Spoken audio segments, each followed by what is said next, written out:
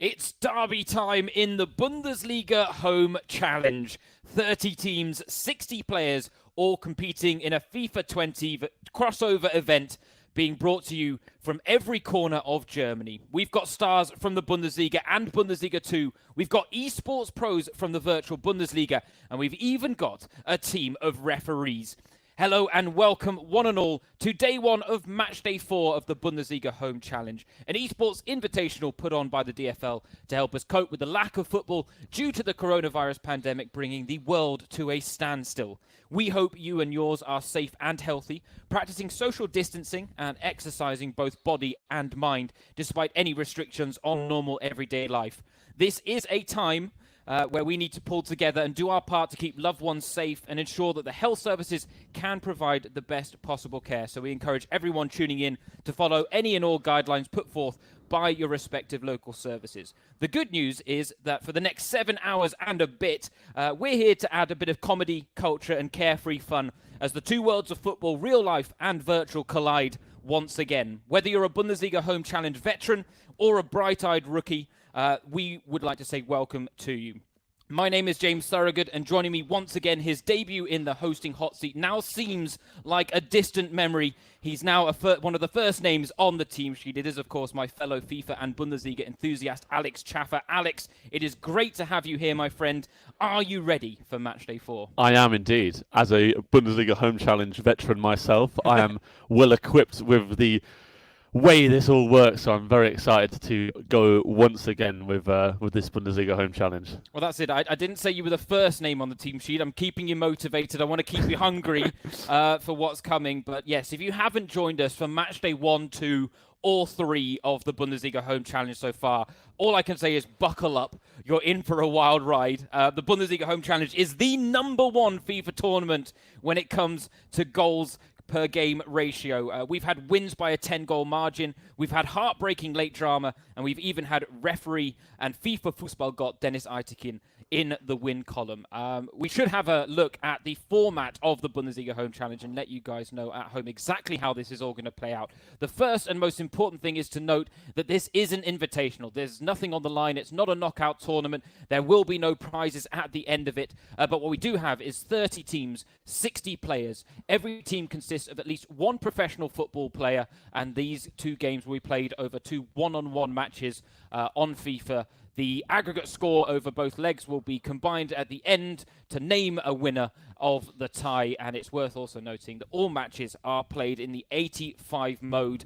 Alex, for anyone who may not be familiar with FIFA, tell us a little bit about the 85 mode and what it entails. I can do that. Indeed, it is the 85 mode that brings all players onto an 85 rating, so you can have your Borussia Dortmunds, your Schalkes coming up against a Bundesliga 2 team like Holstein Kiel or another Bundesliga 2 team, and it puts them all on a level playing field, which means it all comes down to the players' ability to control their virtual players on the pitch and their ability to play FIFA. So although everyone is 85 rated, there are some little moments where you can get an advantage, the likes of strikers having more pace than a centre-back. Those things still apply, although they are capped and have been reduced from their normal ratings or have been boosted from their normal ratings depending on the player. So it's all trying to bring it onto a level playing field, and it means that it definitely comes down to the basics from these FIFA guys and what they're able to produce.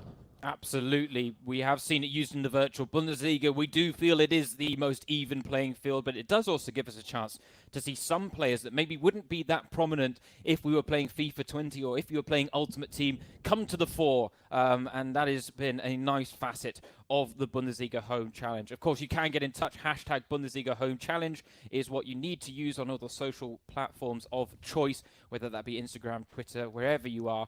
Get involved in the chats. Let us know where in the world you're tuning in from. Who are you looking forward to seeing? Which team are you backing today? Because as we've said, it is derby time in the Bundesliga Home Challenge, and we've had highlights aplenty on Matchday 1, Matchday 2, Matchday 3, and we are expecting many more on Matchday 4 as well. So it's worth us maybe taking a look at the fixture list because we do have some very tasty encounters, to say the least. And yeah, the fixture list gods have been kind to us. They have pitted a lot of local rivals together. We've got lots of derbies, all teams that are essentially in very close proximity to one another. So local rivalries on the line today. Alex, where do we start? What are you looking forward to most? Well, I'm looking forward to all of them, of course. I think we have a really nice group of fixtures. As you can see, it goes from start to finish. We've got really interesting topics throughout.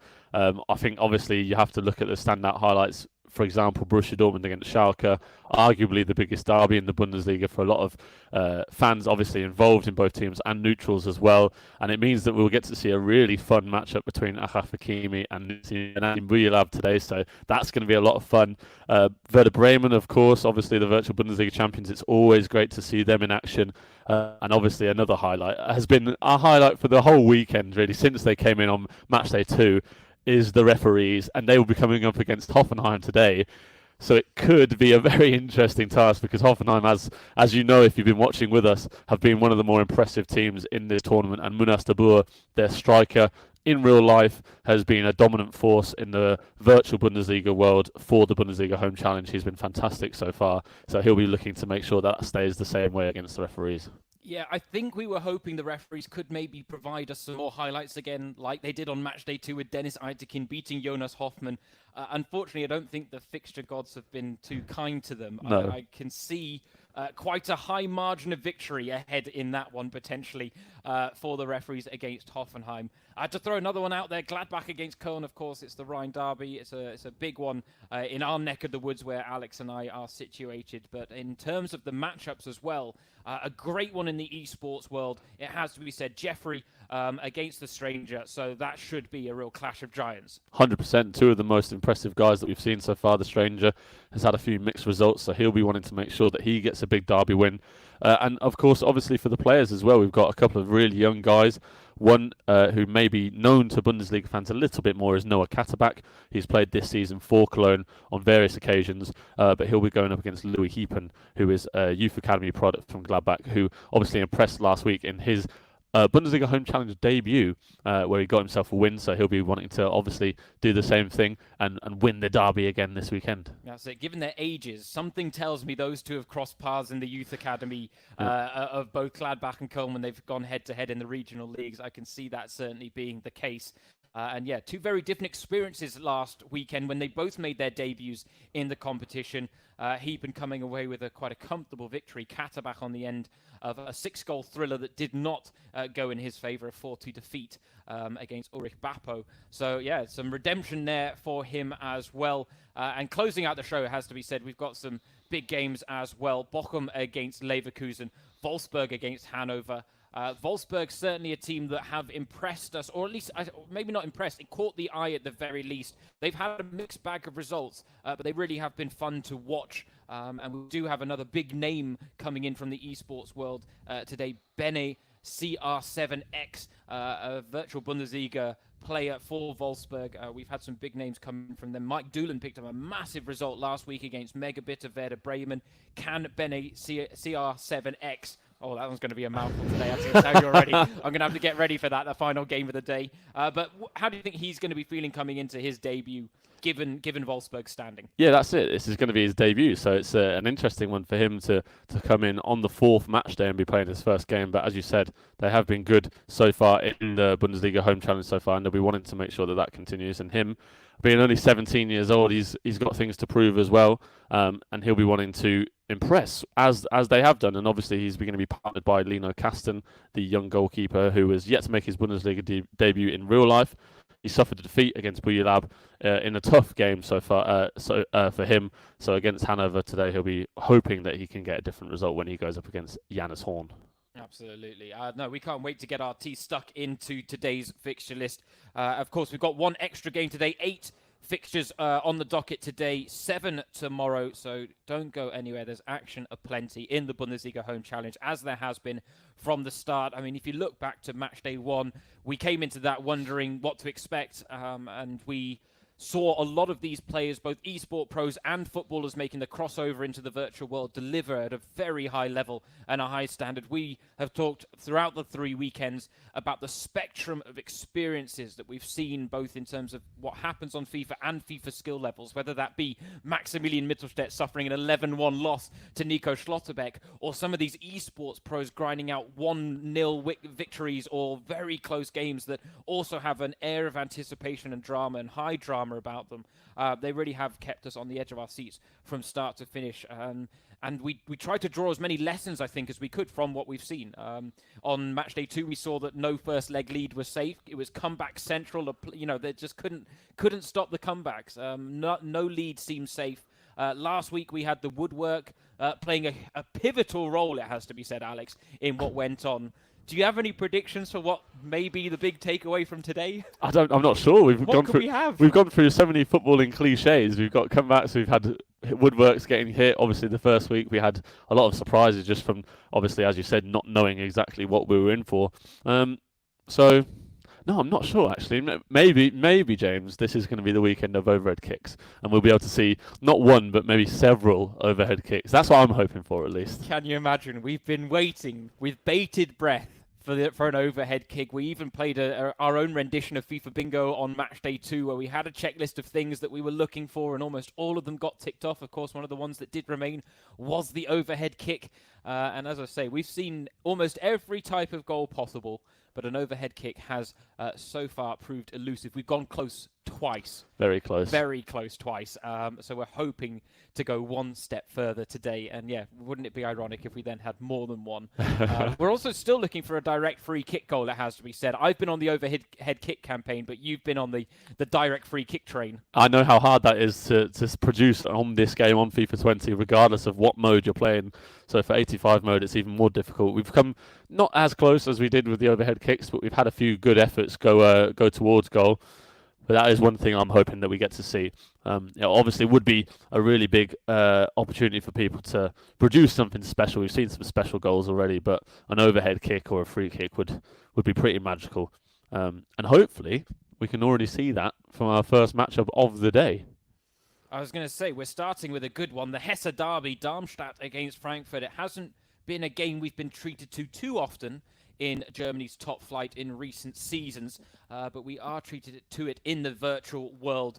These two local rivals going head-to-head, Darmstadt against Frankfurt, and Luca Bernhardt and a newcomer in Emil SGE, Köhler, stepping in today. Luca was a debutant last weekend. He picked up a 5-1 win against Daniel Schlager, the referee. The problem with that, Alex, very difficult to read into his game and what we can really learn from that performance. Exactly. Daniel Schlager, obviously, one part of the refereeing team, so not too much we can read into that just because we didn't expect much from him, and he suffered a big defeat in his first week and obviously last week as well, Daniel Schlager. So for Luca Bernhardt, this is a good opportunity to show that result was warranted and that he can do it against any other player. And of course for Emil SGE, this is a really great chance for him to impress for Frankfurt, having had Andy Guber in the last couple of weeks, who's been fantastic for them on the esports side of things.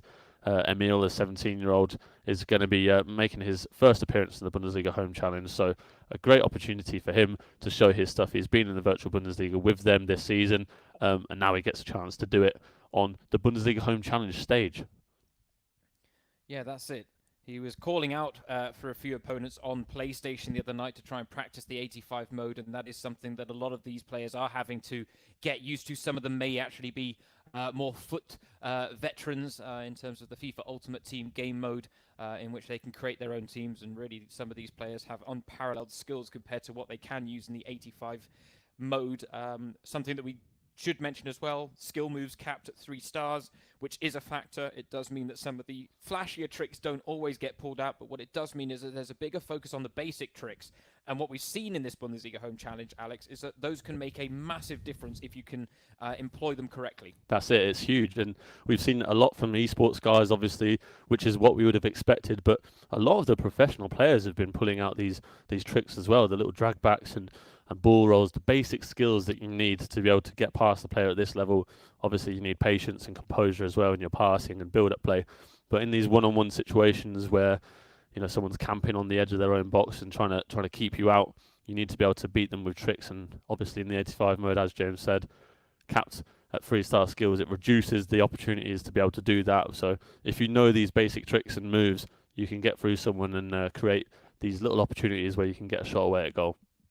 Yeah, it is worth noting as well that while these two sides haven't been competing in the same league in recent seasons, what they have been able to do is compete in the virtual Bundesliga against one another, and they had a tie on Matchday 1 of the 2019-20 season.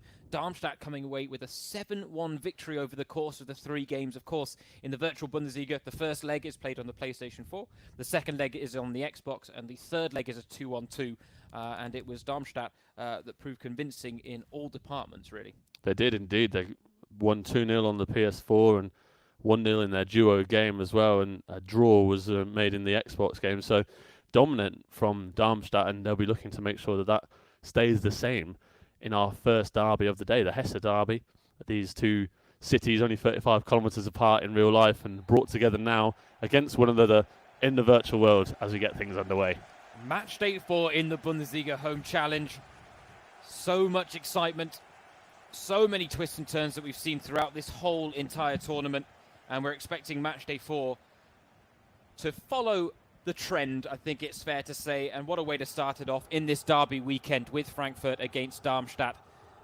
And a chance for Emil SGE making his debut to maybe settle those early nerves in the Bundesliga Home Challenge. We've been through so much already, James. As we were talking about before, I think the best thing to do coming into this weekend is to expect the unexpected, to be honest, especially with the games that we have in store, the derbies, derby galore weekend from the Bundesliga Home Challenge. So wait and see what happens. Yeah, we've tried to spice up everyone's life a little bit with the fixture list this weekend. And we'll see how it plays out. I was going to say, not that we really need to spice up the Bundesliga Home Challenge too much. It really has been a rip-roaring affair. Goals galore. We've broken our goal-scoring record every single match day. And we're hoping to do the same again today. On match day 1, there were 92 goals scored across all the matches. Of course, we had a few more teams enter the fray on match day 2. So, of course, we were going to break the record that week. We had 139 goals scored. We weren't sure whether we were going to be able to beat that.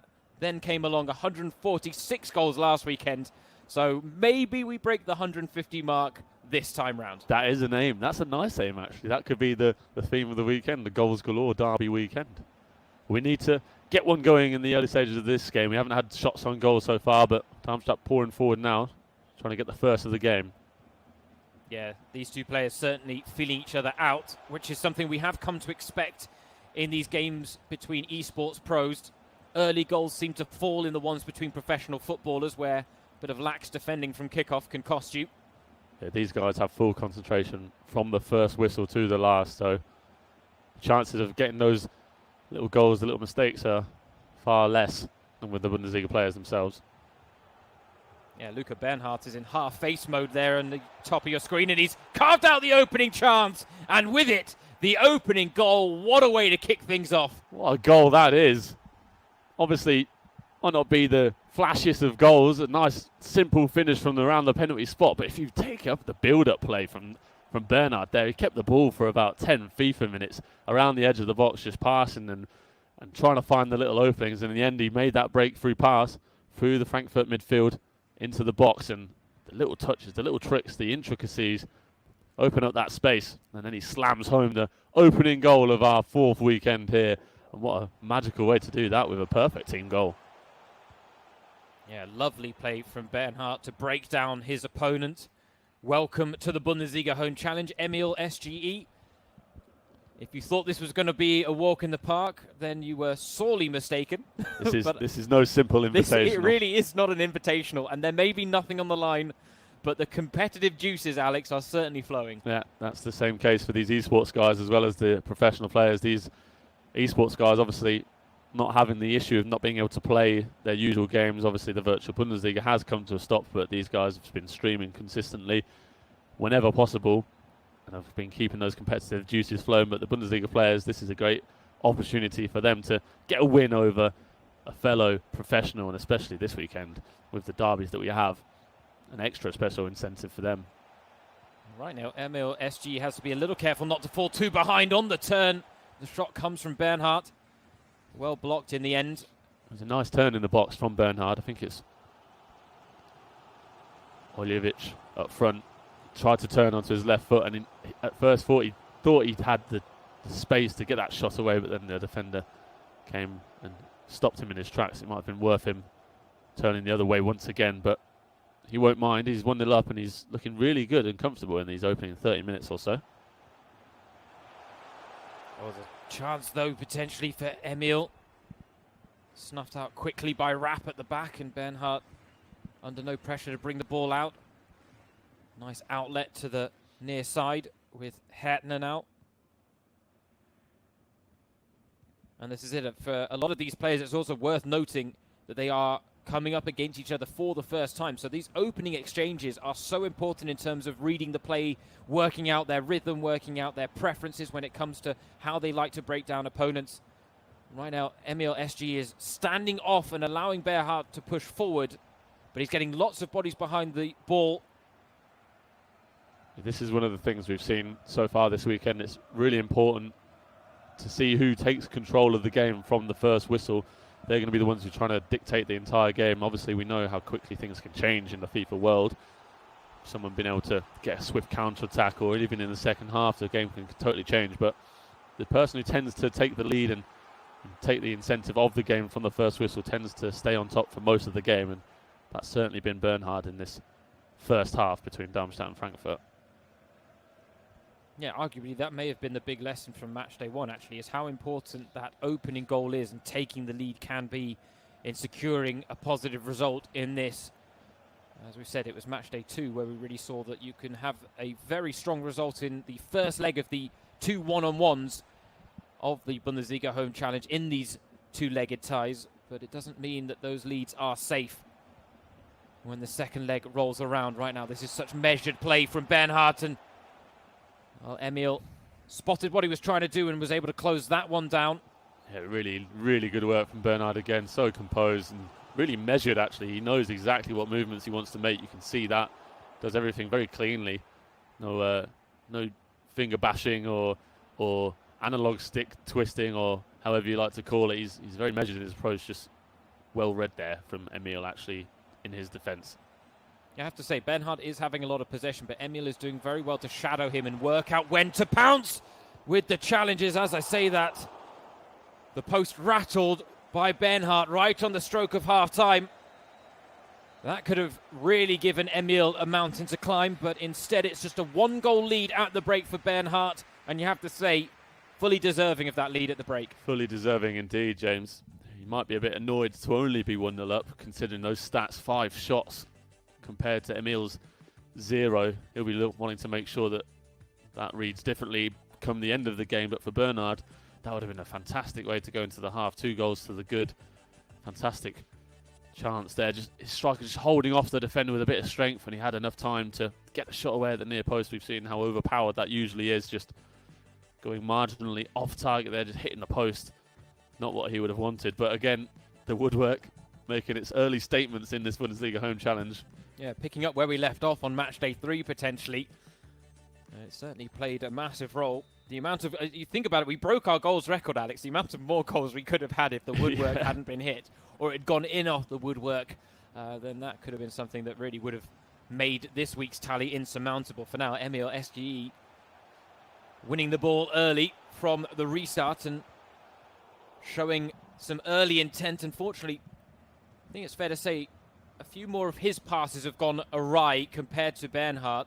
He's been a little more composed and calculated when it's come to picking his passes. Emil certainly is a player that has a reputation of being a very attacking player.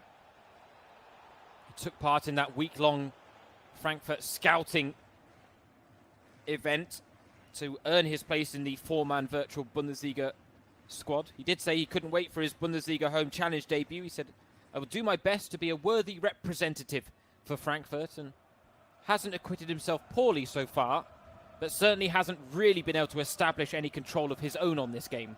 Definitely not. He's started this second half well, though. He needed to come out and make a statement and get the ball moving forward well. Oh, it's broken for Paciencia.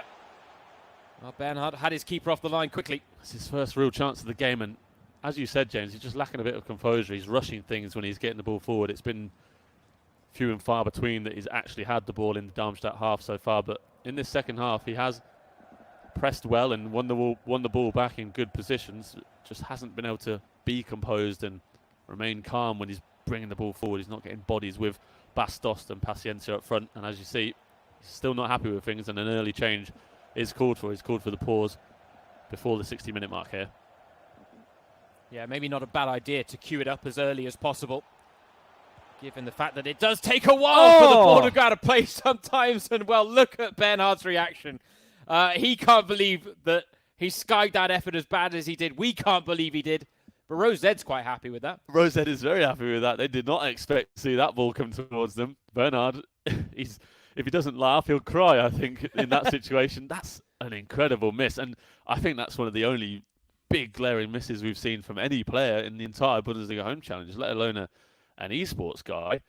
Incredible, just in front of goal. And you expect these guys to put those away without hesitation. And unbelievable to see it go skyrocketing over the crossbar. I think he might get a few messages about that from fellow eSports players or friends. I was going to say, if he's streaming right now, I'm sure the chat's going absolutely mad for it as well. You have no idea. As you said, that is definitely the biggest and most glaring miss we've seen in the Bundesliga Home Challenge, I think it's fair to say, in terms of its distance to goal, proximity, the fact that he really wasn't under pressure from a defender, so there were no mechanics maybe putting the shot off there, really.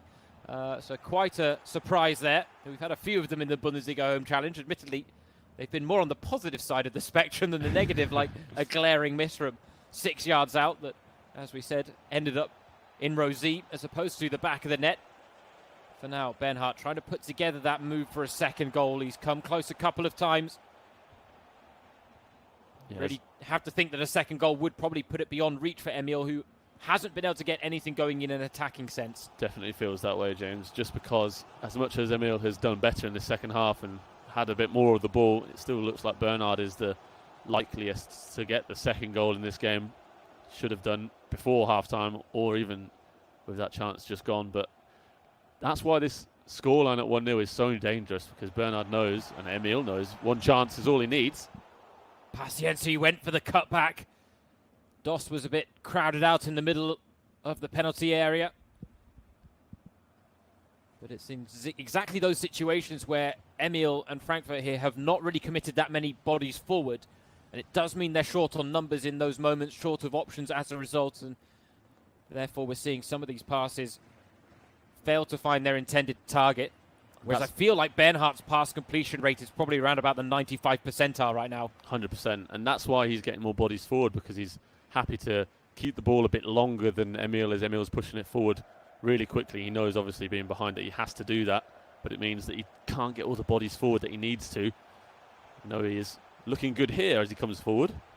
He's working it well, it has to be said. It's with Gibril. So, shot blocked behind for a corner. But finally, we're starting to see signs of life from Emil SGE in an attacking sense. I mean, it is a tough act coming into this Bundesliga Home Challenge, your first go at it, and then working out how everything's working. And you've only got one game to prove yourself. And as we've seen, one goal can change a lot of things. But to fall behind in that manner made it very difficult for a debutant like Emil. 100%. And he'll have been not out of whack, but he wouldn't have been used to playing the 85 mode, of course. Obviously, he's been doing it in the virtual Bundesliga, but with that coming to an end, as most of these guys will have done, they'll have been playing FUT Ultimate Team a bit more than the 85 mode. So obviously, they've been asking for people to help out, get his 85 mode warmed up a bit more in the last couple of days. Good interception by Evan Unjika at the back for Emil SG. I mean, that's what he said. He said it was a great challenge, the Bundesliga Home Challenge, especially as a young player, because he said it's a chance to gain experience. And this is it. He's 17 years old. Fine. If he doesn't come out with a positive result from this, not the end of the world. There's nothing on the line. What he has done is gone up against a very proficient eSports pro in Bernhard, and probably will take a few lessons from this match. However, that being said, still a chance for him to get back into this. He's putting together an attacking move here, moving the ball about very quickly, very nicely. Finger with the shot. Ooh, just wide. Whisker wide. It took a deflection as well, so he'll have the corner. Corners we have seen so hard to score from, even with a man like Bas Dost with his physical stature. It's not easy to beat goalkeepers from those types of set pieces. It's definitely not. It's one of the harder ways to score a goal on this game on FIFA. Sorry, on this game, heading has been one of the more difficult ways to find the back of the net. But with 10 minutes to go, less than, Emil at the moment is playing well, and he's getting forward where he just needs to get some more shots away and test the goalkeeper a bit more. Yeah, Bernhardt has not put this game away, and Emil's growing with confidence. Dost on the turn! Oh. I think that may have even clipped the bar, Alex. I think you're right. We won't get to see a replay, but I think that did clip the top of the crossbar. As that ball came across Dost's body, I did think he could try and go with his left foot or maybe turn back inside and look for an extra body. That might have been the better option because it was a tight angle. But I don't think that's going to be the last chance he gets at the moment. Obviously, Bernhard is looking good on the counter-attack as well with fresh bodies on from the bench. But it's end-to-end stuff now. Yeah, this game has really opened up and come alive after that feeling out process in the opening exchanges. And it really is, in most part, the fact that Emil has grown in confidence over the last quarter of an hour. Finger just couldn't slide the ball through. Now Bernhardt will look to counter with Wirtz, who's got fresh legs. Kostic a little tired. Struggling to keep up. Man at the back post. It's a good save. No. But it's a calamity at the back for Frankfurt as they fall 2-0 down. Nothing Emil can do about it. But Bernhardt doubles his lead. Considering the chances that Bernhard has missed, it might have been that way, that kind of goal that would get him the second one. Looks like it is that own goal from Danny da Costa. You could see that move developing really nicely as soon as he got in behind. The man at the back post was getting behind his marker. It was a great ball. Just very unfortunate for Emil to concede a goal in that way. But as you said, James, making your debut in the Bundesliga Home Challenge, he can hold his head high. He's putting a good performance here. Just he'll be disappointed that he didn't make more opportunities going forward himself. Emil SGE on the losing side of our opening fixture of Matchday 4 in the Bundesliga Home Challenge. The debutant losing to Luca Bernhardt, who after that win over Daniel Schlager last week shows us a bit more of exactly what his game is about against a more equal opponent in Emil. Unfortunately for the 17-year-old, it was a bit of a step too far. He did have a 100% record in the virtual Bundesliga. Admittedly, he only played one game, Alex. He did win it, though. That was a 3-2 win against VfL Rob K, 1848 of Bochum. Unfortunately, in the Bundesliga Home Challenge, he couldn't follow suit as Bernhardt makes it 2 wins out of 2 for himself and gets Darmstadt off to a flying start in their tie against Frankfurt in the Hessen derby. And up next, we will then have Nils Stendera against another newcomer, this side on the opposite side, or this time on the opposite side. It's Eric Berko of Darmstadt, who will be stepping in to represent them as their professional player. And an interesting move, because we've lost Felix Platter, Alex. Yeah, Felix Platter has been one of the best guys so far in the Bundesliga Home Challenge. Obviously, he had the performance last time out where he took apart Dennis Eitekin and showed that the Fußball FIFA got of Eitekin wasn't quite as godly as we thought it was after that first win that he got over Jonas Hoffmann. He beat him 5-0 and He's still a FIFA Fußball god. That is true. That can't be ever taken away from him. He'll always be in our hearts now in the Bundesliga Home Challenge. But for Platter, he did say what could possibly top a 5-0 win against Dennis Eitekin. So he's handed over the baton to Erich Berko here. And again, coming up against a Bundesliga Home Challenge veteran in Nils Stendera, who's played every weekend so far, even if he's had very mixed results.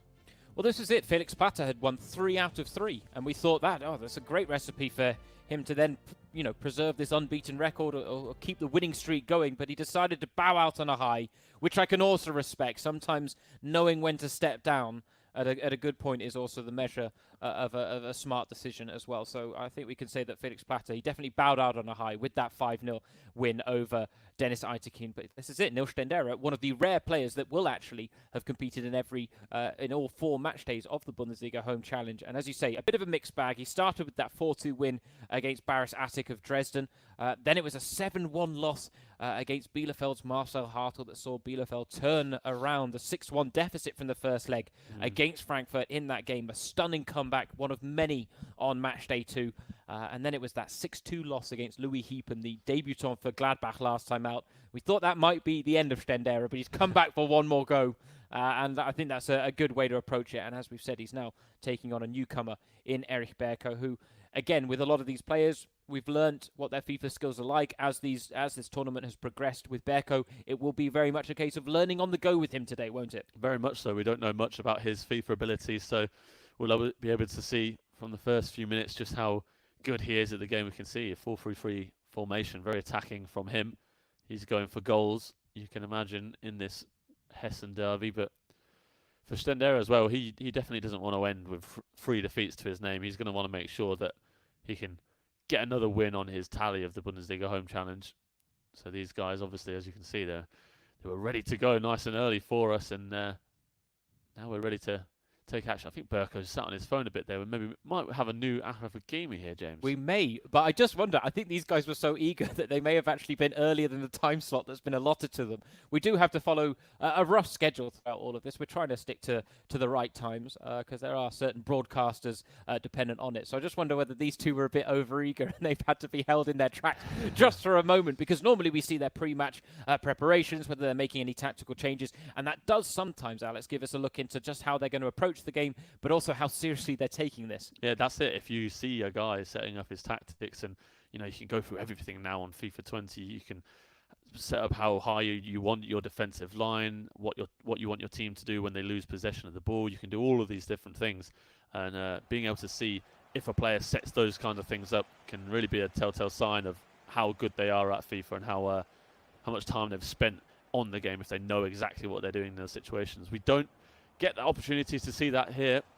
But as we get things underway, it'll only take a few minutes, I think, for us to see just how good Berko is against Frankfurt Stendera. Of course, a nice time to say, if you want to get in touch, please do. We look forward to hearing from you at all points. We hope you have enjoyed what the Bundesliga Home Challenge has had to offer over the last 3 weekends, and we are expecting more things on Matchday 4.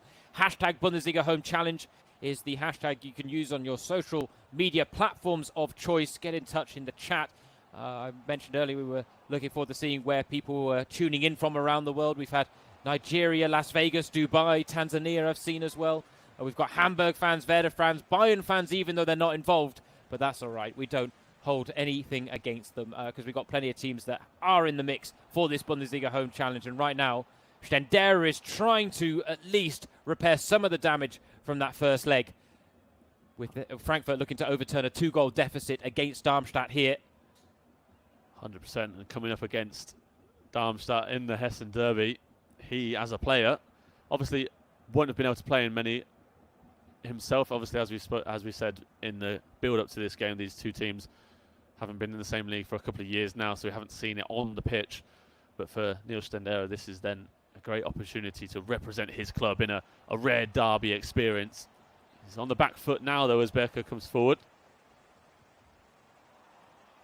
He gives the ball away cheaply on the edge of the area as he was starting to pose a threat.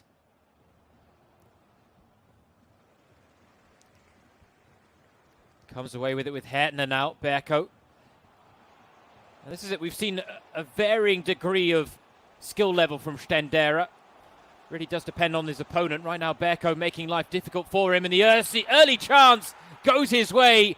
And just like Luca Bernhardt before him, he makes absolutely no mistake. It's all going Darmstadt's way here. You can just tell he knows what he's doing on this game a little bit.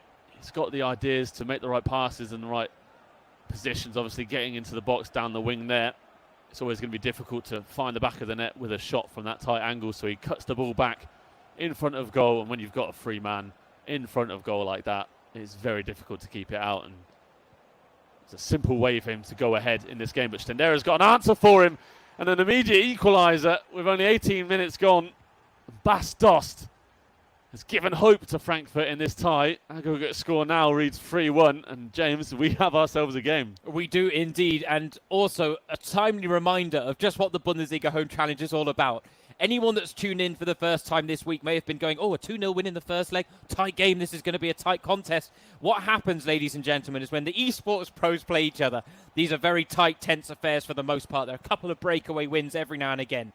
But when these professional footballers get on the joysticks, it's goals galore. There's no holds barred. It's attacking football at its finest. It's defending at its worst, but it makes for a fantastic spectacle most of the time. And we're seeing exactly that between Berko and Stendera, who have already scored the same amount of goals in less than 20 minutes as we saw in the whole first leg, and Berko almost going for a third as well.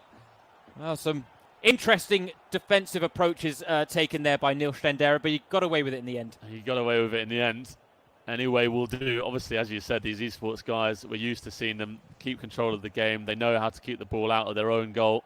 It's much more about dictating the game and making sure you keep a clean sheet. For these professional players, it's all attack, attack, attack. Goals galore. And that means we do get entertainment. Obviously, both sides, both games bring different kinds of entertainment. If you're an esports fan, you'll obviously love seeing these guys perform and see their talents as well. If you're a FIFA player yourself, you know how difficult it is to control a game in the way that they do. And maybe as a more casual player like these Bundesliga professionals are, you're very happy to see how enthusiastic they get, how attack-minded they are, pushing the ball forward with every waking minute. And that does bring entertainment, as I said, in many different ways from both games. Durham with the cross into the box. Plenty of players to aim for. Silva with the knockdown to Stendera. Well, looking to join that illustrious club of players that have scored with themselves in the Bundesliga Home Challenge. There's a fair few of them out there now. Stendera so far not amongst them. And that's the closest he's gone in all 4 fixtures, but he's combining well now in the final third. Stendera through on goal again. Tees it up this time for Dost. And it's 2-1. The comeback for now is complete. But the comeback overall still needs one more goal from Stendera. Superb composure from the midfielder there. As we were just talking about it, James, he had the ball with his own player there. Going towards the near post, he could have been very tempted to take a strike at goal, but he saw that Dost was in acres of space around the penalty spot. And all he needed to do was find the right pass, and that's exactly what he did. And a measured finish from the Dutchman to make it 2-1. The comeback is complete in this game, and as you said, the tie is wide open now. 3-2, the score across the 2 legs. And at the moment, Stendera is pouring forward and piling on the pressure. I really think Neil Stendera has certainly, and I think we can say this from all of his Bundesliga Home Challenge matches, adopted the attack is the best form of defence approach. No doubt about it. The lowest scoring game he was involved in had 6 goals. That was Matchday 1 against Baris Attic, a 4-2 win. 7-1 loss against Hartl, 6-2 loss against Hiepen. So even if he's on the losing end, goals are guaranteed with Neil Stendera. But right now, he seems to have actually found a worthy adversary in Berko in terms of someone that is at a similar level in terms of his FIFA ability. And it's making for a very good fixture between these two. But it has to be said, it's a very open one as well. 100%. This is a really even game. Both guys getting forward well. As you said, it's very open. Defence has not been the order of the day for these two guys as Stendera looks to maybe get a rebound before the break. 2 minutes of added time. He still has a chance maybe if he could have got one there. But as you see, the ball breaks away for Darmstadt and immediately the counter-attack is on. Not many bodies left back in defence by Neil Stendera. Means we're going to see plenty of goals today in this game. But not any more in the first half, I don't think, as this whistle should go. Full half-time, and there it is. What first half that was. A brilliant first half. Perfectly poised now for the second. As we said, in the context of not just this single solo game between Berko and Stendera, but in the tie as a whole as well. Interesting to see there, Berko, 1 shot on goal, 1 shot on target, 1 goal. That's his first and only shot of the game. Got him into the lead, but Stendera, it was the wake-up call he needed maybe to wake him out of his slumber. And he's turned it around with a brace from Bas Dost. And the question is now, can he complete the comeback? He was 2 goals down at the start of play. He's reduced the arrears by a goal so far, and he's got 45 minutes now to work with in this second half to maybe dole out some of the treatment that he received in that loss to Marcel Hartl at Bielefeld when it came to a comeback defeat for Frankfurt. It was the eSports professional Andy that had set him up so well with a 6-1 win against Andreas Vogelsammer of Bielefeld on that occasion. Right now, Berko just looking to take the sting out of proceedings a little bit at the start of the second half. Now looking to inject pace as he's in and around the box. Manu on the ball. Oh, he went for the fancy back heel, but something of a more simple variety could have perhaps been a better choice there. He looked like an eSports player for a minute there, James, with his passing control. But now he's got defending to do. He does it well, though, to keep Stendera out. And I think the Frankfurt midfielder is not going to change his style of play here, even if he is winning his own game here. He's going to have that aggregate score in his mind and make sure that he doesn't let his team suffer an aggregate defeat in this derby. It's very important as well for the fans watching at home that they do overturn the overall scoreline. And as you can see, he's not changing it at all as he continues to pour forward. Just can't get that final pass to go his way right now, Nils Stendera. The same could be said of Berko as his through ball is cut out at the back, and then a costly concession of possession from Stendera. Berko now breaking into the box with himself. Two men in the middle on the rebound. Oh, and the chance no longer alive for Darmstadt. Somehow it doesn't find its way into the net. A good chance for Berko for himself with that shot at the near post, and I thought the rebound might have fallen a different way, but now Frankfurt coming forward, looking for a third goal. Twisting and turning is Gibril, so he's got the cross towards the back post on the volley. Well saved. Rebound saved as well. A fine double save to keep Darmstadt ahead in the tie. Nils Stendera's frustration levels raising with every passing moment. Just over 25 minutes remaining of FIFA time in this game. It's still enough time to work with. Plenty of time for one or two goals still to fall. These guys need to remember how important the changes can be. Making some substitutions, get the fresh legs on, especially with how intense this one is so far. Oh, what a strike that is to bring the game level. It's Manu for Berko across the goalkeeper into the top corner. We see it so rarely in FIFA eSports play. What a stunning way to quieten down the commentators and bring this game back level again with 20 minutes to play. Yeah, that re-establishes Darmstadt's two-goal advantage from the first leg. Stendera looking to pull it back to one again. Denied on that occasion. Bastos looking for his hat-trick. Now with Gibril So. Cross not forthcoming.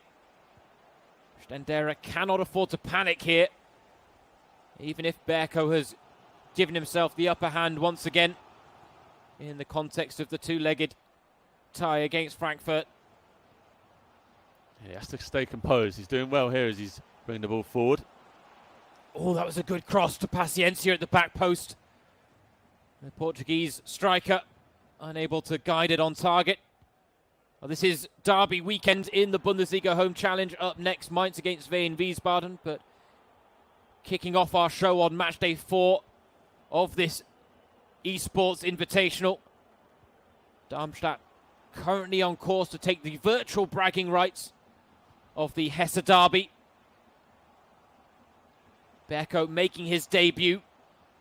Took an early lead, fell behind, pulled it back. And it looks like he's going to be able to see out what will be the victory for Darmstadt. 13 or 12 minutes to go. Scoring twice is not outside the realms of possibility for Nils Stendera, especially if he can grab a goal now with this attack. We'll have to settle for the corner for the time being. We've definitely seen stranger things happen in the Bundesliga Home Challenge, so you know that for these last 10 minutes or so, Stendera is going to be pouring men forward. Just hoping the ball would break for him. Now we do see a pause lined up.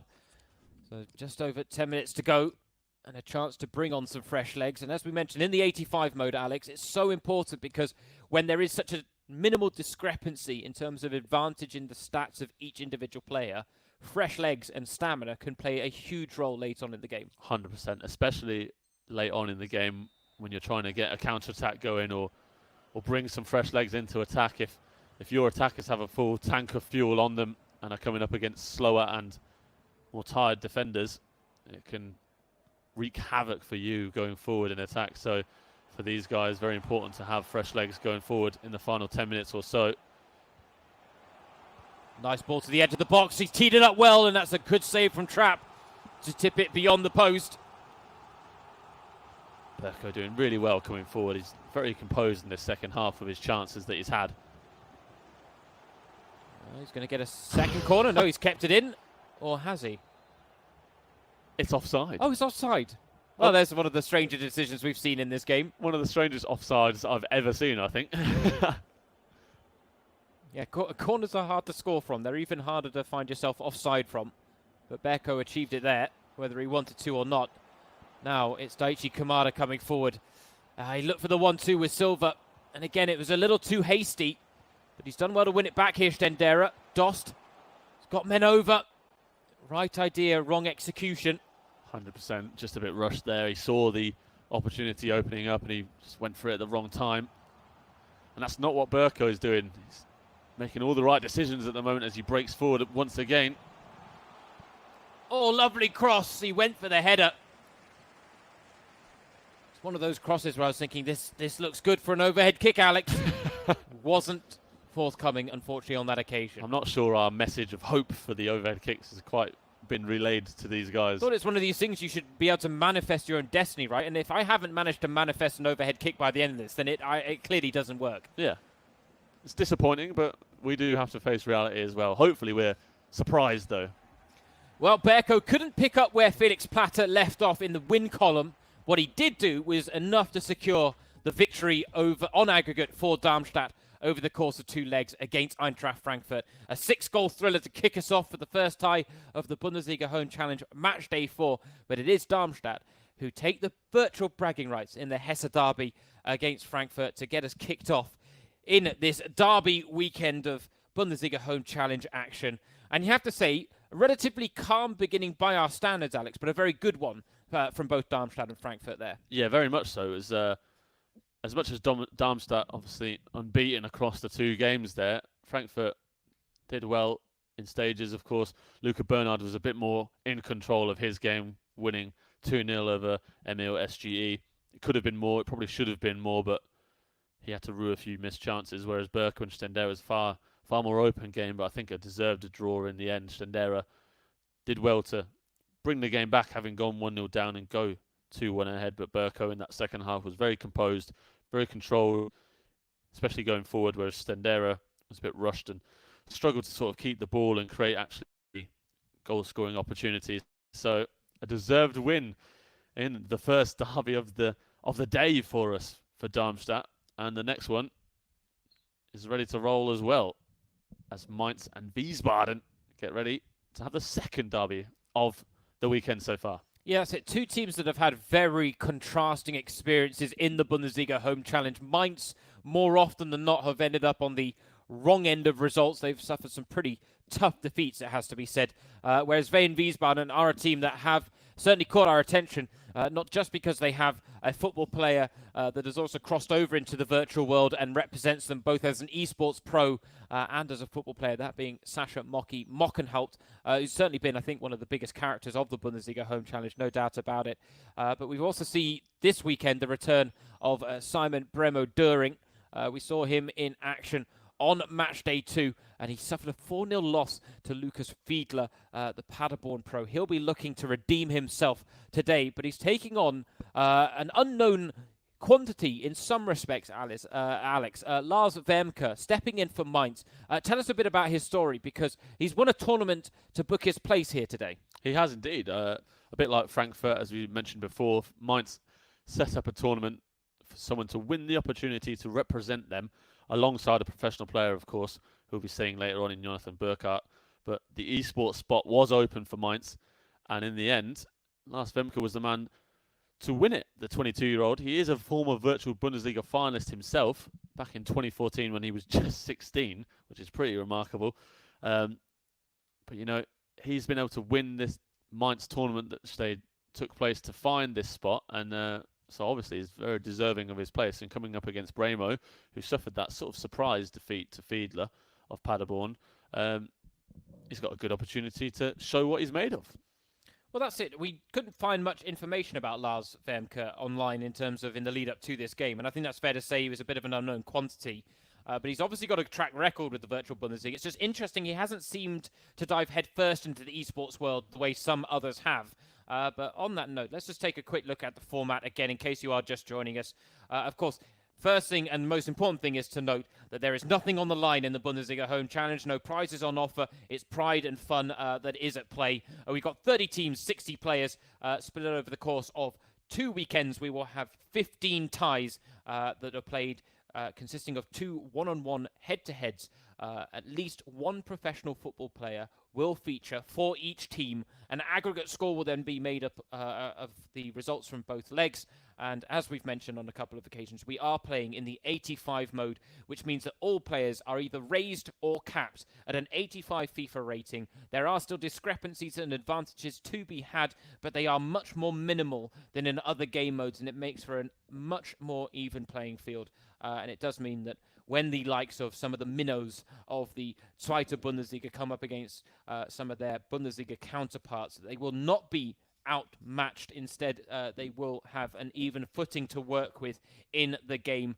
And it's just interesting, really, Alex, with the 85 mode, the contrasting opinions that are out there regarding it, especially from the eSports pros. You've got some that say it's the best mode because it really puts everyone on an even playing field, and therefore it really does come down to your pure skill level and whether you can differentiate yourself there. And there are others that are not big fans of it, it's fair to say.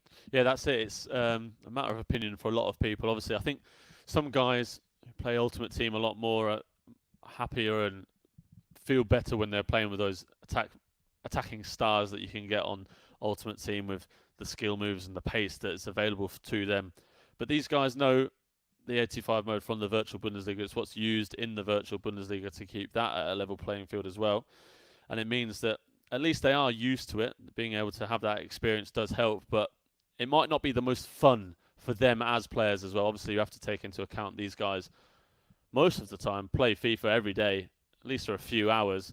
And so for them, it's no laughing matter. This is a way of life for them. This is a job for them, and they want to be able to play with the best guys available. And so when they're being restricted or being held at an 85 mode, it can be a bit more frustrating for them. But for us as fans watching it, it does make it a lot more enjoyable to watch, just because there's no chance of having an advantage if you've got a better Ultimate Team than your opponent, for example.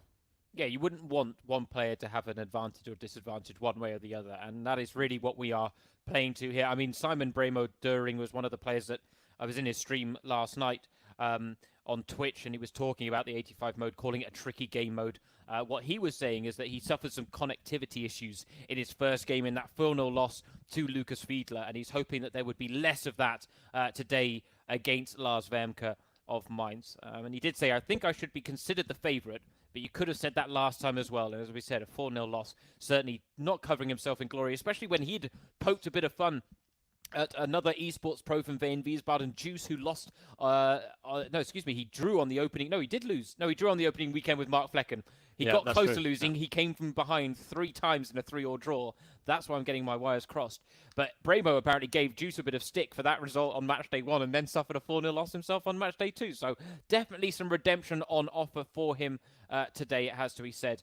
And yeah, we'll see what that produces. But one of the things that we've liked to do on this stream as well is we're dipping into the virtual world. This is a crossover event, but we like to bring you stories from what is going on in German football. And there was some interesting news, or some headlines, I should say, that hit the tabloids in the German press this week, because Dietmar Hamann had interesting opinions about who Bayern maybe sign once the season does restart if they were looking for some more cut price players and maybe weren't looking to splash the cash as much, Alex. And I thought there was an interesting name that got thrown out there in Mainz's Jean-Philippe Mateta. Now, he had an incredible debut season, top scoring with 17 goals for Mainz. Injuries curtailed what would have been his second season this season. He hasn't quite managed to break into the first team regularly since making his return from injury. But interesting opinions thrown out there by Dietmar Hamann. Yeah, I really like Mateta, and obviously, as you said, he's had a bit of a struggle in the last year. Obviously, didn't get to play quite as much as he would have hoped, and Bundesliga fans would have hoped. Obviously, coming in off that, was it 17-goal debut season? Fantastic for a young forward like that. He's such a big guy for Mainz, obviously. In terms of goal scoring, they haven't missed him as much just because they've had Robin Quaison's goals backing him up. But for Mateta himself, he'll have been frustrated not to have been able to quite push on as much as he could have done this season. the young French forward, who's a big unit, obviously, and is important for this 85 mode. I'm sure we'll see him a few times. But being 22 years old, hopefully that sort of injury doesn't curtail his career and become sort of a niggling effect for the years to come. And for sure, being a talented young guy, I'm not surprised to see his name put on those sort of wish lists for the bigger clubs. And Could you see him at Bayern, though? I'm not sure. Just because Robert Lewandowski's there, and I can't see anyone else there until Robert Lewandowski. When you picture a Bayern striker, away. yeah, that's all you can picture right now nowadays. There's no doubt about it. It was just interesting to hear Dietmar Hamann. It kind of, I mean, split opinion. Some people were saying, Bayern should never be looking at those types of players. Others were saying, well, you never know what's going to happen afterwards, what the landscape of football is going to be like, especially in the financial sense, and whether big money moves will be quite as available as they were before the coronavirus pandemic swept through the sporting world and really brought everything to a standstill. Good time as well to remind you guys to be washing your hands, practicing that social distancing, and of course we hope you are exercising both body and mind, because that's incredibly important during this time. If you are going through any sort of quarantine, self-isolation, we know it's difficult. Alex and I are doing it. Things haven't been quite as tough on us here in Germany as it has been elsewhere around the world, and so our thoughts go out to those affected in whatever extent that has been. But it's an interesting time, but there are things that you can do at home. We're hoping that today and tomorrow, with this Bundesliga Home Challenge, as we had for the last 3 weekends, can provide a little bit of light relief in amongst everything that's going on. And let's be honest, this really has been a fun-filled couple of weekends. And this is really what I think my big takeaway from this is it's all...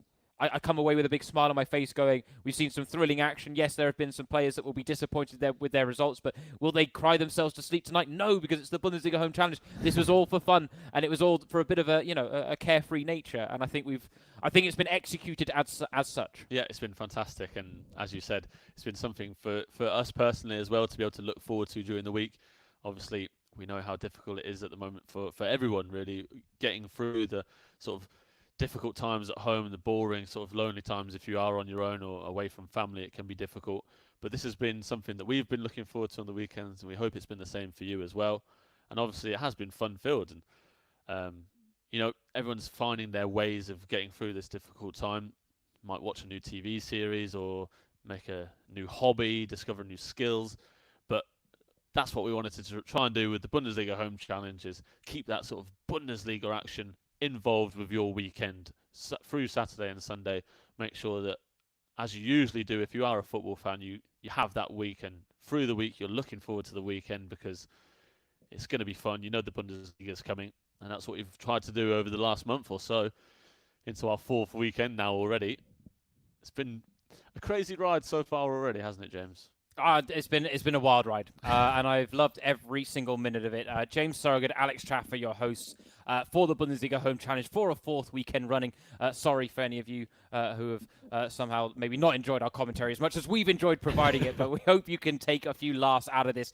Of course, you can check up on all things Virtual Bundesliga at the Virtual Bundesliga website, twitter.com/VBL_official is the Twitter account you'll need to use as well if you do want to get in touch. Of course, hashtag Bundesliga Home Challenge is the way to do so. Let us know whether you're enjoying the action, who's impressed you so far. Of course, we've only had 2 games to speak of, but we are hoping to line ourselves up for the 3rd shortly as we get the tie between Mainz and Wien Wiesbaden underway.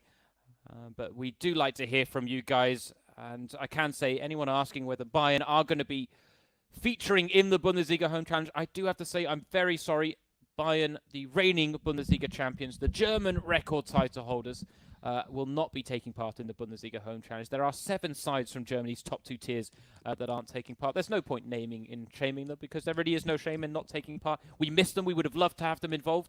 But in fairness, the teams that have taken part and the production that's gone on and how extensive that's been behind the scenes, I think really the Bundesliga Home Challenge, we can be delighted with what has been produced. And to be honest, a few extra fixtures might just have killed us, Alex. That's very true. As much as we've gone away with a smile on our faces after our 7 and 8 hour streams across the weekend, I think turning those into 8 or 9 hour streams may have been the killing point for us both. Although it has been a lot of fun, that might have been the push over the edge that we didn't want or need. But it has been really fun. We found that actually, didn't we? That after the first weekend, obviously coming into this new, I'm sure it would have been the same for some of the guys playing as well, that it was an interesting feeling at the end of the Bundesliga Home Challenge. At the end of that lengthy stream, you just, ears are ringing and maybe you've got a headache or something. We personally have been talking for 7 or 8 hours straight, but we've definitely become used to it actually over the last couple of weekends, which might be quite worrying for my colleagues in the Bundesliga offices when we return to normality, hopefully in the next coming weeks and months, if I'm consistently trying to talk for the 7 or 8 hours, which is something that I do personally already. I was going to say, you say that like you're not a chatterbox already, mate. This is why it's been so good to do this. It's been giving me, Mr. Chatterbox, who's been sat at home on his own for the last few weeks. It's been giving me an outlet to be able to chat away. Some might call you a chatterbox, but I won't go there. Another nickname on the list. There you go. We can add it to the list. No, I mean, this is an outlet on so many levels, right? The virtual esports world for years has been an outlet for people, at home when they just wanted to kind of distract themselves from everyday life. And this is an outlet for some of these esports pros and these professional footballers that are cooped up at home, an outlet for their competitive juices. For us, it's an outlet to, be a little chattier than we have been maybe in recent weeks as well. And we are now underway in this game between Mainz and Wiesbaden. You can see there the two players at the top of your screen. Bremen representing Wiesbaden. Lars Wermke representing Mainz. Wiesbaden in the red and black kits, Mainz in the white and red. As well, one there. Burkhardt now on the ball for Wermke. Burkhardt, who will be representing Mainz as their professional player in the second leg later. It's a good early ball in. It was looking for the physical presence of Jean-Philippe Mateta, who we were talking about before the game got underway. In this 85 mode, a player like him, who's tall, lanky and strong, can be such an advantage up front. Well knocked down by Aigner, but cut out at the back. Wermke really has a zip to his game, a real pace to proceedings that we don't always see from some of these esports pros. Good early start from Wermke by all accounts. I think we were following his view of the game in the first few seconds there, which you could see he was on that sort of wider camera angle, which is what I play on personally as well. It gives you a wider view of the game, wider view of being able to keep that Wiesbaden chance to nothing there. But he's good passing in the opening half and opening 15 minutes or so. And as you said, James, a good early opening for Mateta there. It was a lovely through ball from, I think, Burkhardt to find Parker down the right. It's one of those opening passes you don't see too often from these esports guys. They're so much used to passing across the pitch. These sort of simple passes from left to right and maintaining possession and control. But Wermke is definitely pushing it forward a bit quicker than we'd expect, as is Bremo, as he brings the ball forward here. Yeah, much more open than we are used to seeing from the esports pros head-to-head. And that may be because Lars Wermke is coming from a more casual background. But he's certainly very competitive. He was going to feature in the virtual Bundesliga Grand Finals after qualifying as one of 12 players that come from outside the league standings. It's a good chance here for Wermke, the opening goal. And it goes his way. It's Kari Morisiwo who has opened the scoring. Really nice work from Wermke. Obviously, a tidy little chest control there from Morisiwo and getting the finish to match as well. Another physical presence in attack for Mainz. A tall guy out on the left wing for Mainz. And he made it count there, being able to get in the right spot at the back post and get that control with his chest. Didn't need to try and force a header at goal, which would have made it a bit more difficult for Wermke to control. Instead, the chest and controlled finish. And he goes ahead, and it has to be said, I think it's a bit of a deserved lead just because he's been pushing the ball a bit more further forward than Bremo in his opening 25 minutes or so. Yeah, this is it. Bremer was talking about that 4-0 loss to Lucas Fiegler in his stream last night and saying it was exactly the type of game he really doesn't enjoy on FIFA. I'll hold this thought for just a second because, it's looking dangerous in a second if he's going to gift it to Wermke like that. Wermke is going to accept. He's definitely going to accept chances like that. A scrappy one indeed, but Onisivo makes it 2, and he makes it 2 for Mainz as well. Just not quite sure what Bremer was doing there as he got the ball with his defender. just a bit of a lackluster moment.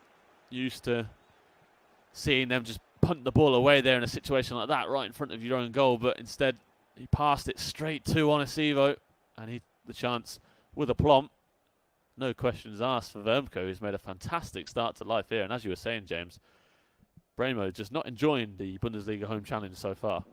Don't think it's his challenge, Alex. No, I'm not sure. And I think he may be the first to admit that.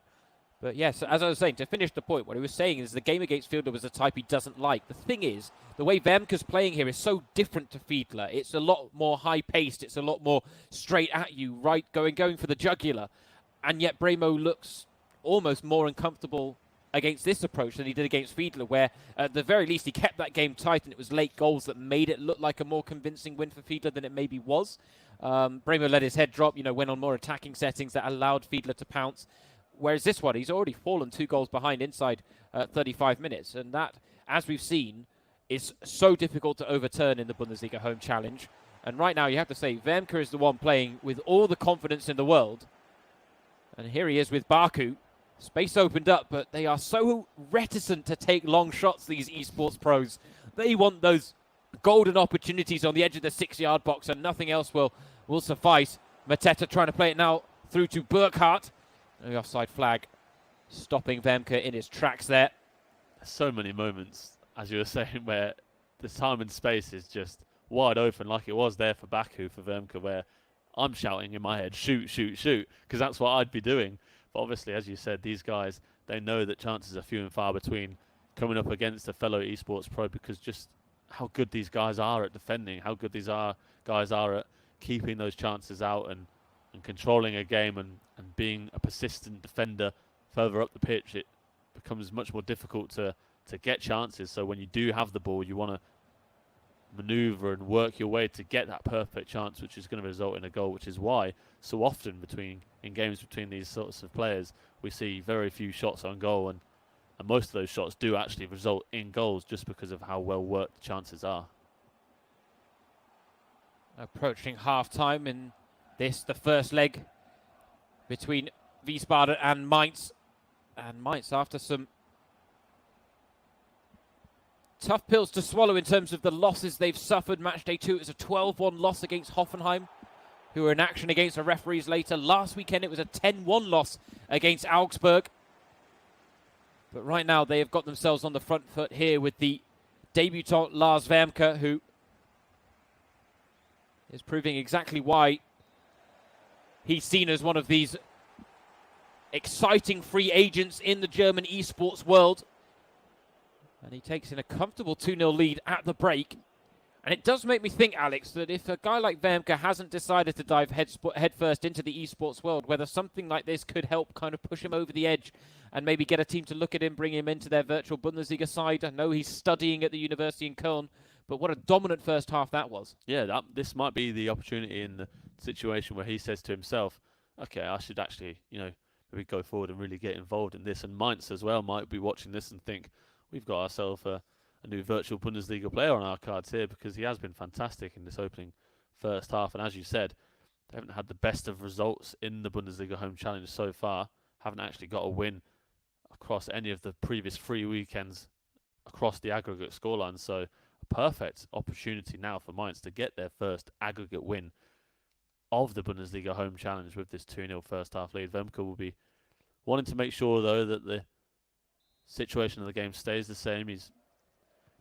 He hasn't been in control of proceedings as such, but when he's had the ball, he's pushing it forward with every opportunity and definitely playing a different style than we're totally used to from these esports guys, which makes him a more difficult prospect to handle.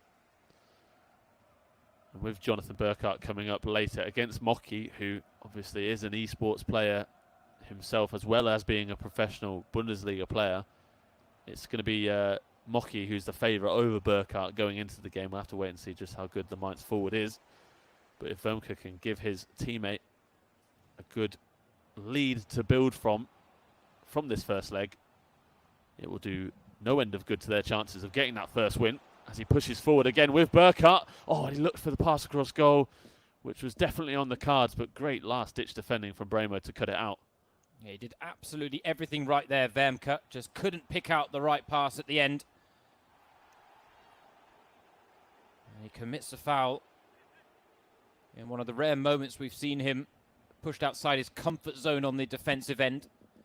You have to say Bremo hasn't really done enough to warrant getting a goal in this game so far. No shots in the first half. And at times we've talked about players not having the answer to the attacking threat being posed by an opponent. But right now I think it's fair to say Bremo has little answers when it comes to how to break Wermke down here. Definitely not. I think he's a player who's used to keeping goals out at the other end and hoping for 1 or 2 chances for himself going forward, rather than having to come back from a 2-goal deficit. It's definitely going to be a different task for him now. He's had these sorts of chances very rarely in the game, but he makes the most of this one. The first time we've seen him really open up the Mainz defence, and it's the first goal for Wiesbaden. It's really well taken from Bremo. Yeah, fantastic finish there from the Wien Wiesbaden eSports Pro. And a lifeline now in this game, something for him to work with as he looks to maybe mount a comeback in this second half. He's got half an hour to work with still. And we have seen how momentum can shift at times in this game, even if comebacks in individual matches have been hard come by, but that's the way to break down a team, unfortunately, for Bremo. The offside flag up to deny him. As you said, James, you can see how quickly a game can change. Bremo's confidence has gone from 0 to 100 in moments. Fantastic way to open the scoring, and now he continues to open up the Mainz defence. He's winning the ball back in good positions here and trying to push it forward and keep this confidence up. If you can build on the pressure and get an equaliser, it'd be fantastic for him. I didn't personally expect this from Bremo. I didn't see him coming back into this game, but possibly Wermke is thinking, don't worry, I'm staying calm, I'm staying composed, and he knows he'll get other chances, as he does have now, and he takes those chances with Burkhardt. What a finish at the near post. And just as we were saying that Bremo might have hope of coming back, the 2-goal lead is restored. That's it. Oh, we almost had a badge kiss there from Wermke. A point to the badge we'll settle for. He is representing Mainz incredibly well in the Bundesliga Home Challenge so far. And after suffering that setback, as Alex said, has now restored that 2-goal cushion. And looks set to be on course for a relatively convincing first leg victory here. Bremo isn't going to raise the white flag just yet. And of course, it is worth mentioning, and I think we saw this last weekend more so than we had in other weekends in the Bundesliga Home Challenge, was people's awareness of the 2 legs, Alex, and the aggregate score. Bremo knows that even if he doesn't win this game, if he can pull it back to 3-2, it does give Sascha Mockenhout something to work with in the second leg, and more of a platform to potentially mount a comeback of his own in the second leg. And definitely. That's something I think, yeah, we're seeing Bremo factor in here a little bit. Yeah, for sure. He knows that maybe getting 1 more goal would be great, and that's why he's trying to keep a bit more control of the ball here, not give Wermke any more chances, because he knows, as we said before, Mocky is a virtual Bundesliga player himself, and he's going to be the favourite going against Burkhardt, but Wermke continues to push forward on the counter-attack and get these openings. Well, that pass didn't quite find Burkhardt. He's looking to join Onisiwo in terms of bagging a brace in this game, as we see Bremo look to make changes. Although you do have to wonder, is it a little too late? Precious minutes have already gone by where substitutes could have made an impact. It's been a frustrating game for him. Only been able to really cut open the Mainz defence twice. Scored with the one of those times, the first of those times, with that opening goal, and then had a second chance quickly after it. But that 3rd goal was a killer for him, the way he conceded it. And the 4th is a killer as well. Jean-Philippe Mateta bundles his way forward. The powerful Frenchman, impossible to stop, and that near post finish comes to his aid again. And you can see the frustration on Bremo's face. The last couple of goals there for Wermke have been difficult ones to concede. A rebound back to Burkhardt going into the top corner, and then Mateta just sort of powering his way through the defence and not being able to be stopped. Really disappointing ways to concede. Yeah, you could see he's just disconsolate right now. The pain was etched on his face as the 4th went in there, and that will certainly be the final nail in his coffin in this first leg, as Mateta adds a fourth for Wermke. But I think Bremer's big takeaway from the Bundesliga Home Challenge will be the fact that it hasn't really changed his opinion about the 85 mode. He wasn't a fan coming into it, and I don't think he'll be a fan coming out of it either, given his results. He's now scored just once and conceded 8 times in his 2 games in the Bundesliga Home Challenge. And I think he would like these 10 minutes to go by as quickly as possible, though he wouldn't say no to getting another goal of his own. The thing is, right now, Wermke, you have to say, this has been a very impressive performance from him as a debutant in the Bundesliga Home Challenge, and he's looking for a 5th. Oh, it almost broke for Dongwon-ji at the back post. Snapped up by Lindner, who can now spark a attacking move from Wiesbaden, but cut out well by Mateta. Dongwon-ji with the fake shot. Couldn't beat his marker.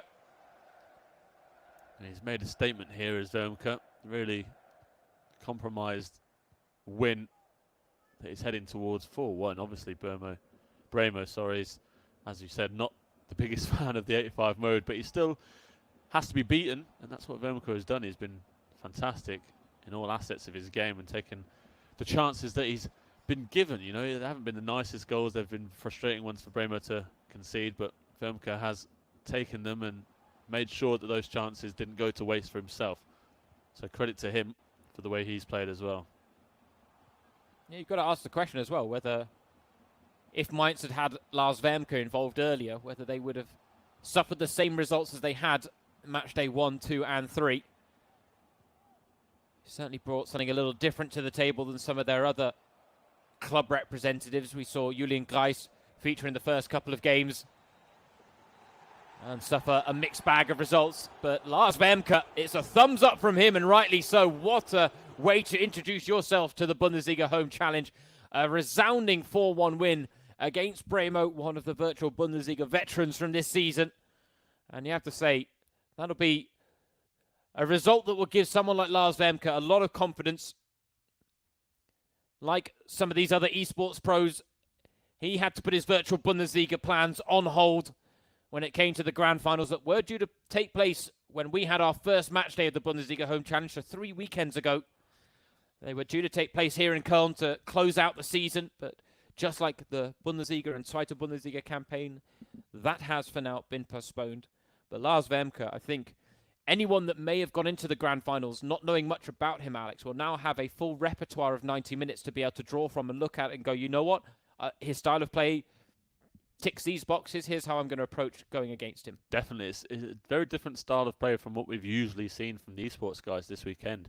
They're used to keeping possession far more in the opposition's half, whereas Wermke is very much a cutthroat, attack-minded player who pushes the ball forward well, plays those long balls, plays those difficult through balls, which, you know, are very risky and often don't work out. But for him, he got a bit of luck on his side in that game as well, but you have to create your own luck in this sort of game mode. So for him, a fantastic statement. And Mainz fans watching this at home, Mainz esports fans especially, will be saying, let's get this guy involved on a permanent basis, because although Bremen, as we said, wasn't the biggest fan of this 85 mode, 4-1 is a fantastic win, and it does set up his teammate Jonathan Burkhardt, as you see there, with a big lead to work with. And I think that's really important actually for this two-legged tie, because Mocky, as we've said a couple of times, he's a virtual Bundesliga player as well as being a professional for Wiesbaden. He's played in all but 2 Bundesliga 2 games this season in the middle of defence.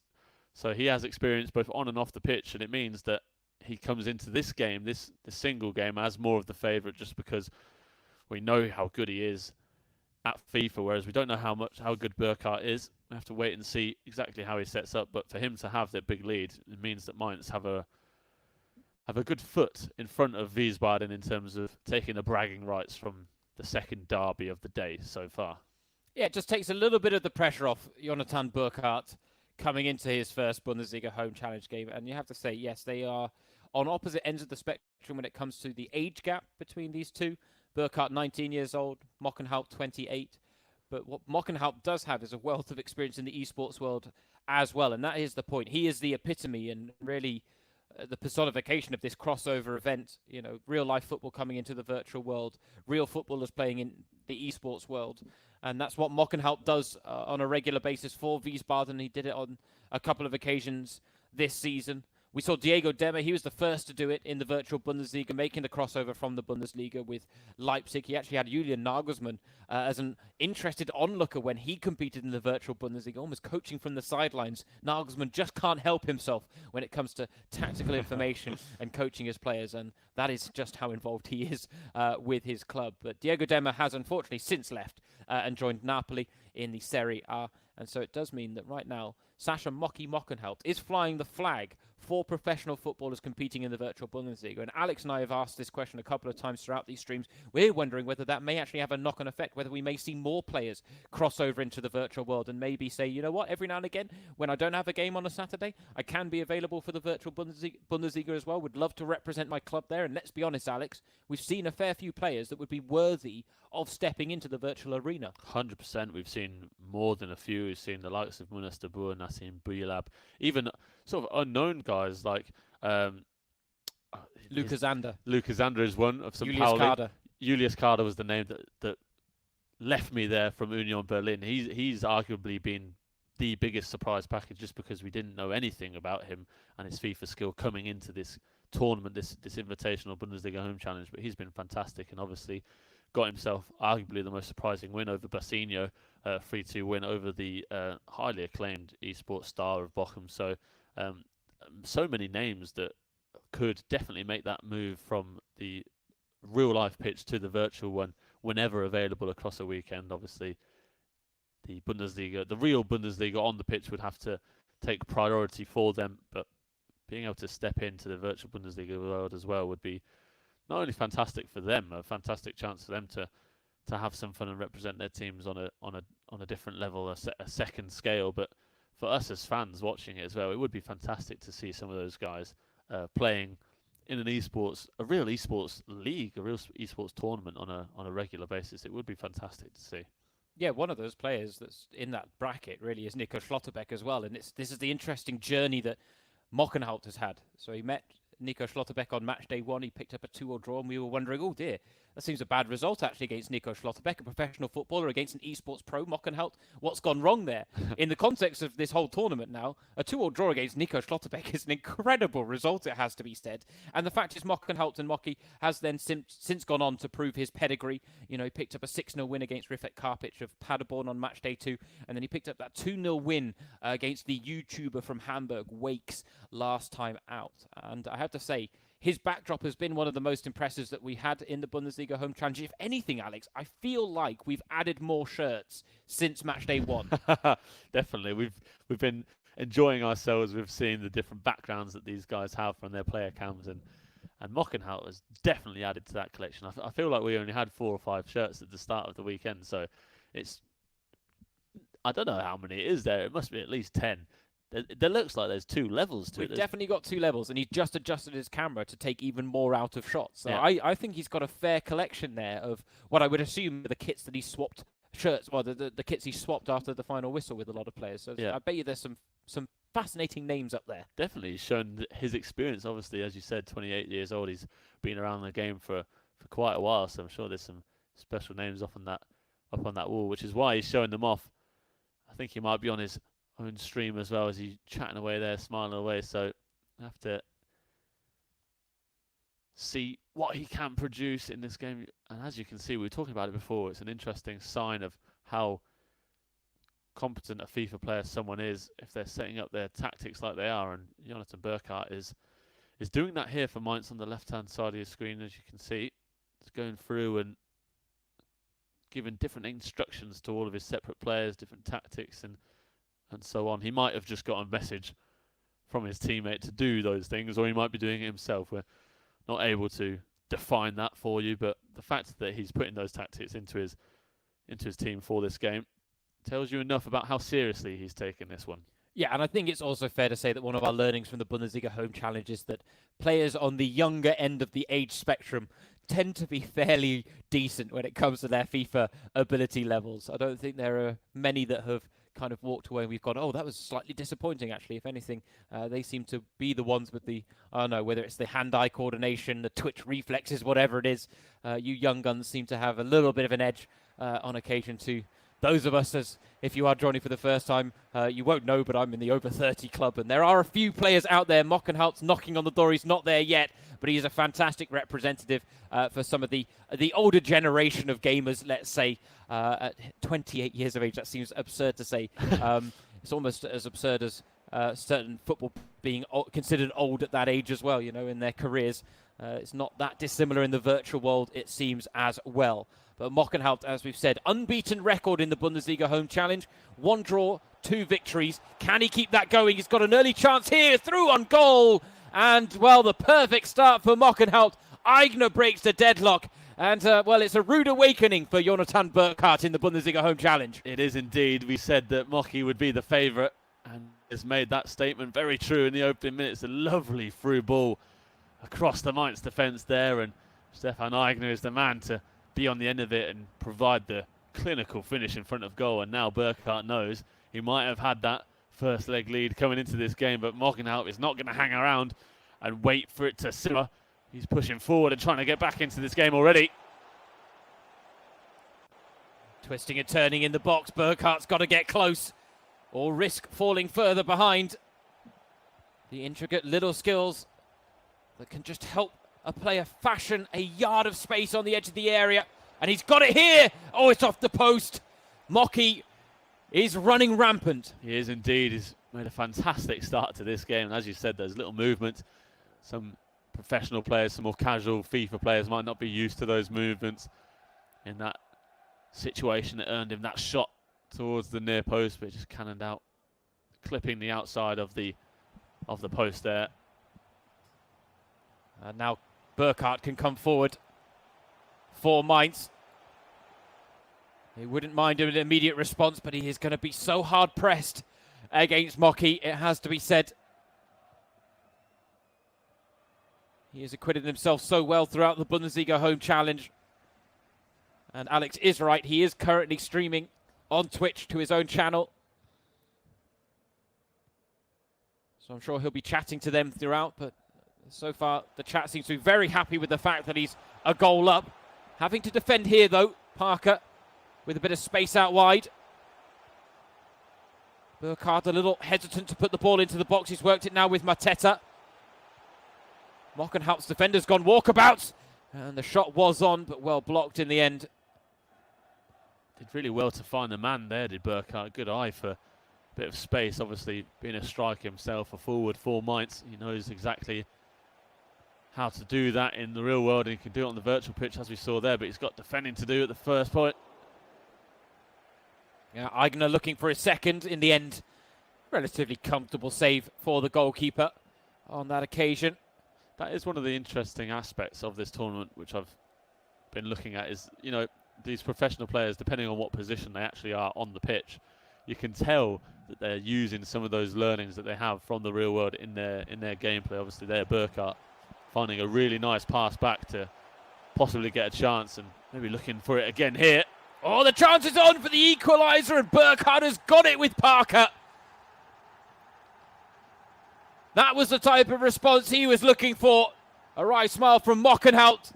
He'll be disappointed to have let the lead slip so early. Those attacking instincts shining through for Burkhardt. Lovely work down the left wing, and then just one of those dangerous low-driven crosses into the box. So difficult to deal with if you don't have your men already in the right spots. It's very, very difficult to react quickly enough to that cross coming in if you're not prepared for it already. And in the end, Burkhardt and his forward got to the ball before Mockenhout's defence, and he brings the game level against the run of play, you could say. Mockenhout's been fantastic in his openings, but as we said, Burkhardt definitely doesn't look like he's a total amateur when it comes to FIFA. No, absolutely not. If anything, he falls into that category of professional players that are very good going forward and a bit suspect when it comes to their defensive work. And there really is nothing to shirk at in that sense. I think I could probably describe my own FIFA game in very much the same way, Alex. Defending is not my strong suit, especially in FIFA 20. I thought I had a good grip of it in FIFA 19, and then FIFA 20 basically taught me that I didn't. And so I think that's what some of these professional players are learning the hard way as well. Right now, Burkhardt doing well to retain possession. But this is also the added benefit of this 85 mode that we are playing the Bundesliga Home Challenge in, is that even if there is a skill discrepancy, the skill gap can be narrowed as Burkhardt fires wide, because Mönchengladbach surely puts in more time on FIFA than Burkhardt does. I mean, Mönchengladbach is someone that plays FIFA Ultimate Team regularly. He's competing in the weekend league, so he's probably got more minutes under his belt. But in the 85 game mode, there's not this noticeable discrepancy that we see sometimes. Definitely not. And it's what means that Burkhardt is level in this game and been looking good since going behind. He's actually come into the game quite well. He won't want to go behind here as he has to keep battling away with the Mainz defence. He's doing really well so far, though. And I think it does come down to, you know, he might not have the FIFA experience that Mönchengladbach has, but he has that playing experience that Mönchengladbach also has. He has that attacking experience that knows what decisions to make in what certain situations as he tries to pour forward here and maybe get a go-ahead goal. Doesn't quite work out for Parker there, but he's just trying to bring the instincts that he has on the pitch in real life into the virtual world, and so far it's not working too badly for him. Yeah, Mocky just needs to keep his cool here, because of course he is trying to overturn a 3-goal deficit from the first leg after that 4-1 win for Lars Wermke against Bremen. And the way he started this game suggested he really was going to attack that lead. And he's now had to maybe rethink his game plan a little bit. He is one of those that is also not a massive fan of the 85 mode, it has to be said. He said on his stream last night, if you think the weekend league is stressful, 85 mode takes it to another level. But he's coming through here with Schoenfeld. Oh, lovely fake shot. And then he went for the pass when actually the space had completely opened for him to have a go at goal. Yeah, Burkhardt hadn't read that at all. It was fantastic stuff to put a stop to his man and create that space. But as you said, he went for the pass rather than the shot, which we so often see from these esports guys. In that moment, maybe not the best decision for him to make, but he might get another chance just before the half-time whistle blows here as he brings the ball forward. He does have numbers on his side here. He doesn't want to rush the chance. Instead, he's looking for the golden opportunity. And he found the space, but the shot was unconvincing there, and it does send the sides in level at half-time. Sasha Mönchengladbach making a strong start to proceedings. Stefan Eigner grabbing the opening goal, but Burkhardt has pulled it back. He's doing some robot dances there. Was Mocky. He might have let his lead slip there, but he's definitely enjoying himself in this game. It's nice to see the fun-loving side of things for him. The Wiesbaden player himself having a great time in the Bundesliga Home Challenge so far.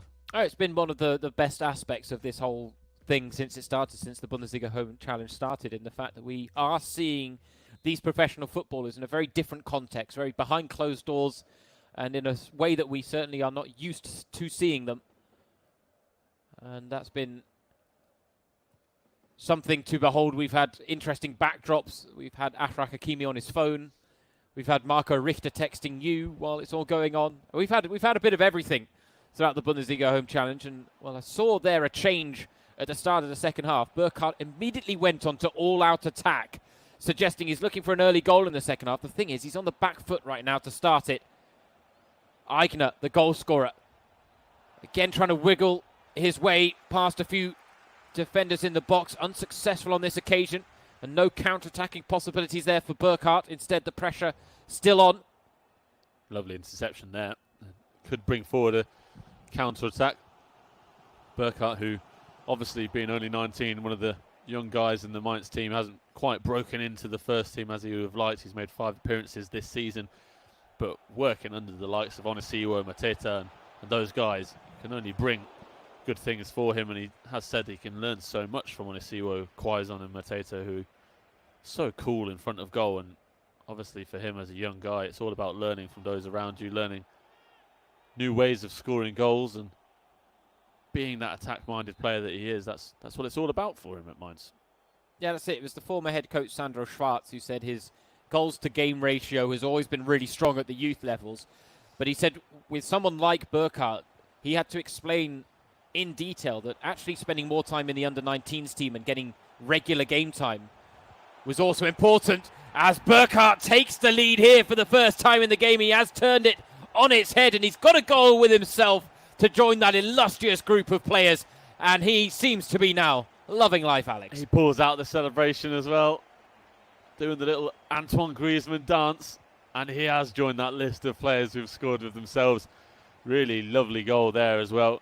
Just working down to the byline on the right side and finding the space for the pass, and in the end, his own man was in the right place at the right time, showing his attacking instincts to find the back of the net there. And I think it's fair to say we are having a bit of a shock on our hands here, with Burkhardt 2-1 up ahead against a virtual Bundesliga player in Mocky. Yeah, and arguably one of the best performers throughout the entire Bundesliga home challenge. And it does seem that things just aren't quite falling his way on a lot of occasions in these 50-50s. And that can make a huge difference in FIFA 20. But he's not given up yet, and he's going to get the rebound. That's an equaliser. And he's got time to work with here as Schrader levels the scores. That might have been the luck that he needed. He, as you said, was maybe needing to push the game forward a bit more. I think that second goal that Burkhardt scored might have just made it a bit more serious for him, might have made him sit forward a bit more in his chair. It took the smile away from his face, but very quickly responded there, getting that rebound, having the right man in the right spot. Very frustrating for Burkhardt, but the luck that Mocky needed to bring the game level again. And even if Mainz are heading towards an aggregate win, it's a great game on our hands here between these two guys. Yeah, I have to say I did not expect this. I actually thought we might see Mockenhaupt really put Burkhardt to the sword and to try and overturn that 4-1 first leg deficit. And when he took that lead early on, it really kind of just reinforced my pre-match expectations. But Burkhardt has done incredibly well here to turn this game around and make it so competitive. And you have to say, it may not be enough for Wiesbaden to change the aggregate score, but it does mean that we've got 20 minutes remaining in what should be a barnstorming ending to this game between Burkhardt and Mockenhaupt, and maybe the perfect appetizer before the mother of all derbies, as they call it in Germany, Borussia Dortmund against Schalke. We were denied the Revier derby in real life a couple of weekends ago. We're going to get it in the virtual world right after this. For now, though, Mockenhaupt looking to rescue a measure of pride by, at the very least, winning his individual one-on-one. And he's twisting and turning. He found the space and he's found the top corner. A stunning, stunning strike from Sascha Mockenhaupt. What a goal that is. Absolutely fantastic work. You can see how composed he is. The patience to be able to move the ball back and forth like that in the opposition penalty area. I was thinking to myself, he must be getting frustrated here. He's not quite getting the position that he wants, the opportunity, the opening that he needed. But he earned it there. He really earned it with his patience. And what a stunning finish that was to find the top corner. And he's gone ahead for the second time in this game. And with time running out, could that have been the winner? Unless Burkhardt can get something else in these final moments. Looking to take, or at least level the scores again. And he's got another chance. It's off the post. Burkhardt can't believe it. What an opportunity. Well, how on earth has that stayed out, James? I don't quite know, because that really would have taken the wind out of Mockenhaupt's sails. Instead, his comeback is still arguably on. 10 minutes to go. He does need 2 goals to pull the tie level on aggregate. The problem is he's also leaving himself vulnerable at the back for Burkhardt to maybe get a third of his own. The drag back there, just letting him down. Momentum not on Parker's side. Unbelievable chance. I don't think we've seen a player come that close to scoring without it finding the back of the net. The shot from Mateta hitting the post and bouncing all the way back across the face of goal towards himself. Burkhardt will be frustrated to have not found the back of the net with that. But a fantastic entertaining game from these two guys, going head to head, going toe to toe, and it's been end to end throughout as well. That's why we have 5 goals so far, and the goal train that we've seen across the Bundesliga Home Challenge has shown no signs of stopping today, James. Choo-choo, choo-choo. Indeed, yeah, let's keep that going. And we're not surprised. It's what the Bundesliga Home Challenge is all about. And this game really does epitomise everything we've loved about it. A game that has been open, expansive, back and forth. The lead has changed a couple of times. We've had comebacks thrown in the mix as well. And let's be honest, we've still got time for a bit of late drama in this one as well. As we can see here, Mocky making some changes.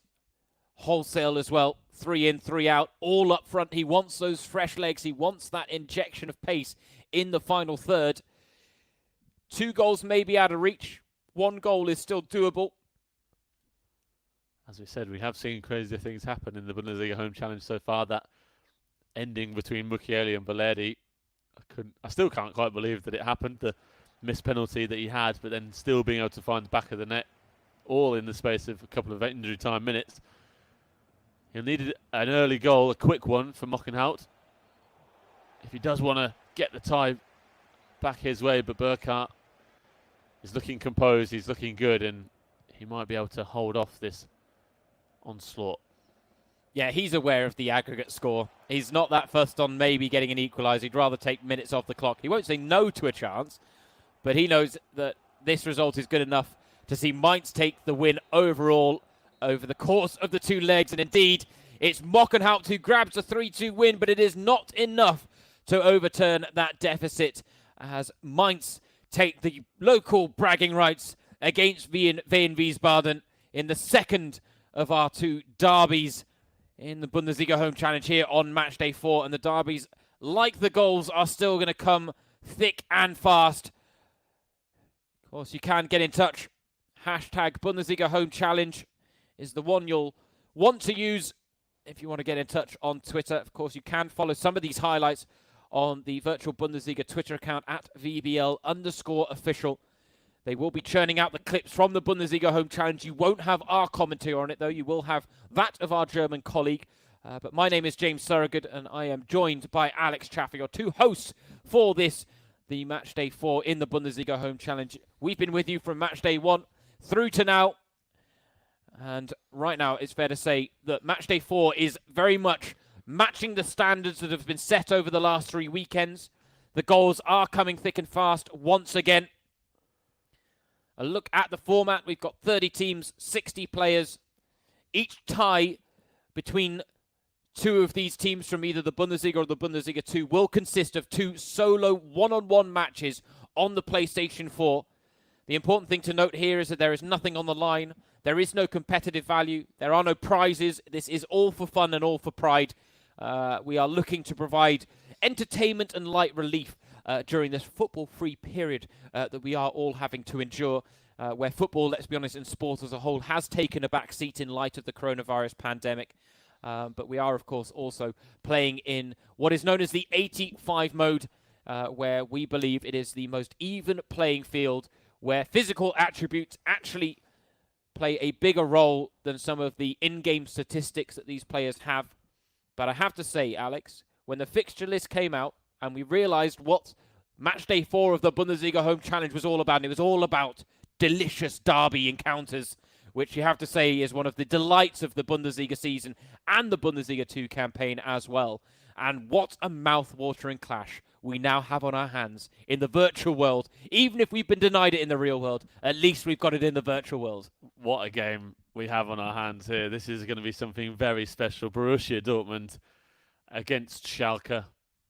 And so many storylines from this. Obviously, it's the Revier Derby, the mother of all derbies in the Bundesliga.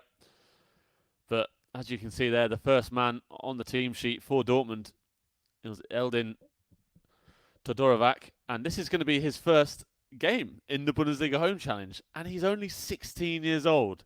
What a moment this is for the young man to represent Borussia Dortmund against Tim Latka, who's been one of the star performers of the virtual Bundesliga so far as well himself, the eSports man.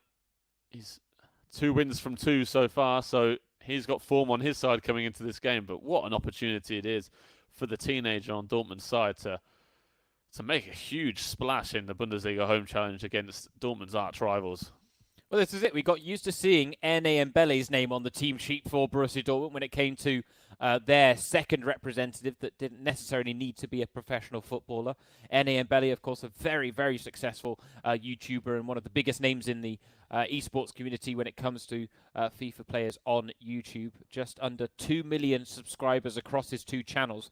But now we have someone that comes from the opposite end of the spectrum in terms of his reputation. There's very little that can be found about Eldin Todorovac, but what we do know is that he is seen as a bright prospect in the Austrian FIFA world.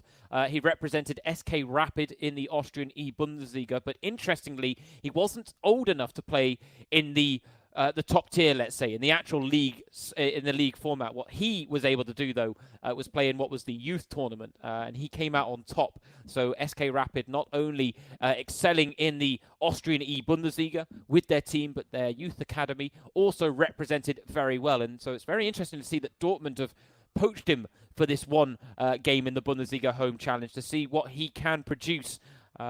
And of course, the Dortmund website, I think when they announced it, they called him an ambitious FIFA 20 talent. And we are excited to see what he can produce because, let's be honest, he's coming up against a tough opponent in Tim Lacker, someone whose defensive reputation precedes him. 100%. Obviously, he came up against Lukas Zander in the first week, one of the Bundesliga professional players who's impressed us most so far. And he came out with a 1-0 win, one of the more measured games that we've seen. One of the more controlled games that we've seen. He made sure that there was no chance for Zander to get a goal, and even if he only scored one himself, he was in total control of that game, and then obviously got himself another win in his second game in the Bundesliga home challenge, 2-1 over Salzburg. So while we might not see goals go in flying through for Tim Lacker or anyone in the games that he's involved in, it's so often the case that he comes out on top just because he's so competent in defence, so assured in being able to keep out his opposition man. So Eldin's going to have a big job on his hands to try and break through Tim Lacker's defence. But as you said, him being an ambitious FIFA 20 youth talent, it doesn't get much more ambitious than this. For a young guy who's making his first steps really into the big esports world, what a huge chance this is on a really big stage, the Bundesliga home challenge. Plenty of people watching, and you're coming up against one of the most experienced and best current esports players around the Bundesliga scene, and you're doing it in a big derby like this. Yeah, let's be honest, a 16-year-old making their debut in the mother of all derbies, the Revier derby between Dortmund and Schalke, is not a headline that would be too out of place in the real world, but we've got it in the virtual world today, and it's quite an occasion, it has to be said, for the young Austrian. And as we said, what was interesting with Tim Lacker is he's such a conservative player. And in the first game against Lukas Zander acquitted himself well, but didn't really force Lacker to break out of his shell. Salzburg of Wolfsburg at least managed to do that by scoring the opening goal. Yep. Tim Lacker then scored 2 very eye-catching efforts of his own. Nassim Boujellab finding the top corner with one of them that set himself up well for the second leg. And really, it's great to see Tim back. We missed him last week. It was nice to see Jean-Claire Todibo get involved, but he did pick up the first red card of the Bundesliga home challenge, so rightfully serves his suspension this weekend, Alex. I think it's only fair that we should carry the real-life rules of football into the virtual world as well. And that was a thrilling game he was involved in last week. It was a 9-2 loss, but it had a bit of everything, and it gave us lots of thrills and spills. We're expecting a very, very different game from Tim Lacker, it's fair to say. But what it does do is with Eldin, 16 years old, he's got nothing to lose. Tim Lacker used to be the hot FIFA prodigy in Germany. Eldin is that in Austria. And he really has nothing to lose and a chance to really prove himself. And the good news for Eldin is that Dortmund have already kitted themselves out with a kit as well. Indeed, that was what we've been hoping to see from these guys. We've seen it so often from the esports guys representing their club in their esports football shirts, and the professionals as well, of course, playing in their kits as well. And it's great to see him representing his side today in the yellow and black of Dortmund, and Tim Lacker, of course, in the blue of Schalke, as we've seen him in the last couple of weeks of the Bundesliga home challenge. What a spectacle this is going to be. I think coming into this game, we can expect that Tim Lacker is going to try and take control of the game from the get-go, from the first couple of minutes. He's going to try and keep possession of the ball and and be the man in control of the game. Eldin might have to be on the back foot and work with a bit less possession than he might be used to, but we haven't seen this guy play, so it could be a totally different mindset from him. He might want to come out and produce something really different and go all gung-ho at Tim Latka and try and make him play a way that he's not used to. So we're open to all possibilities in this game, as we have been in the Bundesliga Home Challenge so far. Anything can happen, and especially when it's a tie like this one, Schalke against Borussia Dortmund. We've seen how special it can be in the Bundesliga itself. In the real world, we saw it earlier this season just once when the sides went up against each other at the Veltins Arena back on Matchday 9. It ended 0-0. Schalke had plenty of chances to win that game. Rabbi Matondo was a man who could have made himself a derby hero, but fluffed his lines in front of goal just a couple of times. And they were, of course, due to play that second game of the Bundesliga season. And when things do get back underway, that will be one of the first games that gets played if the Bundesliga does return. Borussia Dortmund playing host to Schalke. It's always a special occasion. And so for us to be able to bring it to you in the virtual world is an absolute treat. So whatever happens, I'm very, very happy that we're being able to see this sort of tie get played. Yeah, that's it. For the time being, we have lost a lot of good fixtures in the Bundesliga since it's been put on hold. And let's be honest, for people like you and I, Alex, every game lost is a big game lost. Of course. But when we do return, the fact that the second Revier derby of the season will follow shortly behind, the second Der Klassiker of the season will also follow shortly behind.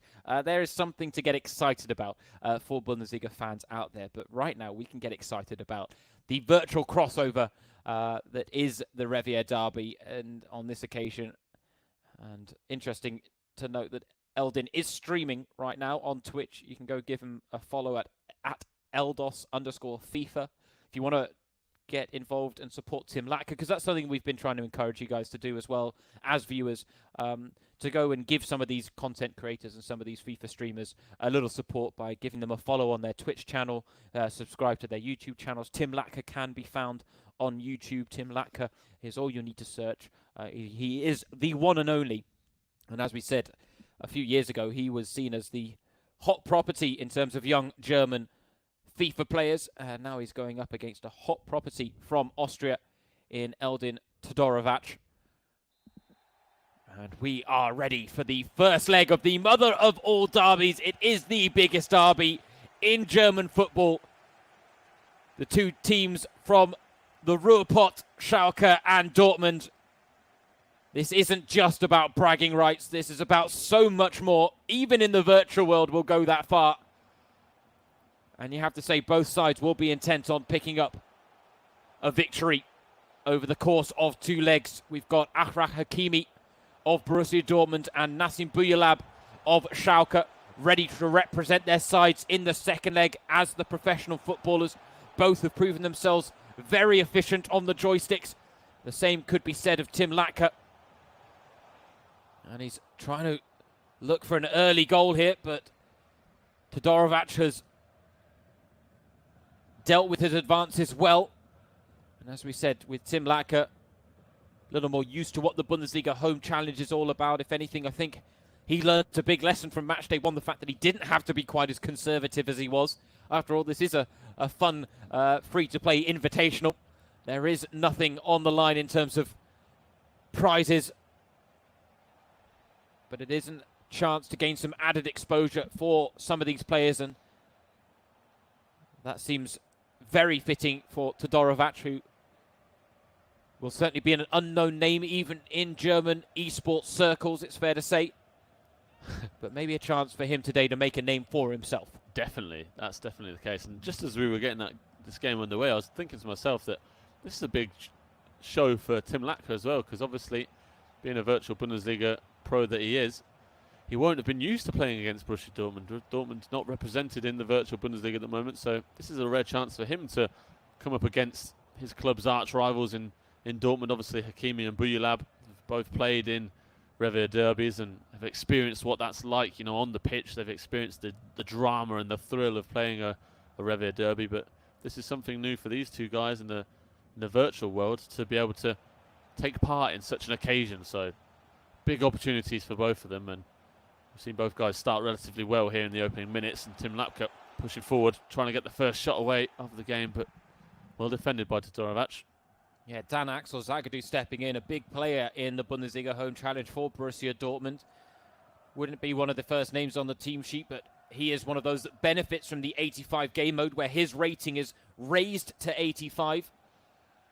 And given the fact that he's got a 6'5" frame, I believe it is, that physical presence next to Mats Hummels can certainly lend an advantage for Todorovac here against Schalke and the likes of Burgstaller, who's a physical presence himself. Not easy to shrug off the ball as Mats Hummels does there. And that is why you might not see the likes of a Marco Reus playing for Dortmund in this game mode, just because, you know, these younger guys like Bufunta, who Todorovac is starting here, he's getting raised up to an 85. It means that his card goes up by an absolute mile in terms of rating, and it makes him a really fun player to use, because these young guys, you know, they might be young and talented, but the low rating means they're more difficult to use on this game. But if they're up at 85, the possibilities are endless, really. As Todorovac pushes forward, gets the first shot of the game away, but it is blocked by Latka. Seeing his defensive strengths coming through there. Yeah, you have to say, for a 16-year-old, Todorovac, with a very mature performance so far, and a performance that really does mirror a lot of the qualities we've seen from a lot of the established esports pros in the Bundesliga home challenge. You can see the angles, you can see the intricacies, you can see just the small adjustments and movements he makes to try and fashion space, which he's trying to do now with Sancho. Stopped in his tracks for the time being. Interesting to see that he's got the midfielder Bufunta on. That will be a name that is not known to many from the youth circles of the BVB setup. But this is very, very patient play from Todorovac. Doesn't have a lot of space to work with. We talked about Latka's defensive qualities, and he almost carved him apart there, and the final pass just didn't come off for him. That's a fantastic pass there to pull the ball back towards the edge of the box, but as you said, James, that final pass that would have been the one to put him through on goal, just getting cut out really well there by Latka. Both guys very patient in their play. Fantastic stuff to see. The concentration this takes, the experience, the quality in control of the players to be able to maintain that in such difficult spots on the pitch is fantastic to see. Both these guys look like they play a very similar style, both trying to keep control of the game. I said coming into it that I thought Latka might have a bit more of the possession, but Todorovac is taking it to him and keeping plenty of the ball himself as well. So he's not sitting around and waiting to go behind to Latka. He's taking it to him as well, and it's good to see that both these guys are having that sort of mindset in this game. Yeah, we haven't had many goalless draws in the Bundesliga home challenge. If I'm correct, we've only had one.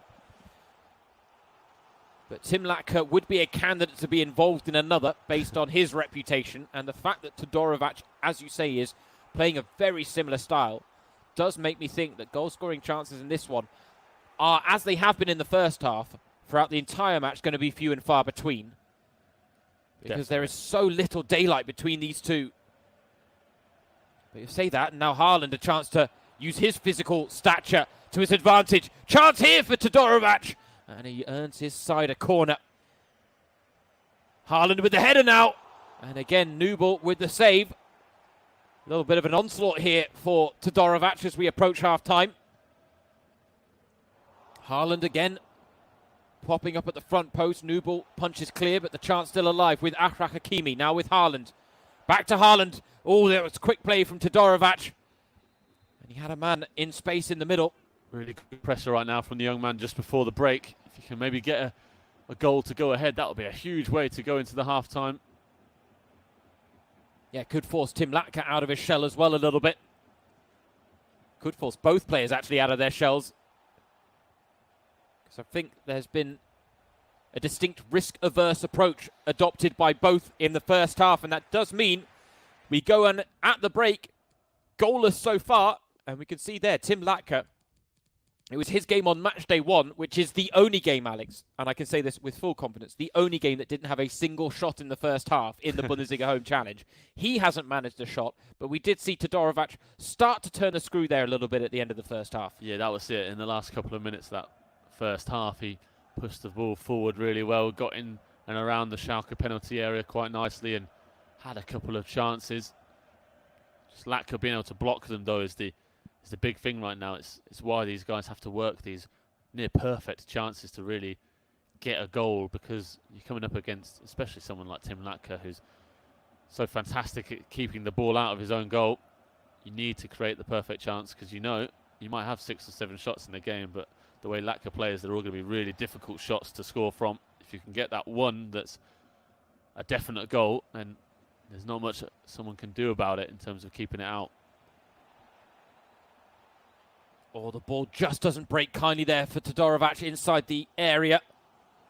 It does give Latka a chance to push forward, but again, not too many blue shirts streaming forward in support. Here is Benito Roman, Belgian forward, signed by Schalke in the summer from Fortuna Düsseldorf. Now with Caligiuri. Now time for Tim Latka to show a bit of patience as he looks to create his first chance of the game, but he's not going to do it with passes like that on the edge of the area. Yeah, Tim Latka just a bit lackluster, actually, in this second half so far, but not the best pass there from Todorovac either. So both these guys making a couple of mistakes. It might be the nerves of playing in a Revier derby that's getting to them a little bit here, but it is fair to say that Todorovac has definitely been the better of the two so far, even if it has been really tightly contested. Latka's just not been able to get anything going really in terms of getting shots away on goal. He'll be wanting to make that change though, very early. Zagadou again with the interception. I have to say, Alex, one thing, and I do say this tongue-in-cheek, disappointed with the lack of full-blooded challenges we've had in this Revier derby. This is the mother of all derbies. Has no one told Tim Latka and Todorovac that they need to get stuck in and let their opponents know they're there? But I think this is it. They are such consummate esports pros that they wouldn't even dream of taking a risk like that or accepting a yellow card. They want 11 men on the pitch. They don't want to run the risk of tangling with the FIFA referees, which, let's be honest, we've seen have been quite hit and miss in some of their decision-making throughout this tournament. I think if we were hoping for red cards, Jean-Claire Todibo might have been the perfect man to supply that. Possibly Schalke going for the right way and the right decision in terms of wanting to win this tie by not selecting him for this game. Obviously, he got that first red card of the Bundesliga Home Challenge last weekend, so these guys showing their composure, showing that they're not overawed by the occasion of the Revier derby. This is it's no big thing for them. They're taken to the challenge quite nicely. It's all too friendly. This is not what you're used to with the mother of all derbies. This is very true.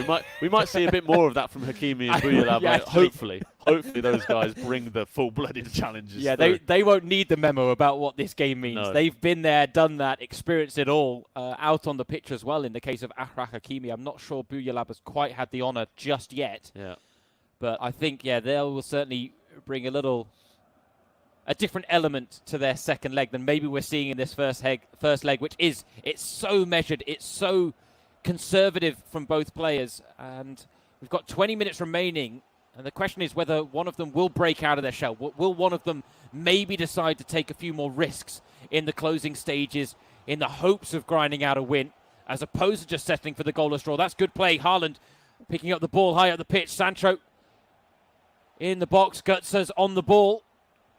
Haaland and Sancho to aim for in the middle.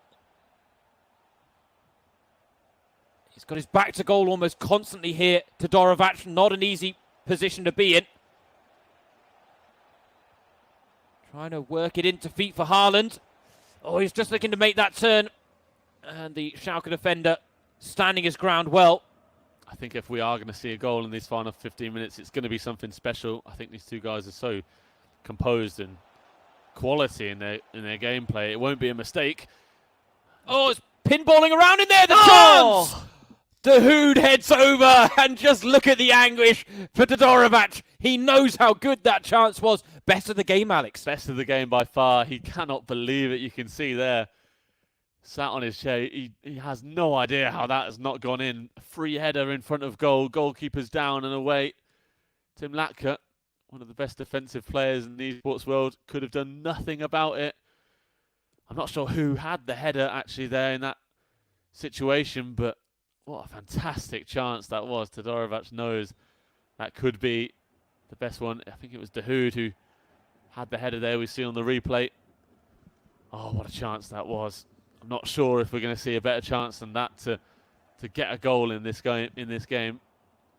No, not with time winding down the way it is. And on the one hand, I don't know whether to be disappointed that we haven't had any goals in this, or whether to be delighted about the fact that it's all square going into the second leg between Hakimi and Boujellab, where it really is all on them to play for all the bragging rights on offer in the Ruhrpott, in the virtual world today.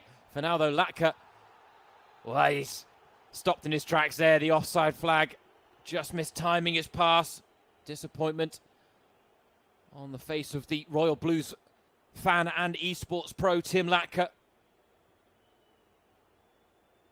He's been doing a Pack to Glory series on his YouTube channel. He's got some impressive cards in there, considering it's a pack-only series. Milestone Verstrata, Foot Birthday Cordoba, and Dalglish are in there. His pack luck, though, this week, Alex, was something to behold. In his Weekend League rewards, he picked 92 Ter Stegen out of his player picks, and in his 100k pack, he got none other than Kylian Mbappe. Oh, not so bad, eh? Tardy pair of players. What he would do to have one of those come off the bench here in this situation to maybe win him the game. Obviously, Mbappe coming on, maybe Ter Stegen trying to save it for him, but the pace of Mbappe would go a long way in this 85 mode if he himself wasn't capped, and that would be an interesting thing. Mbappe capped at a different, lower pace would be a very strange mechanic to get used to, I have to say. Definitely, I think. Much like Timo Werner. Exactly the same case. Wouldn't actually be that fun to use because he was a bit slower, but a couple of minutes to go now, and maybe we can get one chance to possibly win this first Revier Derby leg. Haaland. Oh, he's twisted well. But the space just closed down at the vital moment. It's going to be a corner for Todorovac. He's got a man short. Latka a little slow to respond, but he sent it into the box looking for Haaland. Punch clear. Could that be the final chance, or will there be one more?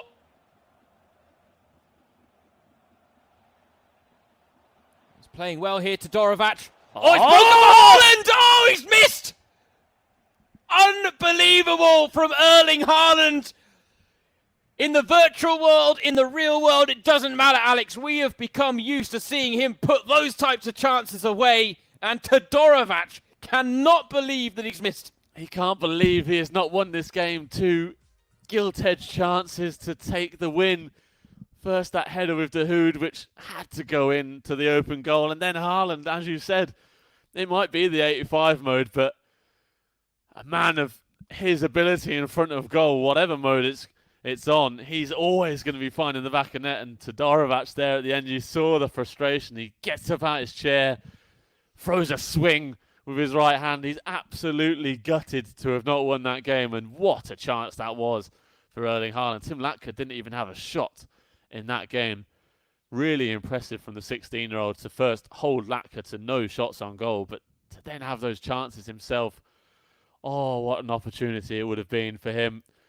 But in one man's poor situation, it brings new hope, and that means that 0-0 from the first leg means that Hakimi against Boujellab is wide open, and it's going to be winner takes all in this Revier Derby of the Bundesliga Home Challenge. Who is going to be able to meet the standards required, James? I think both are. I really think both are. I think Achraf Hakimi, he took a week off last week, which we were sad to see him go. Of course. He's been one of the biggest characters and one of the most fun players to watch for us in the Bundesliga Home Challenge. And that has come down to the fact that he is your typical pro footballer switching into the virtual world. He has been all-out attack. He wants to score goals, Alex. He is not that interested in defending, despite the fact that he's a defender himself in the real world. He is all about the goals. And on the flip side, we've had Nassim Boujellab, who we've mentioned a couple of times already on today's show. When it comes to the professional footballers that have acquitted themselves the best, Boujellab is in amongst the top three quite comfortably, it has to be said, because he has an incredible record in the Bundesliga Home Challenge. 3 wins out of 3. He scored 3 goals on every single occasion, just 1 goal conceded, which was on Matchday 1 against Marvin Knoll of St. Pauli. So when it comes to FIFA ability, Boujellab has acquitted himself incredibly well, put himself in that elite bracket we've been talking about. And Hakimi has been good, but not elite. And now this is going to be a real challenge for him, but you'd have to say the favourite would be Boujellab, based on what we've seen in the Bundesliga Home Challenge so far. Based on what we've seen so far, I have to agree with you, James. It has to be Boujellab is the favourite, but as you said, he got those 3 wins and has only conceded 1 goal, but perhaps he hasn't come up against someone of the ability of Hakimi, especially going forward. As you said, Hakimi not the best in keeping goals out. He hasn't kept a clean sheet in his couple of games. He obviously got that 2-2 draw with Brzezinski as well, but the 5-1 win over Dominic Schmidt, he really showed what he can do in front of goal, and obviously it's going to be more difficult for Hakimi as well going forward. It won't be as simple a task as scoring 5 goals against Nassim Boujellab. I doubt either of these guys is going to be able to do that, but it really does bring a really interesting, note to this game, that Boujellab is that sort of almost eSports style FIFA player, whereas Hakimi is very much the casual style. He's all-out attack and very much how he plays on the pitch. It's all about pace and all about getting forward as well. Obviously, can't ask him to bring a totally different mindset to the virtual world. He's going to play like he tries to do on the pitch. He did say that when we asked him what can we watch out for when he plays FIFA, he did say, I am just like I am in real life. I'm fast. So he's going to be trying to be the same way that he is in real life on the virtual pitch again today, as we see these guys set up and ready to go. Yeah, Hakimi, there's a couple of things. Firstly, he has one of the best backdrops. We talked about Mockenhaups and all his kits. Hakimi's virtually got the yellow wall behind him, seemingly. We've seen on a couple of occasions a wider shot of that background, and it's an incredibly impressive thing to see when you do get the wider shot. But it does seem that he has the Dortmund backing. But what I was kind of chuckling to myself at there, Alex, is the minute we saw Hakimi getting set up, he was immediately in his controls. And the reason being is that Hakimi is taking no chances today. The reason that is that yesterday he was actually involved in the Stay and Play Cup being put on by EA Sports right now on their own FIFA tournament. That features a lot of big names, it has to be said. Hakimi was representing Dortmund. Unfortunately, he suffered a 2-1 loss in the round of 16 against Jesper Karlström of Djurgårdens, a Swedish side. And the problem with that was that the first goal was conceded when Hakimi's controls were obviously not functioning.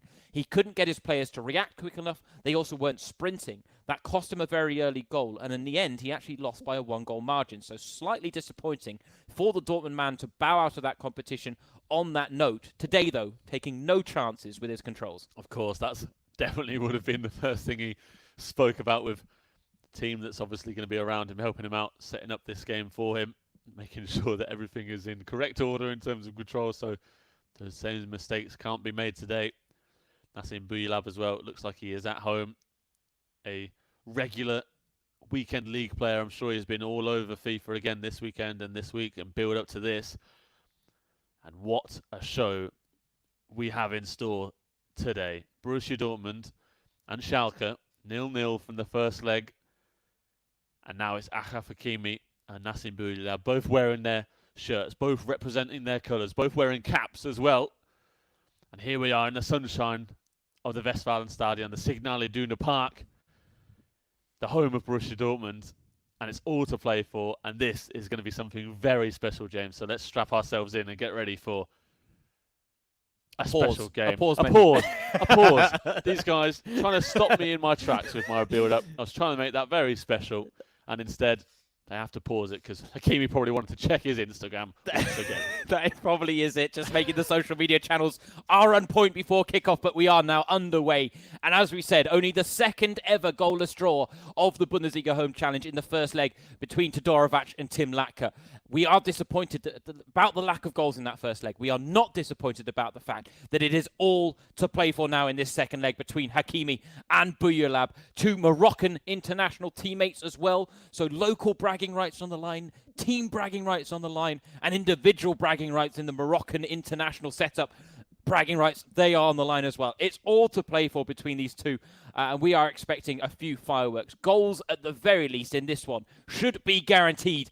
Boujellab has proven a very cool finisher in front of goal, and just as I say that, he proves my point. Stunning goal from Boujellab to open the scoring, and he's very much enjoying himself. And he's done it again with himself. What a fantastic goal that was. The drag back, I think it was Bergstaller there for Boujellab. Fantastic opening. And a lovely composed pass across the face of goal to set himself up for such a tidy finish. And what a start to this game this is. We expected Boujellab to come out strongly. The competent FIFA player that he is.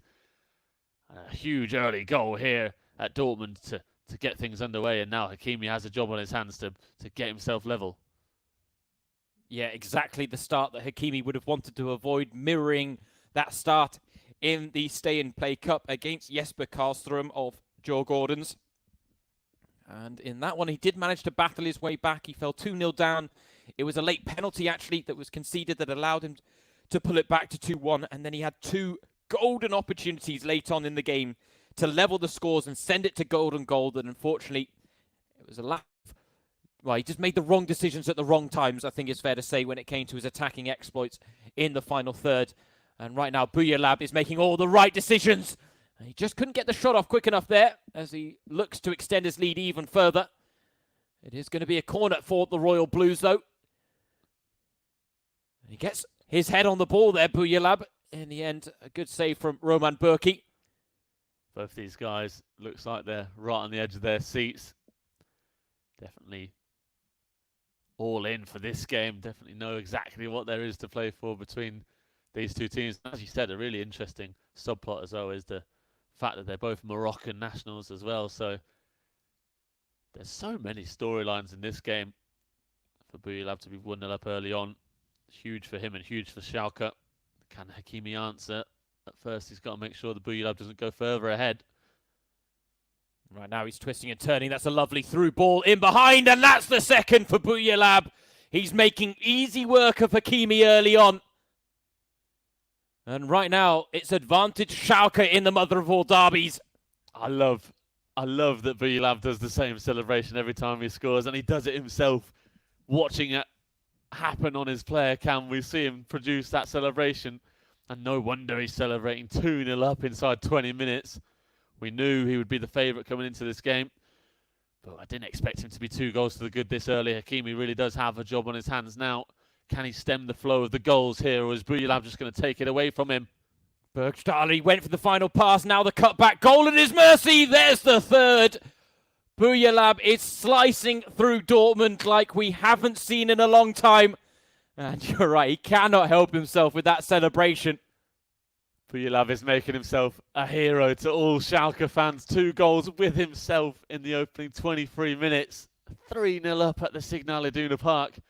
Obviously, Schalke have enjoyed some real treats at the Signal Iduna Park in recent years in real life, coming from 4-0 down to draw 4-4 in what was probably the greatest Bundesliga derby ever played. And then Naldo. Oh. Naldo, indeed. That last-minute header. You never forget. Stuff of dreams. Stuff of dreams. Couldn't write a better script. And then, of course, last season they went to Dortmund and got themselves a big 4-2 win towards the end of the season, not only to keep themselves away from a possible late relegation battle, but to put a block in Dortmund's title chances towards the end of that season. And now Boujellab in the virtual world is producing a very similar storyline for Schalke at the Signal Iduna Park.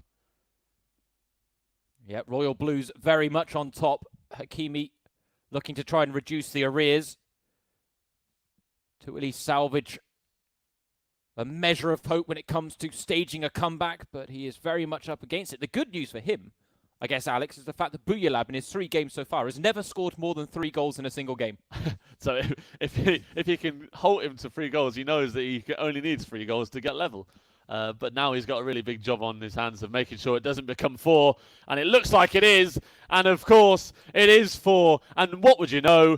Nassim Boujellab has a hat-trick after 32 minutes with his own man. What a show this is from Nassim Boujellab. He went for the extra pass. He wanted the hat-trick for himself. What a moment in the mother of all derbies in the virtual world for Nassim Boujellab. Talk about grabbing the headlines. And as we've said, he hasn't had the opportunity to do that in real life yet, but he is taking full advantage of the opportunity to do it in the virtual world. And let's be honest, Boujellab for Schalke throughout the Bundesliga Home Challenge has been a prominent player in FIFA 20. And he is making himself even more prominent now today. 4 goals to the good in the Revier derby against arch-rivals Borussia Dortmund and Achraf Hakimi. Royce trying to wriggle his way through, but again, stopped in his tracks with the royal blue shirts crowding him out on the edge of the area. Things keep going this way. Hakimi might be that man we see pull out some Revier derby sort of challenges. 4-0 down already in the first half. He's struggling to get the chances going at the other end, struggling to keep them out at this end as well as Benito Raman tries to dribble his way through. Good defending in the end from Hakimi, but if this frustration continues to build, having been 4 goals behind already before half-time, it could be a very difficult second half for the Dortmund man. Now he's pouring forward again. Oh, what a chance that was for Boujellab to make it 4 goals. He's got himself in that number 10 position for that reason. Lovely finesse shot towards goal. But an equal save from Roman Berkey to tip it round the post. You could see Boujellab's reaction. He thought that was in. He thought that was number 5 for him and number 4 for himself. He's getting so excited with it that he's losing the control of his player cam here. But what an opportunity that was to make it 5-0. And I think that would have definitely put this beyond Achraf Hakimi, who I believe is making some wholesale changes to his squad right now.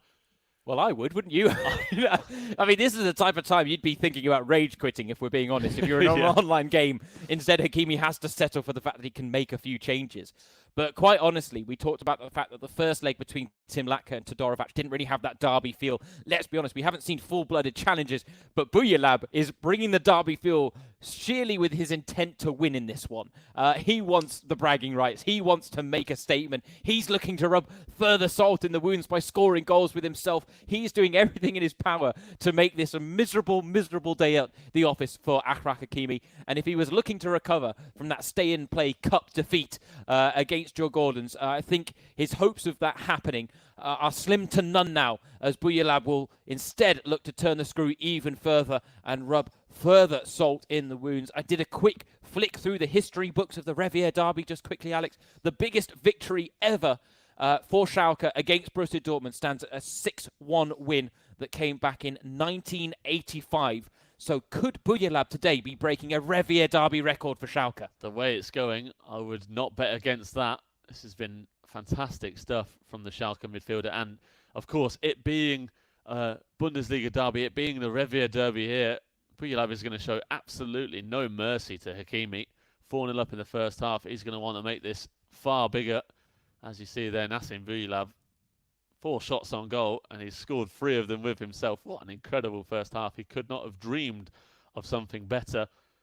Not a single shot for Hakimi either. It's been pure dominance. Ouch. Yeah, those make for unpleasant reading if you're Achraf Hakimi. It has to be said at half-time, whereas Boujellab really has the bit between the teeth. He's set a new personal best by scoring 4 goals in a single game today. He needed more. What was interesting is he needed more goals last weekend to turn the game around, and he wasn't able to get them. We thought he really was going to push on. Instead, he actually got stopped against Hanover from completing the comeback after that 9-2 loss that Todibo suffered. We thought, hold on, this is game on. We've seen big comebacks in the Bundesliga Home Challenge. And Boujellab, given his skill level, I think we really could see that. The thing was, Julian Korb went incredibly defensive in that game and basically shut up shop and made it difficult. Now, Hakimi is not going to do that, Alex, especially at 4-0 down, because Hakimi's approach now is surely going to be, I'm 4-0 down, I'm at least going to get a goal in this one. The problem is, he's probably going to concede a few in the meantime as well, as Kuticu comes forward for Schalke. It's worked well to the edge of the area. It's going to fall to Burgstaller on the rebound. Oh!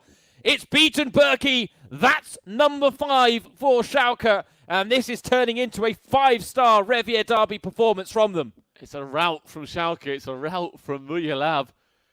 What a spectacle we are seeing. Hakimi has no answer. I was trying to think of a way that he could get back into this game, but coming up against a guy like Boujellab, there's not many answers to that question that can be found. And for the Moroccan midfielder of Schalke, he has been nothing short of absolute perfection in this game so far, taking all the chances he's really had, keeping composed in front of goal. And once again there, the rebound falls to Burgstaller, and he takes a tidy finish, and he's looking for number 6 now as he brings the ball forward with himself, weaving his way through the Dortmund midfield. Oh, what is he doing? He could have gone for goal, but went to go past another man. Maybe a bit of mercy on show there from Boujellab, perhaps. No, I don't think that was mercy. I think he wanted to do one trick too many. He had burst through. He had dribbled his way throughout that whole Dortmund back line. He'd left them for dead, trailing in his wake. And then he wanted one more trick, Alex. And unfortunately, that stopped him in his tracks when we could have actually just seen one of the best solo dribbling goals we've seen in the Bundesliga Home Challenge. The fact is, Boujellab is still looking for more goals. Kutachu, cut back to Boujellab. That's number 4 for the man himself. Nassim Boujellab is on fire. He is on fire on the pitch and in control of the pitch. 4 goals from the man with the number 16 shirt. And we are on for that record win for Schalke at the Signal Iduna Park. You said it was 6-1 in real life. It's 6 now with 60 minutes played. And by the looks of things, James, this is only going to get worse before it gets better for Achraf Hakimi. He's showing some frustrations in his play, not keeping the ball and unable to really put a stop to Boujellab's dominance. What a controlling game this has been from the Schalke man. Absolutely outstanding. He'll be an absolute hero now if he wasn't already one for Royal Blue fans. And it could still get worse for Hakimi because he doesn't look like he's going to try and shut up shop. He's not looking to close out the game as Boujellab grabs a 7th, and we are now in record-breaking territory in the Revier Derby. Nassim Boujellab, eat your heart out. You are making this look easy. What an outstanding goal that is again. He's scored some blinders already in this game, but the composure to produce that drag back in that moment when the defender's right in front of him. You might think the chance is lost in that situation, but he knows that he can produce those moments of skill to open up the space once again, and it's all he needs to fire the ball past Roman Bürki in the Dortmund goal. We've only had one player break double digits in the Bundesliga Home Challenge, Alex. Do you think Nassim Boujellab is eyeing that now? I think he certainly is, and I think he's got more than enough time to do it. 20 minutes to go, he needs 3 goals. As much as Hakimi is keeping the ball here and bringing things forward, Boujellab knows he can break really quickly and can cut open the Dortmund defence quite easily. He's done it 7 times already. Well, could Hakimi get a goal back himself? The through ball to Royce was on, well cut out at the back by Boujellab, who'd love to keep that clean sheet intact. He's already picked up 2 in the Bundesliga Home Challenge, which is an impressive accomplishment in and of itself. To do that 3 times in a row really would be something. But right now, Hakimi has no answers for what he's bringing to the table. He was looking to feed Burgstaller for his hat-trick to join Boujellab in the hat-trick department. 15 minutes left. 1 goal every 5 minutes. It is doable in FIFA. There's no doubt about it, especially if the ball's going to fall your way like it did there for Kutachu. In the end, though, just lost his balance at the vital moment.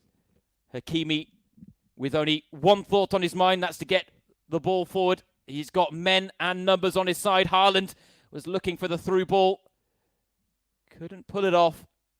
And now Kutachu has so much space to work with. 2 men herring into the box. Boujellab's on the edge of the area. He's the intended target for his 5th. Denied on this occasion.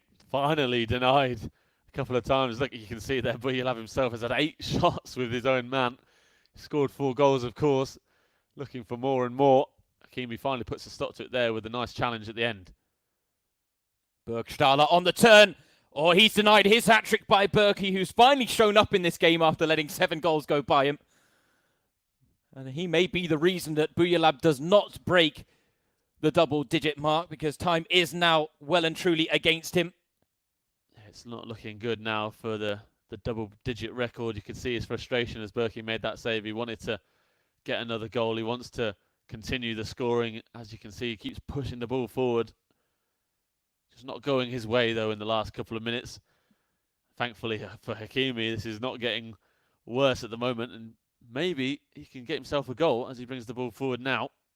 It would be merely a consolation effort at this point for Achraf Hakimi. And there we see a full-blooded challenge worthy of the mother of all derbies. Will it be a red card? It is indeed. He goes to his back pocket. I'm not sure it was worthy of it, but in the virtual world, the referees make the rules. And on that occasion, Dan Axel Zagadou getting himself sent off. So there is gaping space in the Dortmund backline now for the final few exchanges here. Nassim Boujellab can maybe add to the scoreline already. An impressive win, it has to be said. He came out with the intent of taking the bragging rights, Alex, and he has been unwavering from the very first whistle. It's been a perfect performance, it has to be said. As much as Hakimi has had his struggles and not been able to find his own way, it's all because of Boujellab. The way he's played has made it almost impossible for Hakimi to bring anything to the game, to be honest. Boujellab's been in total control. 7 goals. It could well have been many more, but he will be absolutely delighted with his performance. And could it get worse? It can indeed. In the last seconds, it's Schalke 8, Dortmund 0, a hat-trick for Burgstaller, an 8th time of the celebration for Boujellab, and an absolutely perfect Revier Derby performance from the Schalke man. 8-0, James.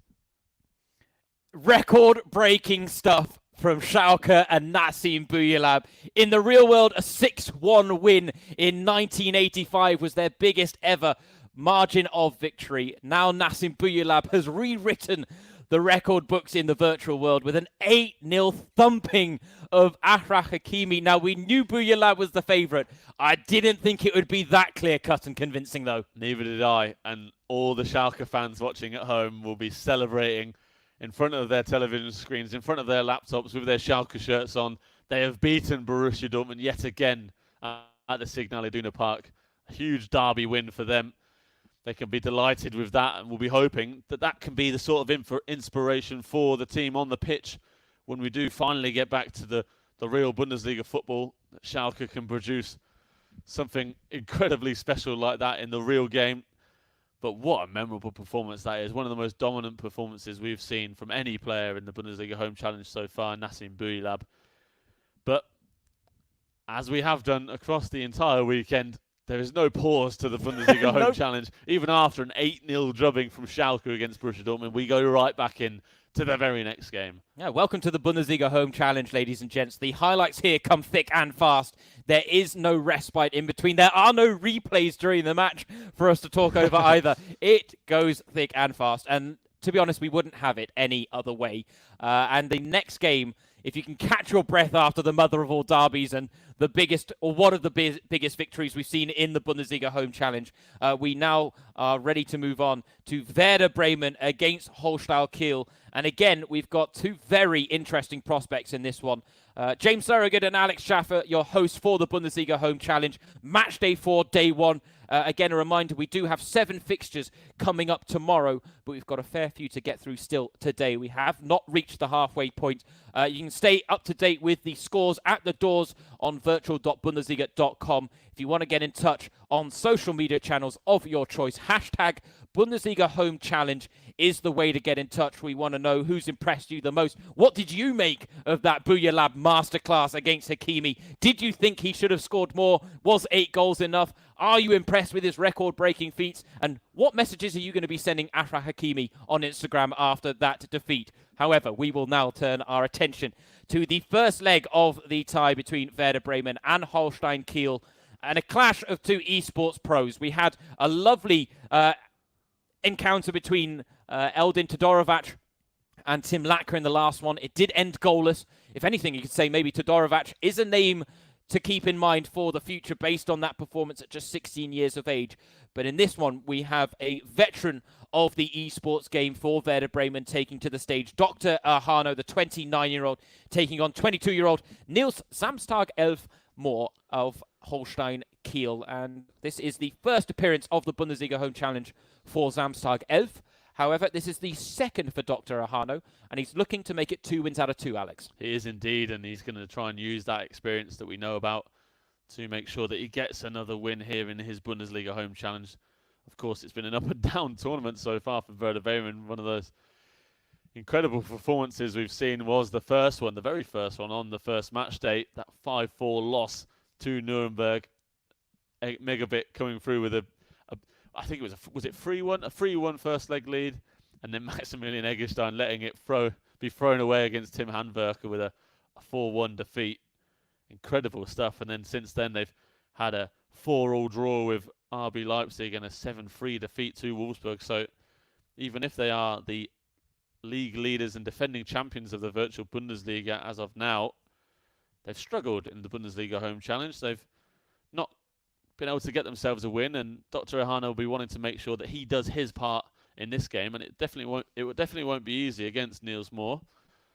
Both these guys, as you said, virtual Bundesliga pros, so this could be one of those esports classics that we've come used to seeing every so often across the Bundesliga Home Challenge, a tactical affair, a tight one, as we saw between Tim Latka and the Dortmund man in that 0-0 draw. Have to wait and see exactly how these guys go about their performance. And this is it. In these games, what we've talked about in the past is the fact that they can be decided by individual errors a lot of the time, or moments of individual brilliance. And let's be honest, Samstag Elf and Dr. Ohano are both more than capable of producing both, let's be honest. We're all, let's be honest, when it comes to FIFA, we're all capable of producing individual mistakes that are incredibly costly. I do it far too often for my own liking. These guys tend to do it less often, but they are still capable of it. They are human after all. But yeah, Samstag Elf comes in with a strong reputation. 34 goals scored in the virtual Bundesliga last season, or this season, I should say. 7 solo wins, just 3 2-on-2s though. But then if his strengths lie in the solo game, that certainly benefits him here in the Bundesliga Home Challenge, where it is a one-on-one on the PlayStation 4, 85 game mode to cap the players' ratings and to make sure we have an even playing field. But Dr. Ohana, I mean, his reputation precedes him as well. He is a representative for the DFB football team, the national team for the German national team, I should say. 3-time FIFA German champion. He was a German champion on Pro Evo Soccer, but did make the switch over to FIFA after recognizing the fact that the game suited his style of play better. And let's be honest, he is one of the big names moving from Stuttgart to Werder Bremen last season to be part of that virtual Bundesliga winning campaign alongside Megabit after they lost the FIFA World Cup champion Mo Ober in the summer. That was a bit of a surprise, a big loss for them, but they did well in replacing him with Dr. Ohano, who, as I said, came from Stuttgart. And this is the thing with Werder Bremen. They were probably the team I was most looking forward to seeing in this crossover event. I thought, they're the virtual Bundesliga champions. They are the ones to beat. They're the big names, the scalp that everyone wants. It hasn't been their tournament, but nevertheless, we've seen wonderful things from them. The problem is the esports pros have fared very differently to the players. Very much Maximilian Eggestein did not fare well. Davy Zelka did not fare well. Milos Velkovic last weekend had a nightmare of a game against Lino Kasten. And now, interestingly, Davy Zelka is back. The question is really, again, can the esports pro give him a win to work with in that first leg? Because Megabit was the first time we saw last week his loss to Mike Doolan, which we have to say was a big upset last weekend on Matchday 3. It was the first time that wasn't the case. Yeah, that was a huge upset last weekend. And of course, coming into this game, you have to take into account the fact that these guys, Dr. Ohano and Neil Samstag, may not have come up against each other in the virtual Bundesliga, but Samstag did face Werder Bremen, and he did go up against Megabit, and it was a 6-0 win for Megabit. Obviously, Samstag will be delighted that Megabit is not taking to the sticks today. Instead, it is Dr. Ohano, so he won't have that sort of chip on his shoulder and knowing that he'd suffered that defeat to Megabit in the last couple of weeks before the virtual Bundesliga came to a stop. Instead, he's got a chance of redemption here, and for him, it's a good opportunity to maybe inflict a bit more of that esports suffering that Werder Bremen have felt, especially last week, obviously, with that shock defeat for Megabit. If Samstag can get a win over Dr. Ohano here, it would be a really, really surprising win for him again, coming up against Dr. Ohano. And of course, setting up his teammate, Dominic Schmidt, the 32-year-old who has played in every weekend of the Bundesliga Home Challenge so far, but has yet to win a game. He's suffered defeats in all 3 of his games so far. So for him and for Kiel, if they want to get a win in this tie, it has to come from Samstag in this first leg. He has to make a statement and has to give him and his side a lead, because it's fair to say that both the Bundesliga professionals coming up later on have a lot to prove in this tournament. Selke didn't win in his game against Nordin Mukiele. It was a difficult and tight 2-1 defeat that he suffered, but He and Schmidt both coming into this with defeat on their shoulders. No wins so far, so I think the key to this tie is very much going to come down to who can win the esports side of things. Yeah, we say there are a lot of more goals in the second games when it becomes pros against pros, making that switch over from the pitch to the joysticks. But I would agree with you. In this one, I do get the sense that it could be the esports game between Dr. Hano and Samstag Elf that really do set the standard for, or set the direction of the tie. Now, it was Bremen. You mentioned the fact that Samstag Elf lost his game to Megabit 6-0. It was actually Bremen that picked up all 9 points in their game against Kiel in the virtual Bundesliga back on Matchday 20. Of course, those are 3 games played across a tie, 1 on the PS4, 1 on the Xbox, and 1 2-on-2. So there's a maximum of 9 points on offer. And Werder Bremen against Kiel, it was one of 2 occasions in the virtual Bundesliga season where they picked up maximum points. The other team that suffered that ill-fated status was Augsburg against Werder Bremen, and they really were the ones to beat. And it's interesting to see that they have, it's probably been one of the biggest surprises of the whole Bundesliga Home Challenge, is the fact that Werder Bremen have not been a dominant force from start to finish the way we expected them to. As we said, the esports pros have certainly stepped up to the mark.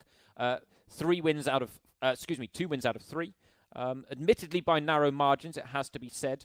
But they have got the business done for the most part, and it really is the professional players that have made the crossover that have let them down a little bit. And we've always wondered, Alex and I have been mooting about what's been going on in the WhatsApp chats between some of these players, whether the esports pros are in touch with the pro players. It was alias N97 of Hertha Berlin that was a little disappointed by the fact that Maximilian Mittelstädt was so reckless with his 6-1 first leg lead in that 11-1 defeat to Schlotterbeck. It was after the game on an interview with Ran, where he was wondering why no defensive changes were made, why he didn't change formations, why he didn't bring on fresh legs, all of that. Instead, he just seemed to accept the fact that he was going to lose by a lot of goals. And sure enough, he did, which for an esports pro like Alias obviously was a bit frustrating.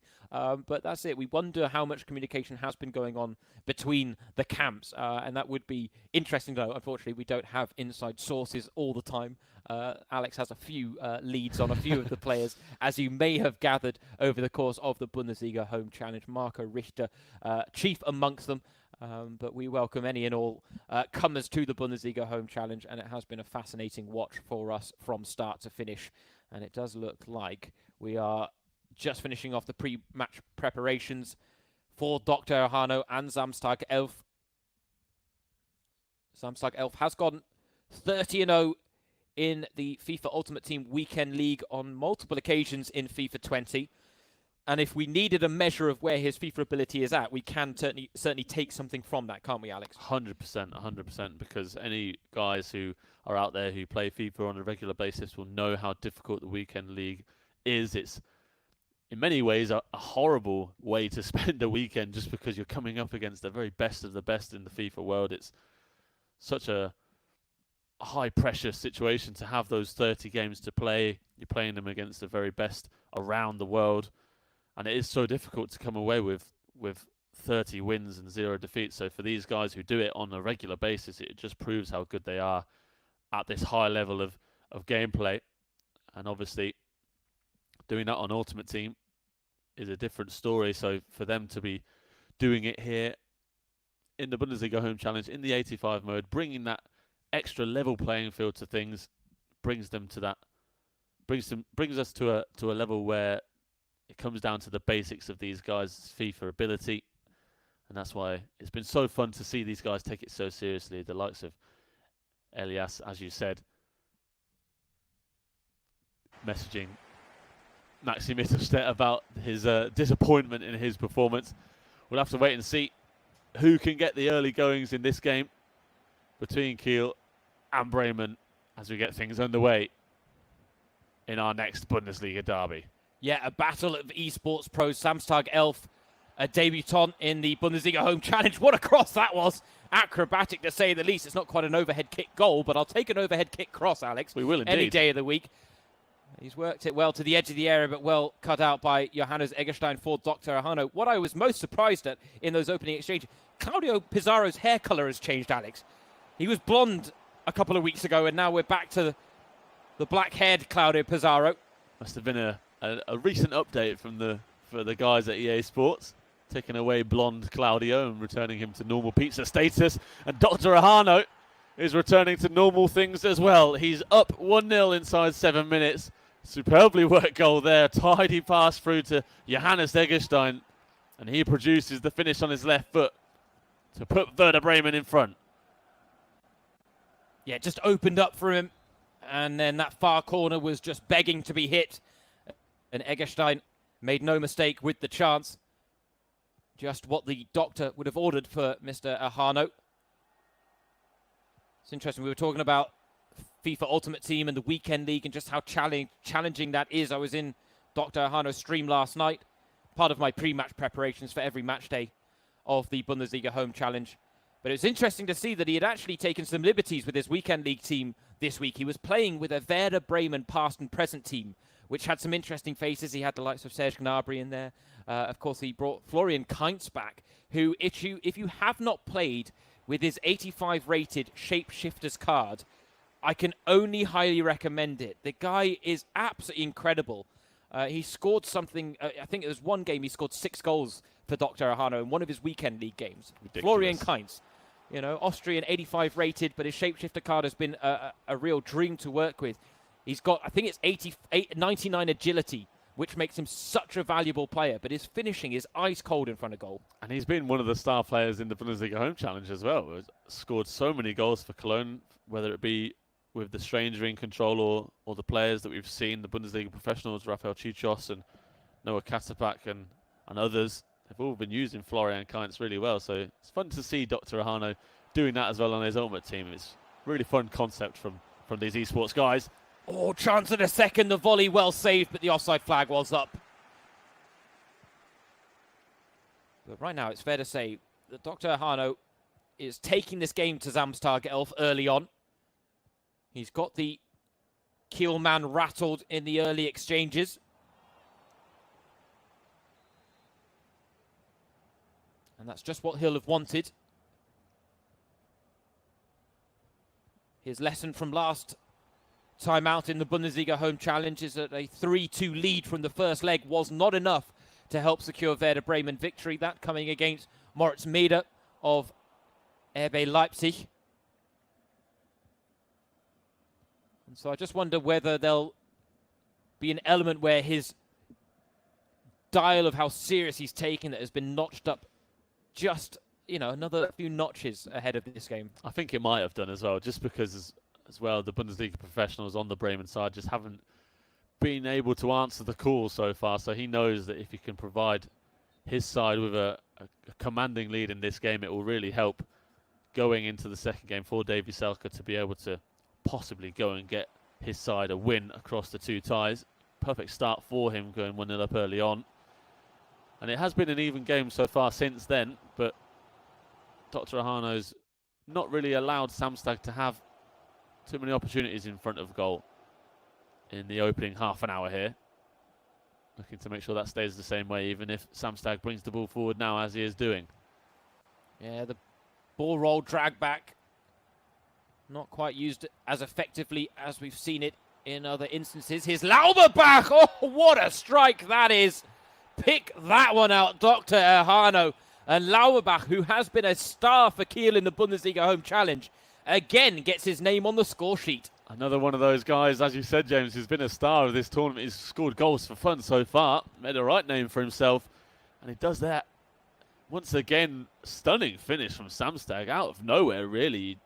You come to not expect those kinds of shots from these esports guys from at the edge of the box. Long range sort of shot and quite a difficult one to score, but the power behind that towards the near post was impossible for the Bremen goalkeeper to handle. And in the end, perfect way to bring the game level for Kiel. Perfect equaliser. Now the job is on again for Dr. Ahano. Can he respond? Can he bring an answer? Having conceded that goal, can he go ahead once again before the break? Maximilian Eggestein was trying to feed the ball through to Davy Selke. The angles and the channels working against him on that occasion. That really is the fascinating thing about this Bundesliga Home Challenge and FIFA 20 in general, if we're being honest. Dr. Ahano had dominated the opening half an hour, and all it takes is one chance of Samstag 11 for him to score.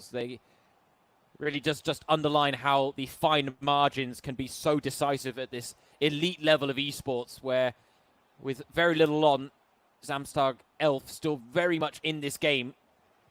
And Dr. Hano looks a little concerned about the way play is progressing, it has to be said. Again, Samstag Elf threatening. Oh, great chance! And a good save from Pavlenka in the end. He's warming into this game with Samstag Elf. Since that goal, since that equaliser, he's getting involved a lot more with attacking chances, working the ball superbly again. Well, some nice combination play there from the corner, trying to work it into the box for Kiel. In the end, Bremen snuff out the chance, and no quick counter on there for Dr. Ahano, but he's worked it now well to the goalscorer, Johannes Egerstein. Drilled early cross. Well dealt with by the goalkeeper. I think that was a bit of a wake-up call for Dr. Ahano. After going ahead early on, he might have thought, okay, I can just take control of this game. And it had felt a bit slower from the Bremen man. He wasn't going all out to try and get a second goal, try and double his lead. He was being a bit more cautious in his style, but Samstag's goal has brought that back out of him, and a second one would do the same. So close before the break to getting that again. Samstag, really good movement from him, getting to the byline, cutting back. As we've seen it already today, it's so difficult for a defensive guy to stop. And Samstag was so close to going ahead before the break there. Yeah, the momentum over the course of that first half shifted very much in Niels Samstag Moore's favour. And you can see there, Dr. Ahano with just that one shot on goal to open the scoring. Since then, Samstag has very much come back into this game. And if anything, he's the one in the ascendancy as we head into the second half.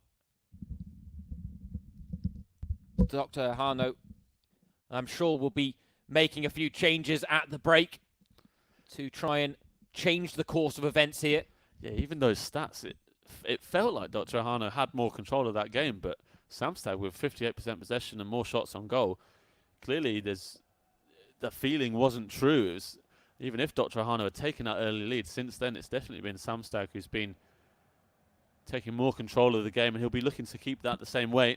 But for Dr. Ahano, not the ideal way he wanted the game to go, having gone 1-0 up. It was the perfect start, but since then it's been not how he planned it at all. So he's going to be wanting to make sure that he's the next man to score, because I feel like if Samstag scores the next goal, it might be too much for Ahano to handle. I have to wait and see as this game opens up into the second half. I have to say, this performance also makes me wonder what exactly happened in that 6-0 defeat to Megabit that went so wrong for Samstag Elf, because he's acquitting himself very well here, even if, as we said, he did start on the back foot a little bit. And if it is interesting, Werder Bremen and Megabit and Dr. Ahano have both talked at length about the 85 mode with Werder Bremen and how they tweak their team. They play the wing-backs at centre-back to have more pace. They bring on the likes of Nick Voltemada in the last 30 minutes to really make an impact. We're nearing that threshold now. The legend of the virtual Bundesliga for Werder Bremen. And speaking of living legends, Claudio Pizarro stinging the palms of the Holstein Kiel keeper. Oh, the corner not well worked from Dr. Ahano. They're playing it straight to the opposition. Yeah, that would have been the perfect way for Ahano to go back into the lead. The legend of pizza coming to his aid. But has there ever been a more graceful striker? I don't know. I really don't know, Alex. I really don't know either, James. And to be honest, I'm actually quite disappointed that I didn't get to see him quite at his best years, you know. I've only seen the last sort of years of his career, although it's been fantastic. Of course, he's still going now at the age of 41. It's remarkable, but to have seen him in his early years with Bremen would have been fantastic. Yeah, they were quite special. His time at Bayern wasn't bad either. Davy Klaassen into feet for Pizarro. Some quick passing moves here from Dr. Ahano. Pizarro ends up whiffing at the shot from the edge of the area.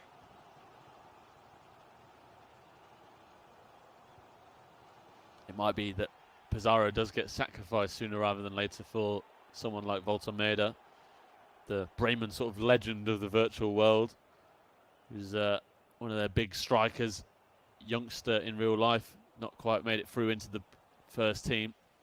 He might come onto this pitch and maybe try and get the winner for Dr. Hana with time ticking away. Well, that's it. He's got a lot of height, doesn't he, Nick Voltemade? Big physical presence, but what he brings off the bench is pace as well. For now, though, Dr. Hano, Eggestein brothers combining to great effect as well as he retakes the lead. Johannes teeing up Maxi. And Bremen are back in front. It all opened up perfectly for him there. Space on the right wing with Johannes Eggestein. Found the pass, and it looked like it might have been a bit awkward for Maxi Eggestein. He didn't go to the ball. He sort of waited for it to come to him in the Kiel box. It looked like it might have given an opportunity for Samstag Elf to get a challenge in, but he didn't. The space really did open up. It looked like the keeper was taken control of as well by Samstag, and it made it all the more simple for Dr. Hana to find that far bottom corner. And he's lined up a pause as well, so with the game at 2-1 and time ticking away, this might be the perfect chance for him to make those attacking changes and get the counter-attacking options on the pitch. It's nearly Voltemade time. And we all know what that means for Werder Bremen. Now, there's a reason he has this reputation, Nick Voltemade. He was such a key figure for them during their virtual Bundesliga title win. Chance, though, here for Kiel. It's still alive as well. Goalkeeper was off his line temporarily. It just opened up for Samstag Elf out of absolutely nowhere. He went for the ball well to get past the goalkeeper, but the Bremen man did so well. Samstag Elf, though, did really well to keep the possession there and recycle the chance. Obviously, it didn't come to fruition for him, but showing good experience there, good composure to keep the ball. Obviously, Dr. Hana coming away with it now and time ticking on. He knows, Samstag Elf, that chances are going to be few and far between in the final stages of this match. Well, Eggestein's cross not finding a teammate on that occasion.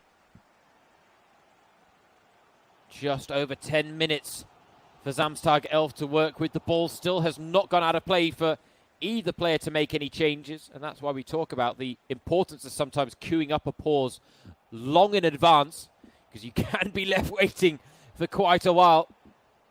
Zelka clipping it through to Eggestein, who right now has the match-winning goal in this first leg for Werder Bremen against Holstein Kiel. Samstag Elf now looking to shift it through midfield. Needs a few more bodies to commit forward for him. Of course, Kiel have suffered losses in the last two match days of the Bundesliga Home Challenge. A 7-4 loss to Dortmund, an 8-4 loss in what was one of the most thrilling ties of match day 3 between them and Greuther Fürth. And they are on the back foot here. 2-1 down in the first leg. Eggestein, did he get to that ball first? No, says the referee. A clean challenge from Samstag Elf, who now is in behind with Sarah. Pavlenka's come rushing off his line to head the ball out of play.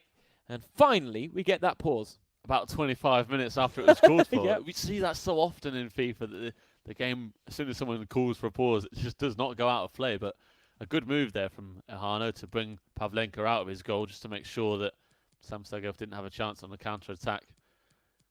And I think with about 5 minutes left, we might only be able to see maybe one chance from each guy in the last few minutes of this game. You can see Samstag bringing on some fresh legs on the wings, trying to bring some energy to his attacking line. Will it make a difference as we approach the 87th minute of this game? Scoreline 2-1 to Bremen. Will that change before the end of the game? Well, the odds are he will have at least one chance on goal here, Samstag Elf. If he can retain possession, that was going to be my next sentence. And there we see he gives it away, and there is Nick Voltemade.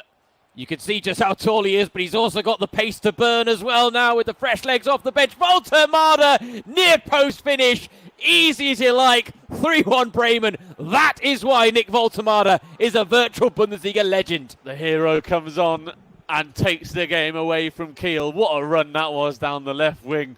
You mentioned it. He's got the height, but the pace to boot as well. Just getting away from the defender. No chance of keeping that at bay. And then a stunning finish at the near post. So difficult to stop. And so is that. Oh, it's gone off the crossbar for Kiel. What a response that would have been. It's still alive, though. It is still alive, and he's got one back. Unbelievable scenes in Kiel. I don't quite know how that all happened. The thing is, Samstag Elf was clinical. He took the chance when it was presented to him. The lob would have been absolutely delicious, but he got the goal, and he does reduce the arrears right on the stroke of full time. How important could that goal be in this tie? 3-2 the scoreline in that first leg. We know Davy Selke and Dominic Schmidt coming up in this next game are two guys who have been unable to find victory in the Bundesliga Home Challenge so far. It's going to be a nervy affair. A 2-goal lead would have been huge for Bremen. It would have been massive going into the second leg, but Samstag Elf there, so close with that lob. So unlucky to see it bounce back off the crossbar, but did so well again to make sure he had a man in the right spot to finish off the rebound. Dr. Ahana will be so frustrated with himself. A stunning way to go 3-1 up with Altameda. I hardly finished describing the goal when Samstag Elf scored his second of the game to make it 3-2, but that really does leave it wide open for this matchup to come up next between Davy Selke and Dominic Schmidt. What are we in store for now? Well, that's it. I mean, that first leg, I feel like Dr. Ahano has had almost the same experience in the Bundesliga Home Challenge on Matchday 2 and Matchday 4, where he probably could have won by more. We'll be disappointed that it ends up just being a narrow margin of victory. But I feel like it was Moritz Mader that scored late on to make it 3-2 in that one as well. And he lamented that goal just as much as he did a second ago when he conceded late. 2 goals after the 90th minute. And it does set us up, you're right, Alex, so well for this game between Davy Selke and Dominic Schmidt. Dominic Schmidt is unanimously the best player of FIFA at Holstein Kiel. The issue is he has suffered 3 straight losses in the Bundesliga Home Challenge, and I don't think I'm stretching my neck out too far when I say he has most likely conceded the most goals of any player in the tournament, although Maximilian Mittelstädt with just 2 games under his belt may push him there. But he suffered a 4-2 loss to Marcel Hartl on Matchday 1. It was a 6-1 loss against Achraf Hakimi on Matchday 2. And as we said, that incredible tie between Kiel and Fürth, he was on the receiving end of a 6-3 defeat to Timothy Tillman, which really was a brilliant way to end the day's action on Matchday 3, it has to be said.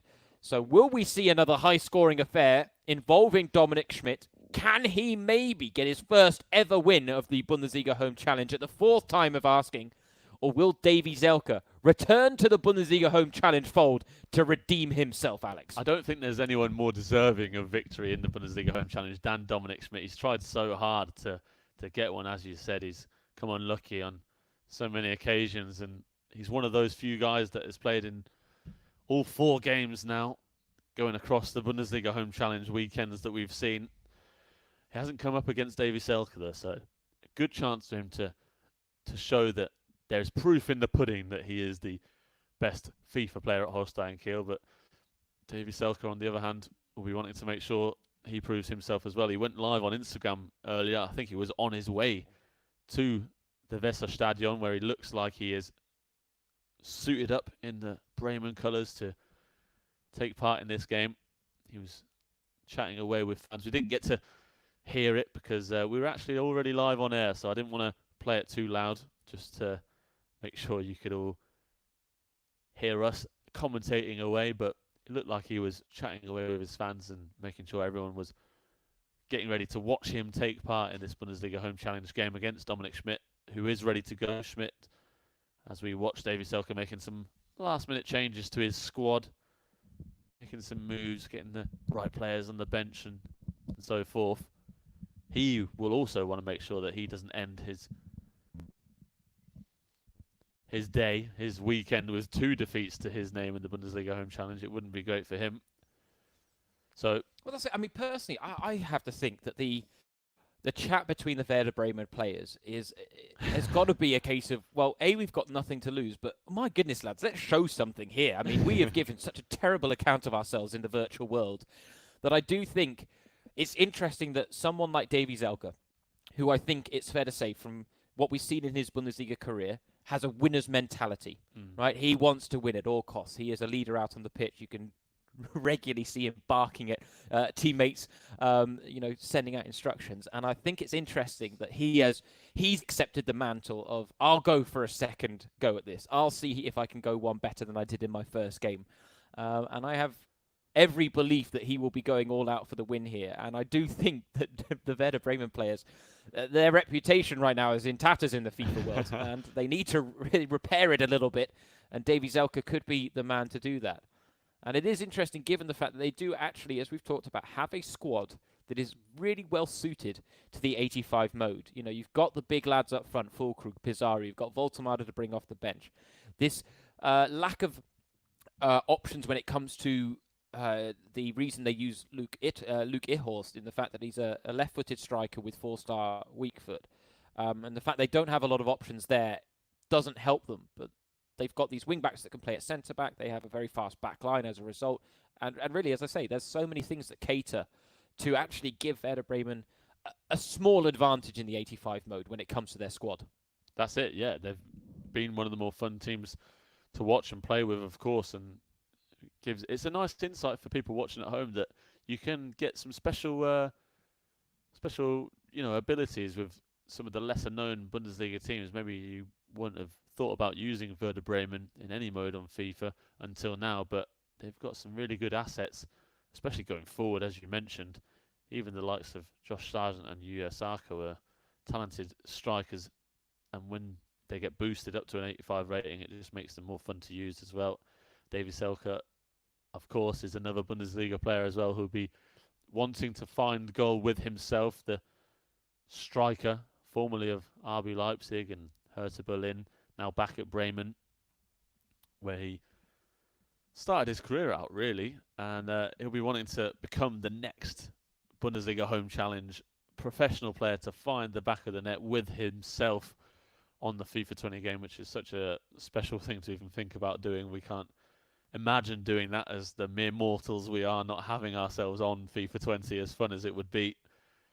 But Selke has that opportunity to do that now, and he has that opportunity to show that Bremen do have what it takes. The Bremen players do have what it takes in the esports world.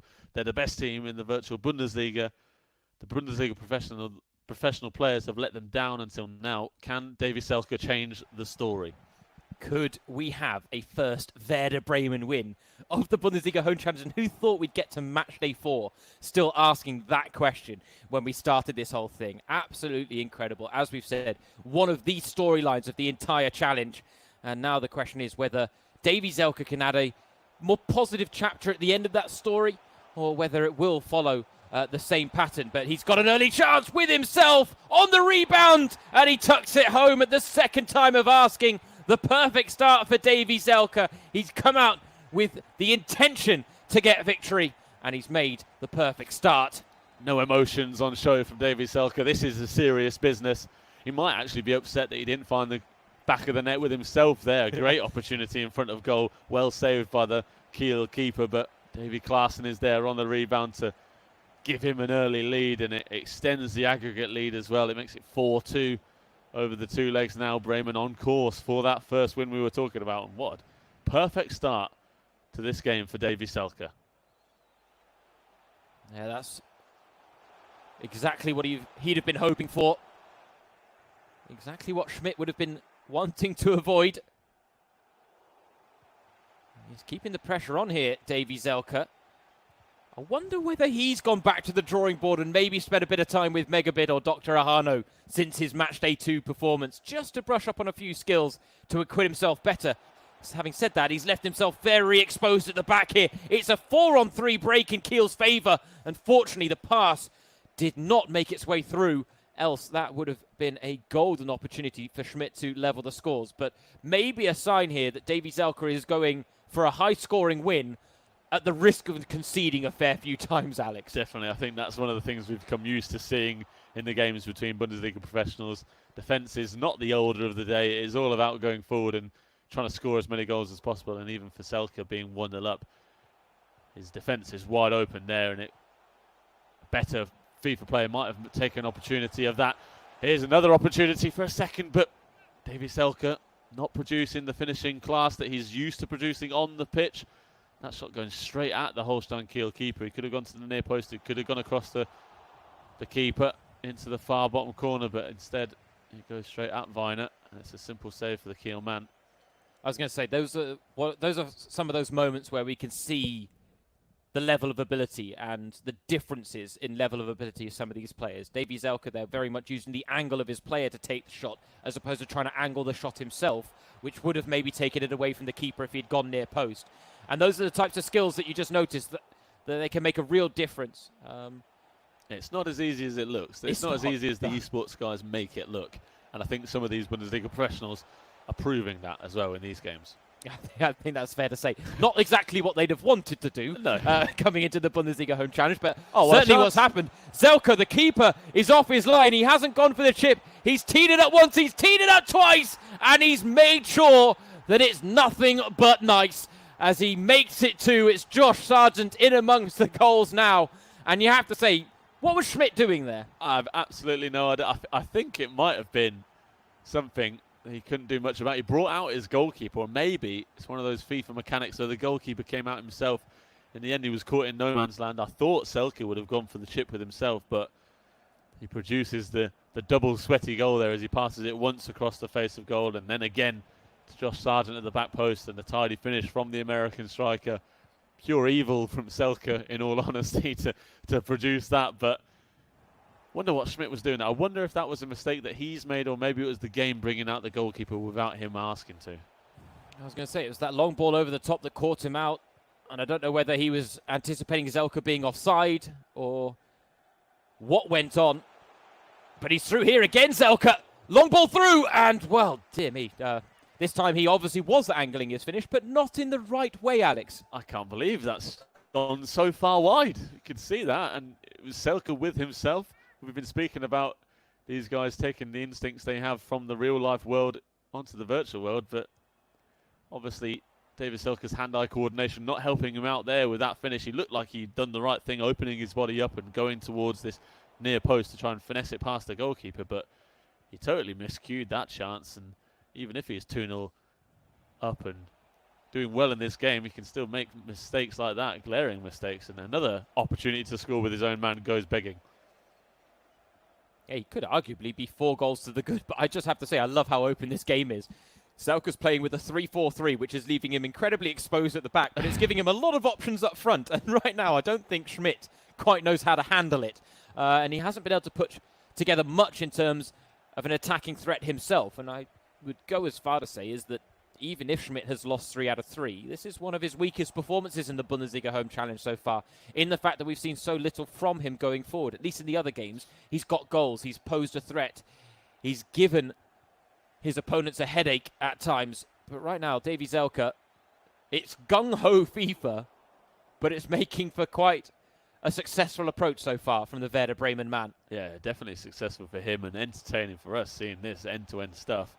But I do agree with you, Schmidt not producing the goods at all here, and even against Marcel Hart in his first game, I remember his couple of goals were really well taken. He's just not been able to find those openings in this first half as it does come towards an end. Maybe he can get a goal before the break, which would be huge for the context of the game, but Selke is holding off his challenges so far, and now with the lead at 5-2 on aggregate for Bremen, it looks like the virtual Bundesliga champions are going to be heading towards their first win in the Bundesliga Home Challenge, unless Schmidt and Kiel can do something pretty special in the second half to change the story of this game. Oh, those through balls to Selke are deadly! Oh, unfortunately, his finishing is not.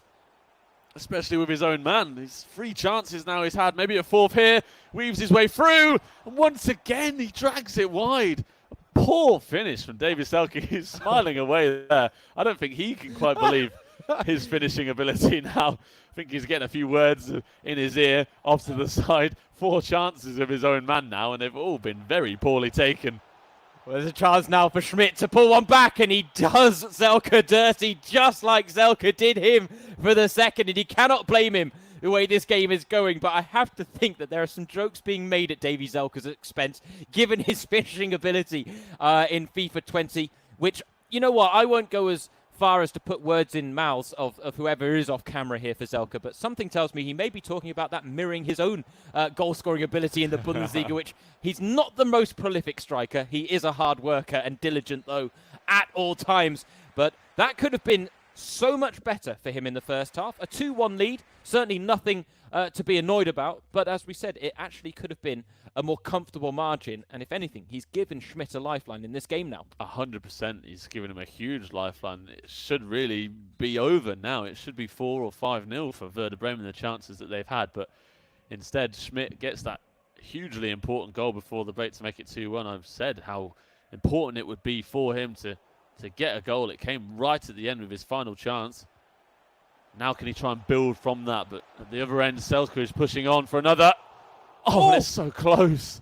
So close for class. And another chance, though, goes begging. And I really think, unless Selke can make a difference to his finishing ability, he might come to rule all these missed chances come the end of the game. Yeah, one of the big basics of FIFA, finishing. And I think it's fair to say Davy Selke's got a lot about his game, but his finishing is not a strong point. An interesting revelation to discover, arguably halfway through his second game in the Bundesliga Home Challenge, because I don't think it was that noticeable in the first. But then again, he didn't have this many chances in his first game out in the Bundesliga Home Challenge in that 2-1 loss against Nordi Mukiele. He's got to be careful at the back, though, as well. Towards the back post, it's fallen nicely. Well, the player laments his own effort. Went for an acrobatic finish. Wasn't an easy one to take, even in the virtual world, where reality lines are sometimes blurred when it comes to what is possible for a football player to produce. I mean, my biggest thing for Davy Selke right now is I'd be getting the ball to anyone but him inside the penalty area. He's been the only man unable to find the back of the net so far. It doesn't look likely to change either. But Schmidt, he's got to keep hope because he's still producing chances as much as he's giving them away at the other end. We're seeing chances at both ends, and this really has been a fun game. End-to-end stuff from both these guys. Pure attacking football.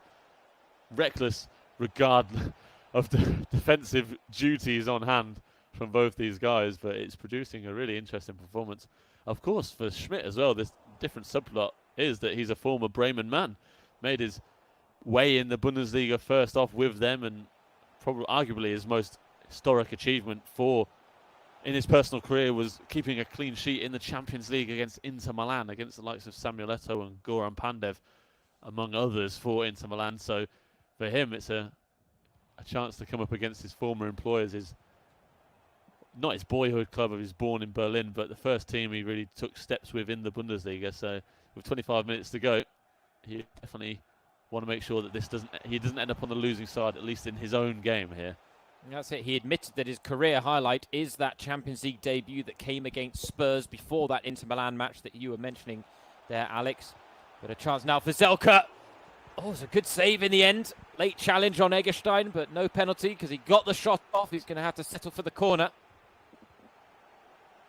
Another chance goes begging for Selke. I don't think we've seen someone waste so many chances on goal. That's a really good point, actually. We've seen wasteful chances, but not in this number. And it looks like he's going to have more as well. He was trying to feed himself. Well, not the most convincing clearance there from Dominic Schmidt with his goalkeeper. So Bremen and Selke can keep the pressure on. I think the only reason Selke isn't tearing his hair out with these missed chances is the fact that he is ahead. If he was behind in this game, he'd be losing his mind, I think. Oh, another one goes begging there. What a big block that was from the Kiel defence. Huge defensive move to keep it at 2-1. A reminder, it is derby time in the Bundesliga Home Challenge. Selke can't get on the end of his own cross. And of course, this game between Bremen and Kiel, one of the outliers when it comes to this, isn't really a derby. Two sides from the north of Germany, but they are separated by over 200 kilometers in distance. And they do play each other in the fourth tier when their reserves go up against each other in the Regionalliga Nord, as it is known. But they don't clash too often. Now, the next game is the complete opposite. It is a real derby. It is full-blooded. There's a lot of animosity between Gladbach and Köln that has been built up over the years between the two local rivals. They are next up in the fixture list for Matchday 4 of the Bundesliga Home Challenge.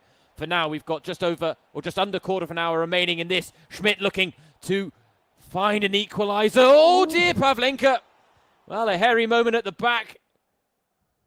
Looked like Davy Zelka was whistling there. Oh, that was close. And he has certainly rode his luck here, Davy Zelka, at times, considering the amount of chances he has had that he hasn't put away. At the other end, he's had a few moments where, without being disrespectful to Schmidt, had he been coming up against a Boujellab, a De Boer, even a Hakimi, I think it's fair to say he would have been punished more often. 100%. 100% Selke has let himself down in front of goal. And it does mean that with 10 minutes to go, although Selke is pushing forward still, Schmidt can take hope that one goal brings him level in this game and gives him at least a draw on his personal tally. Can he get it as time is running out and he's pushing forward now? Here is Dame. You can see again, players over in the box. Oh, that was not convincing defending from Werder Bremen. But Davy Zelka gets away with it. Pause lined up by Selke really late on in this game. I'm not sure if he's going to be able to get that. That's a panic pause if ever I've seen one, Alex. Quick, I just need a break. There's pressure building. But now this is it. He'll go down the other end and score. Oh, it's not quite. Couldn't bundle his way through. And I would assume that must have been a foul, else the pause wouldn't have come into play.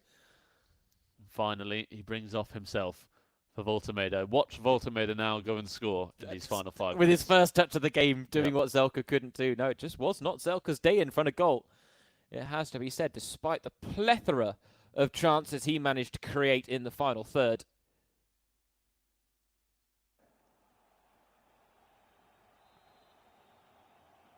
So free kick opportunity. Can't imagine this being one where he goes for goal. Oh, that's an interesting one. Well, he passed it to Pizarro. If anything, I don't think he expected it to come off there, Zelka. So gave the ball back straight away. And now what he does do is give Schmidt a chance to counter with what will likely be the last chance of the game for Kiel. Not many Bremen defenders back in support. Plenty of numbers for Schmidt to work with. Now with Özcan. Quick passing. Can he get the shot off? The answer is no. And the follow-up is tame as well, and that might just be that. When it comes to Dominic Schmidt's hopes of not suffering a 4 straight defeat in the Bundesliga home challenge from the throw-in, he needs to get it forward quickly. He doesn't want to give the referee any reason to blow up here, but he has not been quick enough. It is 4 defeats from 4 for Dominic Schmidt of Holstein Kiel, but a first in the Bundesliga home challenge, Alex. A first Werder Bremen pro player switching pitch for joysticks and succeeding. And the first win for Werder Bremen in the Bundesliga home challenge over 2 legs. It's got to be a relief. I can't believe it took 4 match days. As you said before, it's one of the biggest surprises, to be honest, of the Bundesliga home challenge so far, that it took this long for Bremen to get a win. But they do it here. Dr. Ahano and Davy Selke combining to get 2 wins across their 2 ties and win 5-3 against Holstein Kiel. Some very nervous moments there. Samstag getting that late goal to make it 3-2 against Dr. Ahano gave Dominic Schmidt some hope. And on another day, he might have got lucky and got himself a goal to make it 2-2 in his game. But in the end, Davy Selke will be sat there wondering how on earth it only finished 2-1. He had about 6 or 7 gilt-edged chances to score, but couldn't take them in the end. But in the end, Bremen finally get their win, and it sets up nicely for the next derby between Gladbach and Köln. It does indeed. In case you're just joining us, though, let's take a recap of the format. A reminder for anyone that has just joined us. This is a competition that is an e-invitational. It's a DFL event put on FIFA 20, but this is for fun. There is no competitive edge. There are no prizes on the line at the end of it. There's no knockout format. We just enjoy the crossover, the clash of worlds here in football, of the virtual and the real life. But what we do have is 30 teams, 60 players. Each tie will consist of 2 solo matches, 1-on-1 on the PlayStation 4. The first match will offer up a representative of either team, but they can come from any background. The second tie will always be between 2 professional footballers, as we just saw with Davy Zelka of Werder Bremen and Dominic Schmidt of Kiel a second ago. The aggregate score will, of course, determine the winner over the course of the 2 legs. And as we have pointed out before, we are playing all games in the 85 mode That means we have an even playing field. That means that players that are rated under 85 get raised to 85. Players rated over 85 get dropped to 85. It gives us an even playing field while still having a margin to work with when it comes to competitive and statistical advantages for these in-game stats. But it has certainly thrown up so many twists and turns in the Bundesliga Home Challenge. And let's be honest, the bar was set on match day 1, 2, and 3, and it has not been dropped on match day 4 so far. We're not quite having maybe the big storylines coming out of it. We had the comeback central on match day 2. We had Woodwork playing a vital role, the frame of the goal almost being the man of the match over the course of match day 3. And so far we are halfway through our 4th tie of the day, and it's fair to say it's hard to draw any real conclusions from what we've seen so far. What we can say is it's been very entertaining. The goals have continued to flow as we expected them to, and right now we are set up. Excuse me, actually, we've finished our 4th game. What am I on? We are at the halfway stage of Saturday. I'm chatting absolute nonsense. But we are now moving on to the Rhine Derby. Borussia Mönchengladbach against Köln. That is our next game. And I have to say, if the goal-scoring feats that we've seen so far are continued, then that record-breaking feat may still be on for the Bundesliga Home Challenge this weekend. I'll do a tally later on in today's show before I get ahead of myself too much. I was going to say, yeah, I've tested it. I've probably got it wrong every single week, Alex. Someone sat at home going, what's he on about? The record was not 146, it was 143. Doesn't know how to calculate simple maths. Quick maths. I trust your maths, James. A lot more than mine, at least.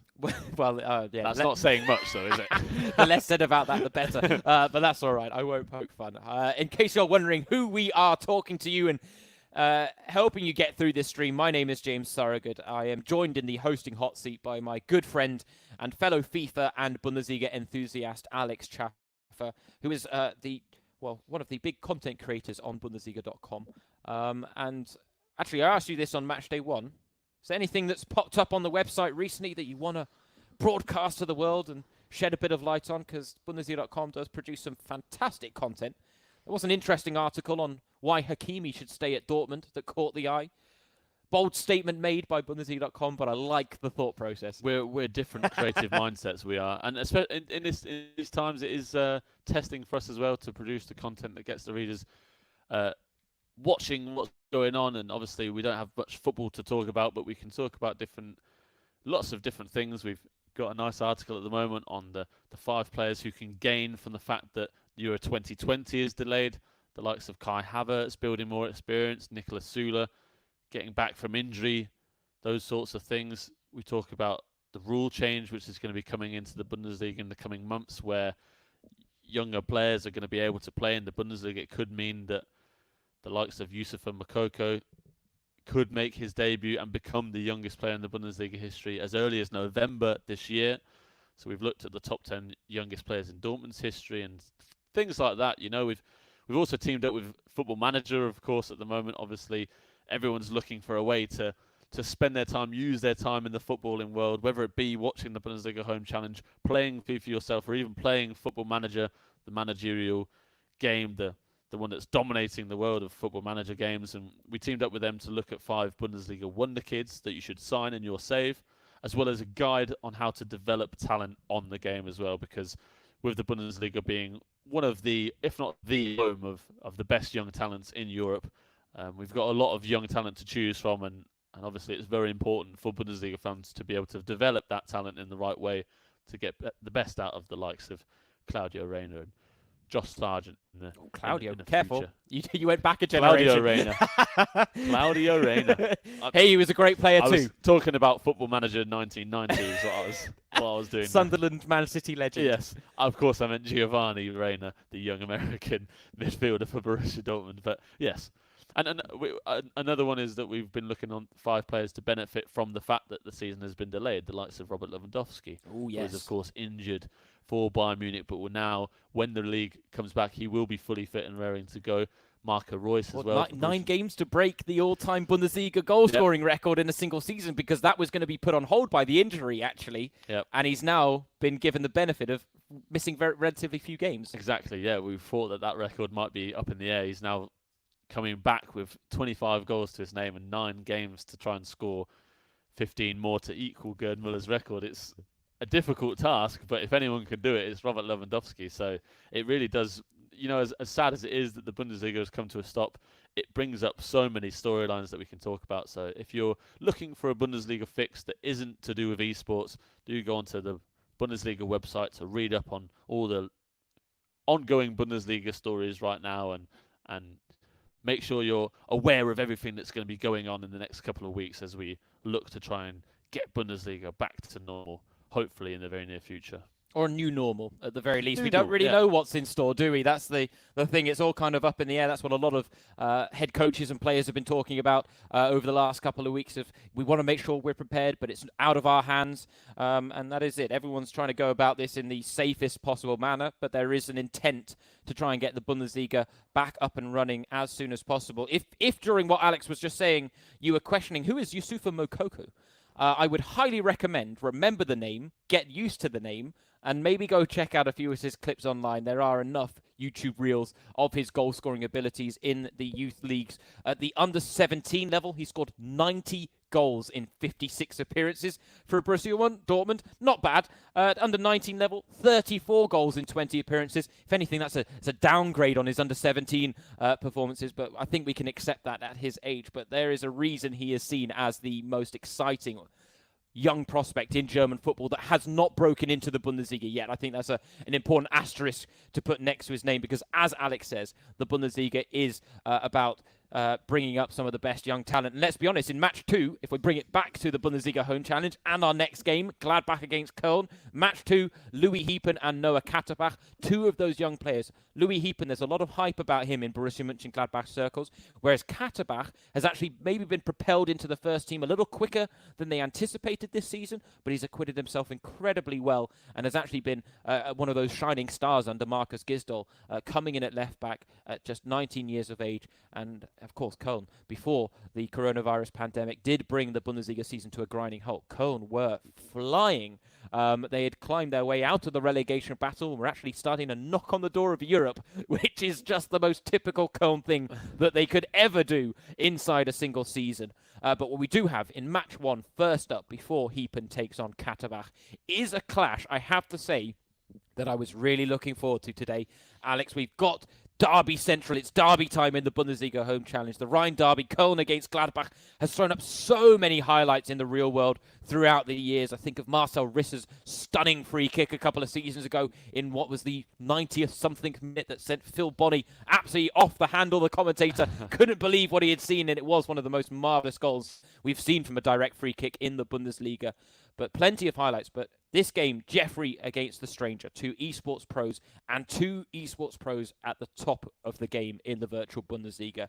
And this is, when it comes to individual one-on-one matches today, one of the most mouth-watering ties we've got. 100%. And these guys have been impressive in the Bundesliga home challenge so far. We've only seen Jeffrey once, although we know how good he is in the virtual Bundesliga world. He took apart Daniel Schlager in a pretty comfortable win over the Bundesliga referee 4-0. It was in his sole Bundesliga home challenge game. Yeah, we felt he went easy on it, didn't we, in the end? I think there was a lot of mercy on show there. He's not going to be able to do that same sort of thing against the Stranger, but he did pull away with a big 4-0 win and set himself up for this game, whereas the Stranger had a hugely impressive performance over Timo Schultz, a 5-1 win on the opening weekend. He's played a couple more times and lost both times, although they have been really difficult matchups. He's come up against Fabio of Greuther Fürth and Bassinho of Bochum, so he's tested himself against the very best of the esports side of things, and he's doing that again here today against Jeffrey.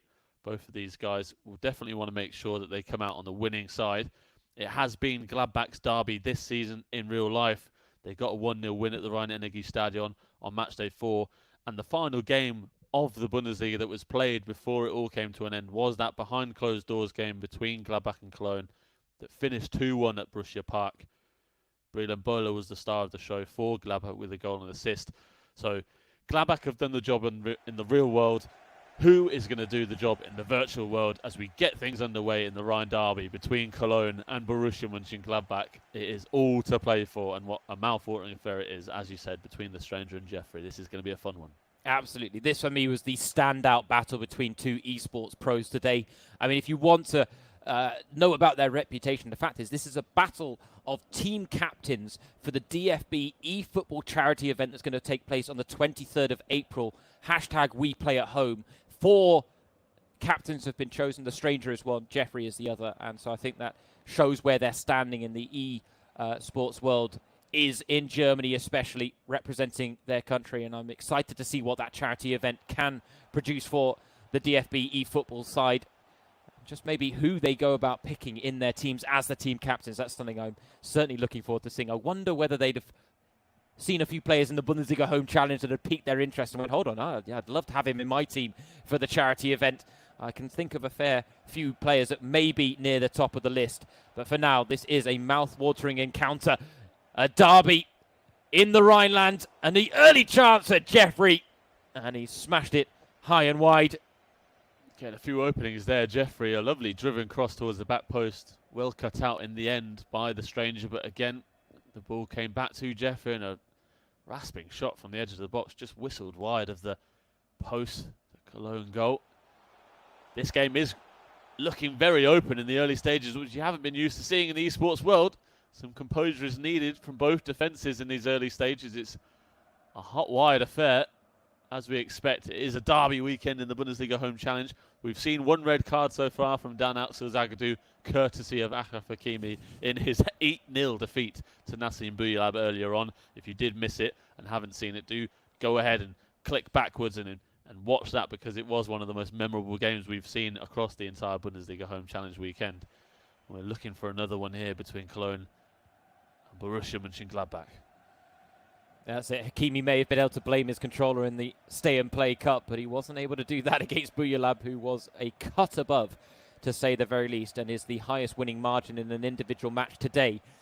Anything less than that will certainly be a positive for some of these players. At least they don't go away with that acrimonious title of suffering the biggest defeat.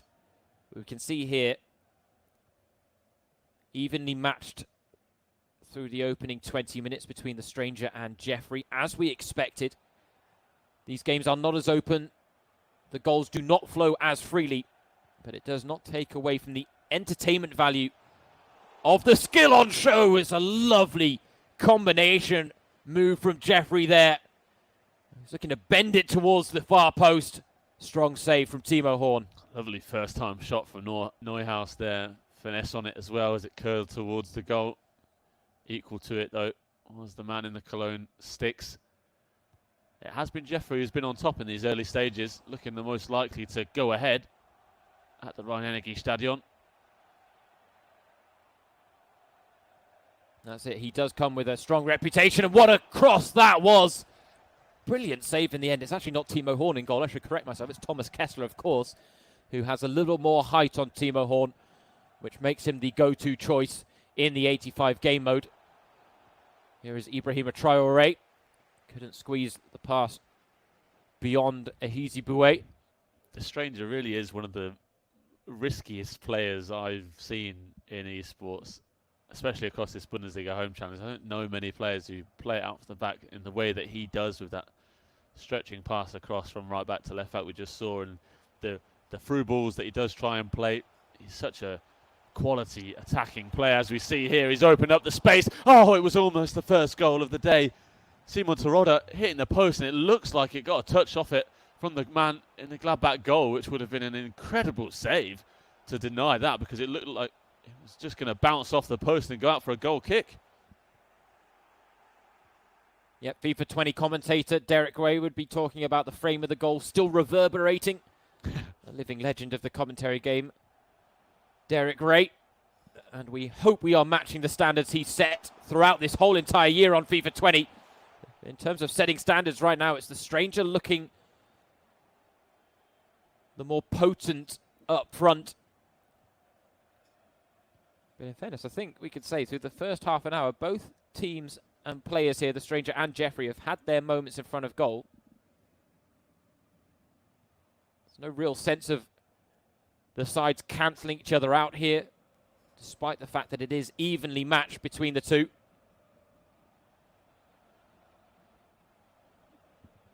Oscar Wendt on the ball. Couple of men to aim for in the middle. Jeffrey trying to work it to the byline instead. A little too cute in the end.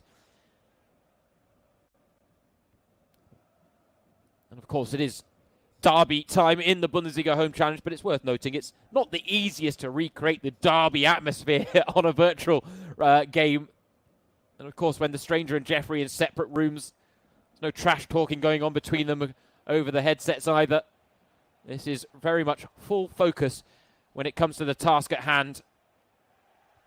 And the task at hand for these two is to hopefully fashion a positive result in the first leg of this two-legged tie in the Rhine derby between Köln and Gladbach.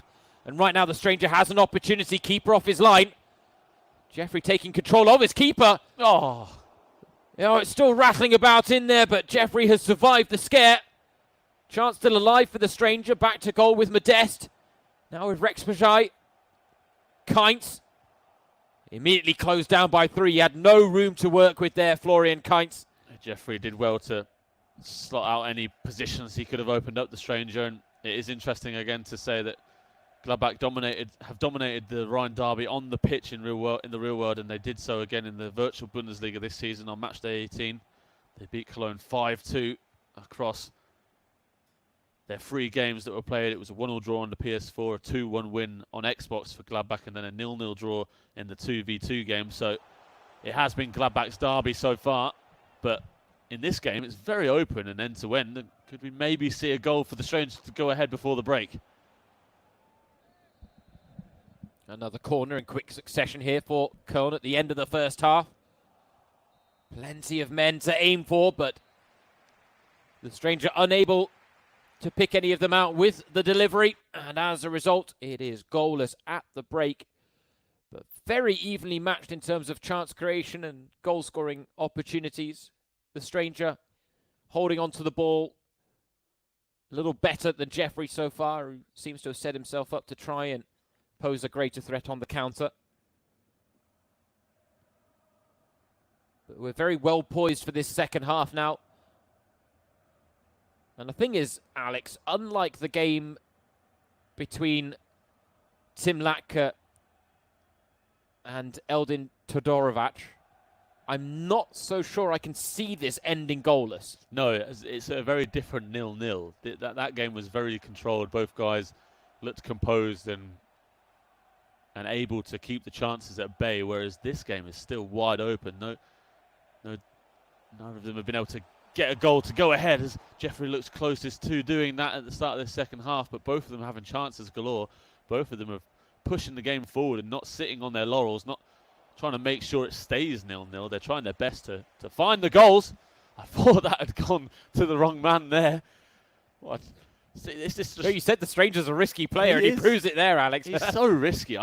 I couldn't quite believe what he was doing there, but I've never seen someone take the risks that he does, even in the modern world of football that it is, the playing out from the back that we see.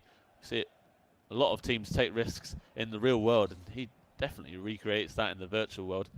Lucky there, you could say, to not concede the goal against Jeffrey, but as you said, both these guys not sitting on a 0-0. It's not a 0-0 that they're happy with, and I definitely don't think this is going to end goalless if it does continue like this.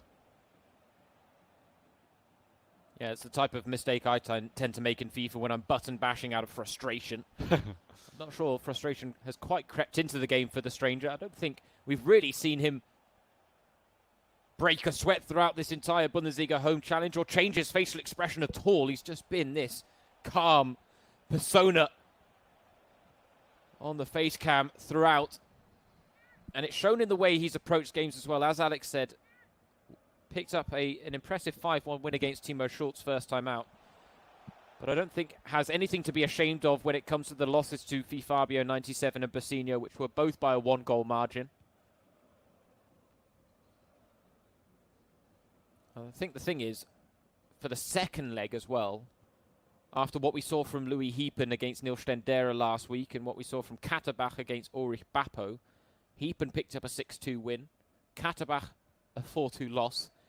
So I think there is a clear favourite going into the second game. If anything, that puts the pressure on the stranger to try and at least get a goal in this game to give Katterbach a fighting chance in that second leg of collecting the victory. It's interesting, Jeffrey, we've talked about the added exposure for the esports world, and Jeffrey was talking about it as well. He said, the situation isn't the worst for us esports players, but as a fan, I miss football too. But what he did point out is that they had 10,000 fans watching his game against Daniel Schlager in that meeting between Gladbach and the referees when Gladbach first made their entry into the Bundesliga Home Challenge. He said that's absolutely excellent, and it shows that there's a lot of potential, given the fact that this is an area in which millions of people are involved in the esports world, whether that's competitively or casually, whether that's playing FIFA at home or playing FIFA in tournaments like this. Millions of people are affected by it, and right now the focus is on the esports world, and he thinks that's something that when you've got a generation of football fans that have grown up with FIFA and grown up with this virtual escape or virtual alternative to FIFA, that's something that can be incredibly beneficial to both the clubs and the players that are taking part. And I bet that number's even bigger this weekend, considering it's a Rhine derby. I'm sure the 10,000 number, which is really impressive, when you actually think that 10,000 people are sat watching these games go on, I'm sure that number has risen for this Rhine derby taking place, and it would rise even more in the coming weeks for Jeffrey and his streams if he was able to get a winning goal here with 20 minutes to play. The stranger hasn't had any attacks really in the second half, and again, every time he passes the ball around the back, my heart just... I wouldn't trust myself, Alex. That's all I'm going to say. I'm exactly the same, James. If I'm started getting scared and nervous just watching it, how do you think I'd be doing it if I was playing myself? Yeah. My heart skips a beat. My eyebrows go through the roof of my head. It's just one of those moments where it just elicits that reaction of pure panic in a split second. Unfortunately, it doesn't last long, especially when you're taking it from the neutral perspective, just commentating it as opposed to playing it. It lasts a little longer when you're on the joysticks yourself. Fortunately for the stranger, he's actually, he's the one doing it, and he's the calmest man involved in the Bundesliga Home Challenge, as you said. Oh, he's coming forward dangerously here. Just couldn't fashion a shot on goal. We haven't had many chances in this second half. 15 minutes to go. It's been a quieter affair. Jeffrey, you have to say, has had more control of the ball, but it could go either way, this. And as we said, we both put our necks on the line to say this wouldn't finish 0-0, and I still stand by that. I do see us getting maybe one goal to settle this game. But as we saw between Boujellab and Hakimi in the Schalke and Dortmund game, that first leg, if it does finish 0-0, it sets up that second leg for something special. Yeah, Boujellab with the biggest win of the afternoon so far on day one of Matchday 4 of the Bundesliga Home Challenge. An 8-0 win over Borussia Dortmund's Achraf Hakimi. Certainly a bit of a shock to the system for the Dortmund man and for us, because we didn't expect it to be quite so one-sided, even if Boujellab was the clear favourite. For now, this game is absolutely fascinating and has been from start to finish in terms of the fact that they have both created chances, yet we're still deadlocked at 0-0. The goalkeepers have come out on top time and time again for the stranger and Jeffrey. But there is still this feeling that this game cannot end goalless. We've only had one goalless draw in the Bundesliga Home Challenge before Matchday 4. Surely we're not going to have two on the same day, especially when we're chasing that goal-scoring record, Alex. The good news is maybe in that department is that we've got Hoffenheim coming up against the referees after Köln and Gladbach, and there could be plenty of goals in that one if our pre-match expectations are met. For now, though, still got to finish off this game and get through match 2 between Louis Hiepen and Noah Katterbach before we get to the referees taking on Hoffenheim. And right now, the stranger in this one against Jeffrey is looking to take his time, patiently looking to carve out what could be the last chance in the game. But there's no intent to rush into this. He's looking for the clear-cut chance. Nice back heel to Dorada, and that was a good opportunity. Strong save from Grun. Couldn't quite find the near post. The corner now worked short with Kainz, but he's lost out to Neuhaus. Risky pass at the back this time from Jeffrey. And he's lost out here. Kainz feeds it through to Dorada. Oh, what a tackle. What a tackle indeed. Perfectly timed. I think it's Nico Elvedi, the man for Jeffrey. That chance was opening up there, and it looked like it was going to be a winner for the stranger right at the end, but what a challenge. Huge, huge opportunity. But in the end, it all finishes square 0-0 between Jeffrey and the stranger, and it means that coming into our second game of this Rhine Derby tie, it's all to play for between Louis Hiepen and Noah Katterbach. Yeah, I'm almost liking this element of Derby weekend in the Bundesliga Home Challenge, where the first game is not giving us much to work with, but it's allowing the second game to ultimately be the 90 minutes that decides it with a clean slate. And that has now happened on 2 occasions. Dortmund against Schalke, as we've mentioned, was the first one. But of course, in the second match, that produced an 8-0 win for Nassim Boujellab. We now eagerly wait to anticipate what Louis Hiepen and Noah Katterbach can produce themselves. But are we concerned about the goals drying up in the Bundesliga Home Challenge? This is the most goal-ridden FIFA tournament in the world, Alex, as we build it before kickoff today. Oh, we've seen 2-0 nils 2-0 already nils today. now. What a madness. I don't know what's happening, James. I'm not quite sure. I think we might have to have some words with some of these guys just to make sure that even if it is a 0-0, at least one goal goes in. But at least we saw in the Dortmund-Schalke game, 1-0 was met by an 8-goal game, even if it was 8 goals for just one player. So hopefully the 0-0 from this first game between Gladbach and Cologne is answered by a high-scoring affair between Hiepen and Katterbach. And as you said, I think the game coming up after this between Hoffenheim and the referees could certainly have a fair few goals in store if, beliefs going into the game are to be believed. Oh, that's it. I mean, we've poked fun at this before about our greed and expectations when it comes to the goal-scoring form. And really, when we've had 32 goals across 4 ties already, 8 goals on average per tie so far, can we really complain? Absolutely not. This is true. It's just one of those things. You always find something to complain about. But no, this is it. You find the silver lining, and the silver lining here is that when Louis Hiepen and Noah Katterbach take to this second game, it really is all on the line. When it comes to bragging rights, when it comes to this virtual crossover event where Gladbach and arch rivals Köln are going head-to-head. And as we said, there are so many twists and turns, and there have been from the very first whistle through to the action we've seen so far. We are past the halfway stage of our action on Saturday. And I have to say, we are delighted with how many people are joining us on the stream from across the world, all corners of Germany, all corners of the world. Really nice to see. We've had greetings from everywhere, from Myanmar to Las Vegas to South Africa. Unbelievable. Absolutely fantastic. And it's all from my living room in Cologne. It's marvellous, isn't it? Yeah. The extent that technology is now taking us to. And that's why we've done the Bundesliga Home Challenge, to bring the world of Bundesliga fandom together. Even without football, we wanted to bring you guys together wherever you are in the world to be able to have some fun and enjoy some footballing action, whether it be real or virtual football. It's all in the name of fun, and we're all hopefully having a good time and enjoying ourselves. Hopefully, if you're a Dortmund fan, you can still have a smile on your face even after the defeat to Schalke. Looking ahead to the next few games of the Bundesliga Home Challenge, it's fun in store all the way across today and, of course, tomorrow. So do make sure you join us again tomorrow as well when we continue the Bundesliga Home Challenge Derby weekend, as I'm now going to call it. It's an absolute bonanza of a fixture list, it has to be said. And to anyone, I won't name and shame, but I've seen a couple of the comments. Anyone claiming that this Bundesliga Home Challenge is boring just because their favourite team isn't competing in it, get out of here. This has been a blockbuster from start to finish. We've had goals galore. We've had late drama. We've had wins by a 10-goal margin. We've had referees picking up victories against Bundesliga professionals, something that Jonas Hoffmann will, quite frankly, in my opinion, never live down after this.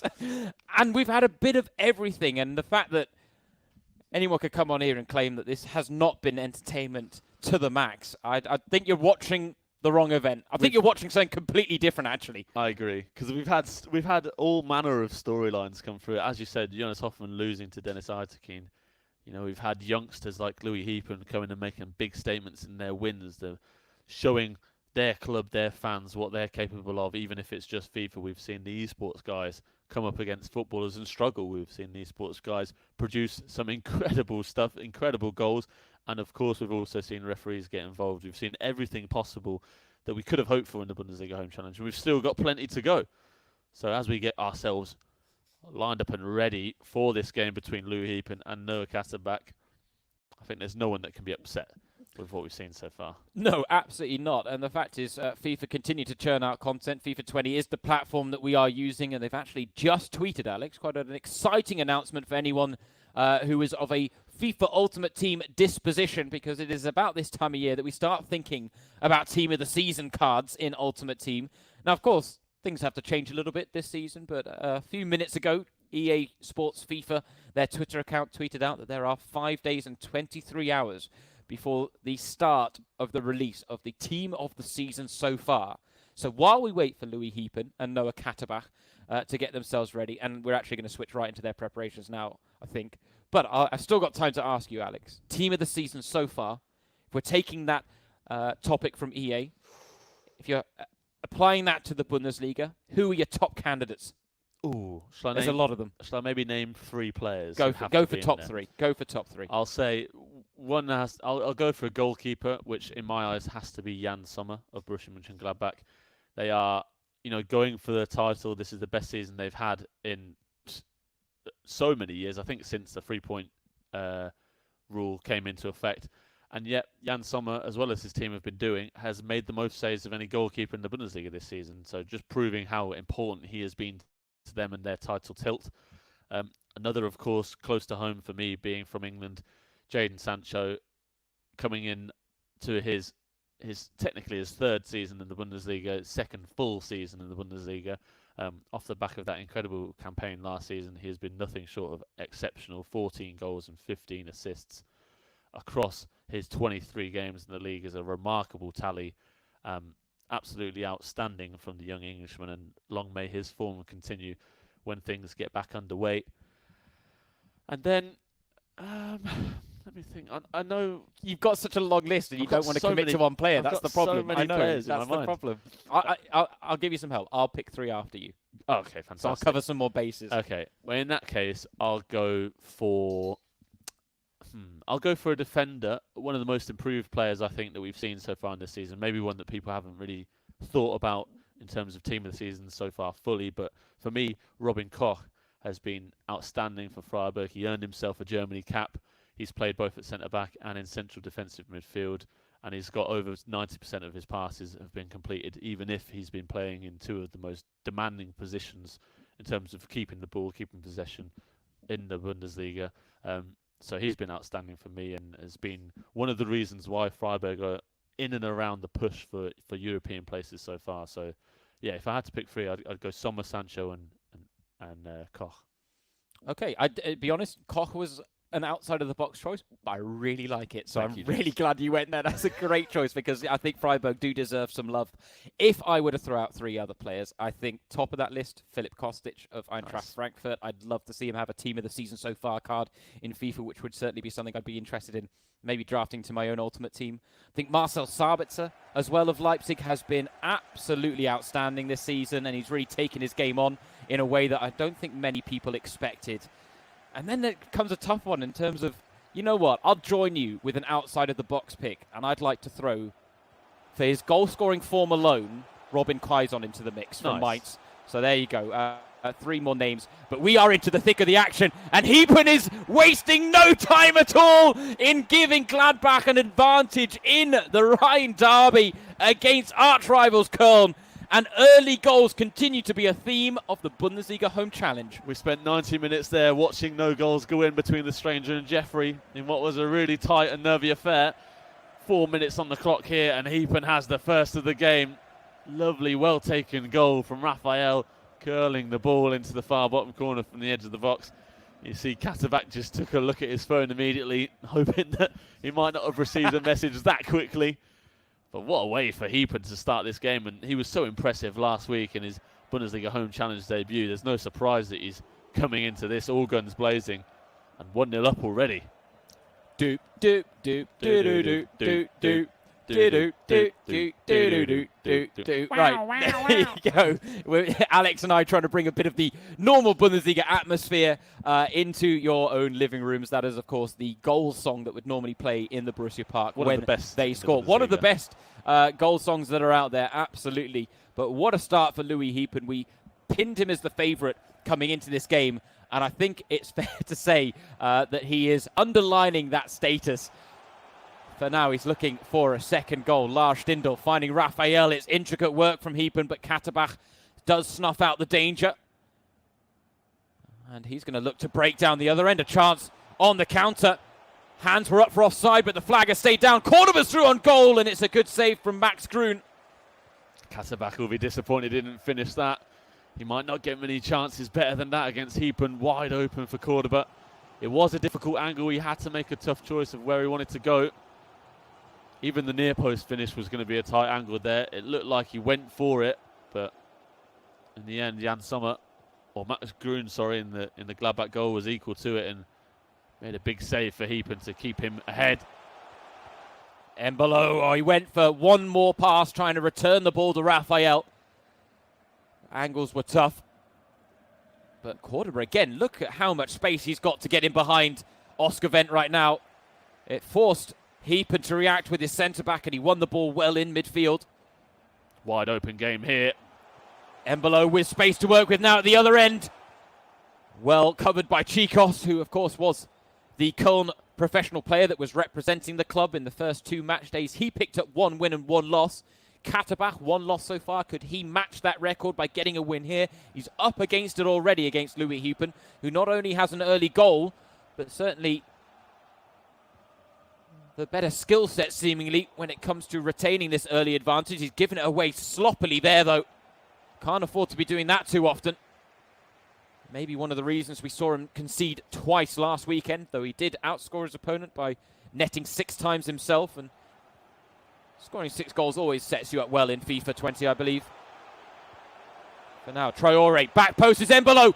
Played across goal. It's simple, but effective from Louis Hiepen. And you have to say, a lovely, lovely team goal. Absolutely outstanding from the Gladbach youngster. Just so much composure there. Just fantastic to see the level of calm in front of goal. The driven cross from right to left is fantastic, and the chance is there. The chance is gaping for a shot. First time with Embolo, I believe it was, at the back post. But he sees that he has another man across the face of goal again in wide open space, ready for a tap in. He provides him with that pass, and Hiepen goes 2 goals ahead with a beautiful goal. No answer there possible for Katterbach. Can he produce something as special as that? He's going to have to if he wants to get back into this game, because at the moment Hiepen is loving life. Yeah, Boujellab was 2 goals to the good early. I think it took Hiepen a little bit longer. But the benchmark was set by Nassim Boujellab of Schalke in that Revier derby win over Achraf Hakimi, who incidentally has actually been getting a bit of stick from some of his teammates online. Rafael Guerrero tweeting out.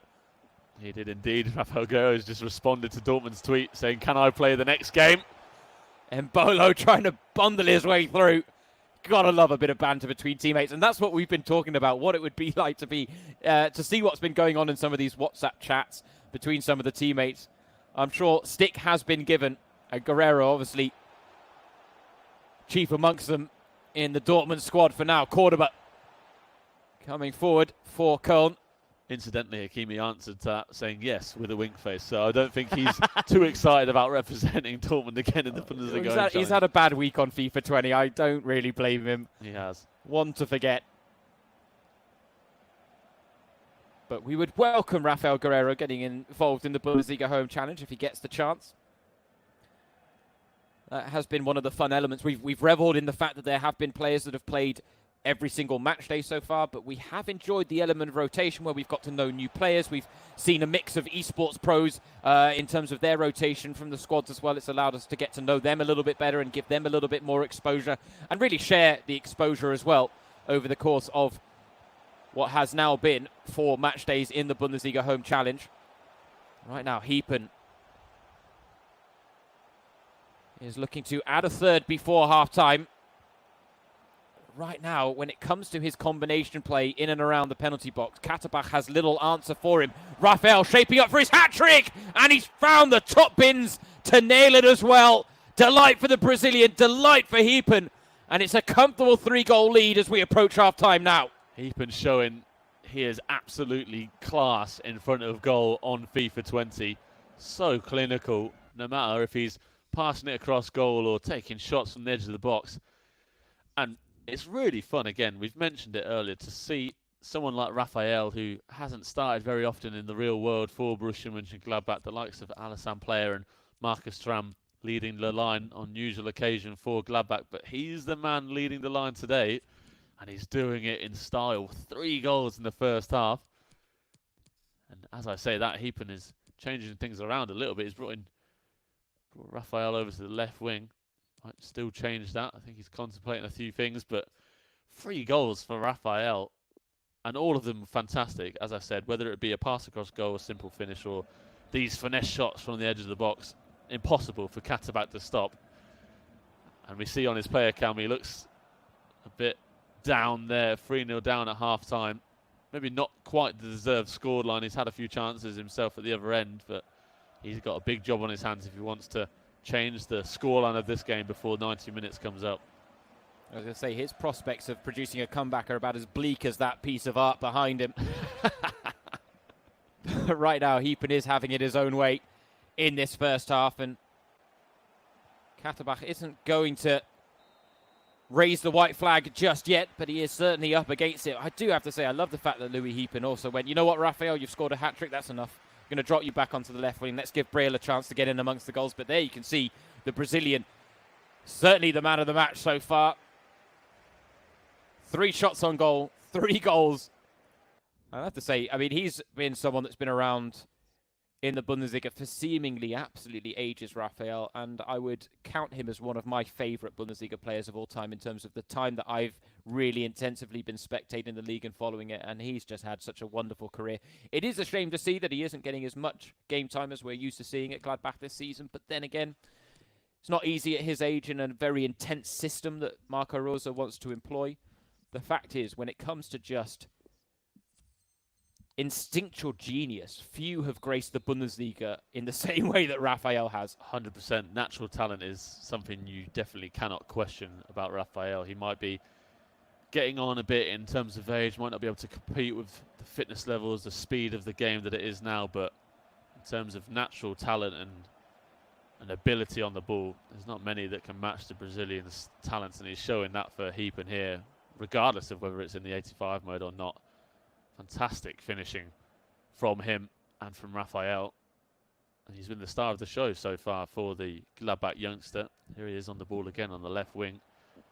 Maybe trying to get Mbolo a goal, trying to get someone else involved, get someone else on the score sheet, but it might be Raphael that dictates it all. It's interesting that he opted for Raphael in the lone striker role over Mbolo, because we've talked about the 85 mode and how physical attributes can be so key. And let's be honest, Braylen Mbolo is built like a refrigerator. Getting him off the ball in real life is so hard, and you can see there, Bornau literally had to do everything in his power to shrug him off the ball in the virtual world as well. The Swiss international. Even having Player and Thuram, who neither of those starting for Hiepen here, it's a really interesting lineup. I think it shows that he must have taken good time in practicing with this team. Maybe got a few words from Jeffrey on the good players to use, likes of Ibrahima Traore as well, who hasn't played much in real life, starting for Gladbach here as well on the ball now. It's been fun to see those guys in action.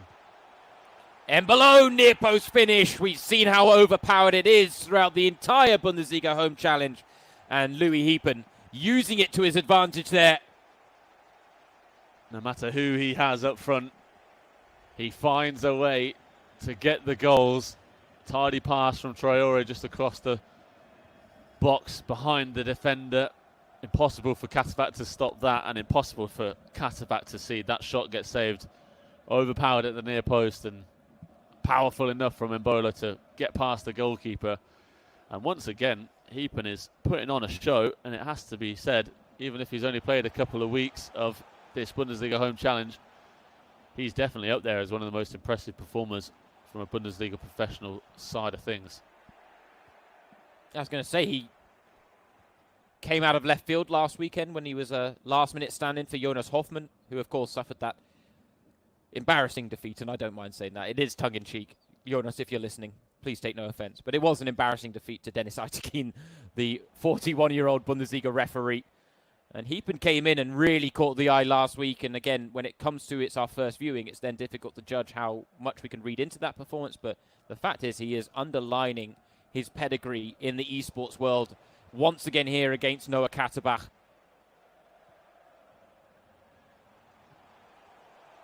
And he's coming forward again here with Traore. He's getting to the byline. It's looking dangerous.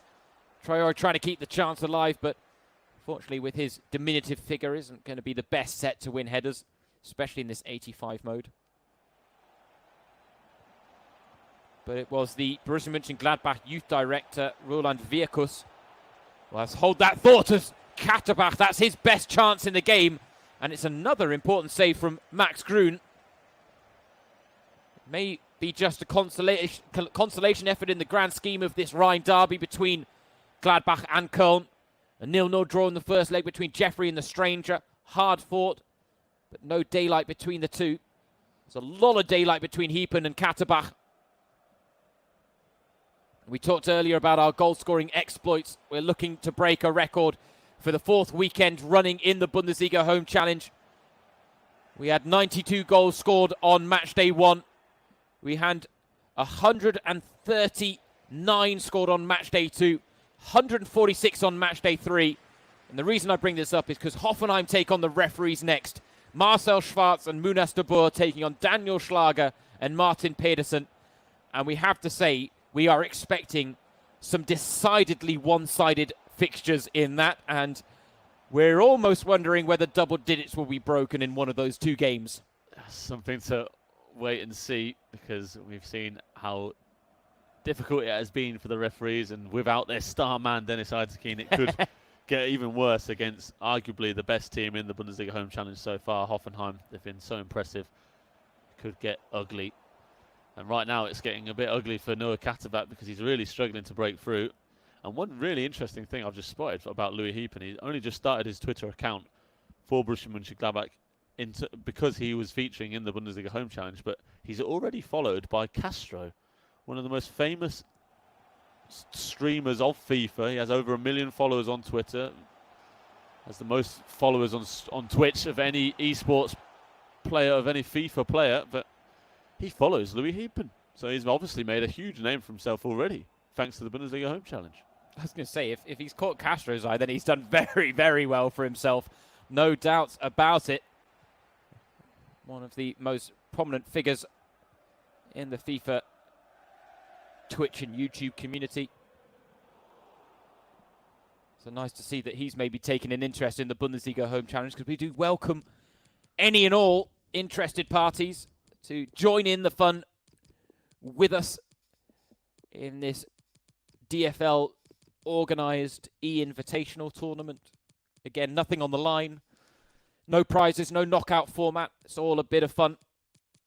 Some light-hearted relief in amongst everything that's going on with the coronavirus pandemic in terms of the restrictions it's put on everyday life in whichever respective country you come from. We hope that you guys are all staying safe and healthy.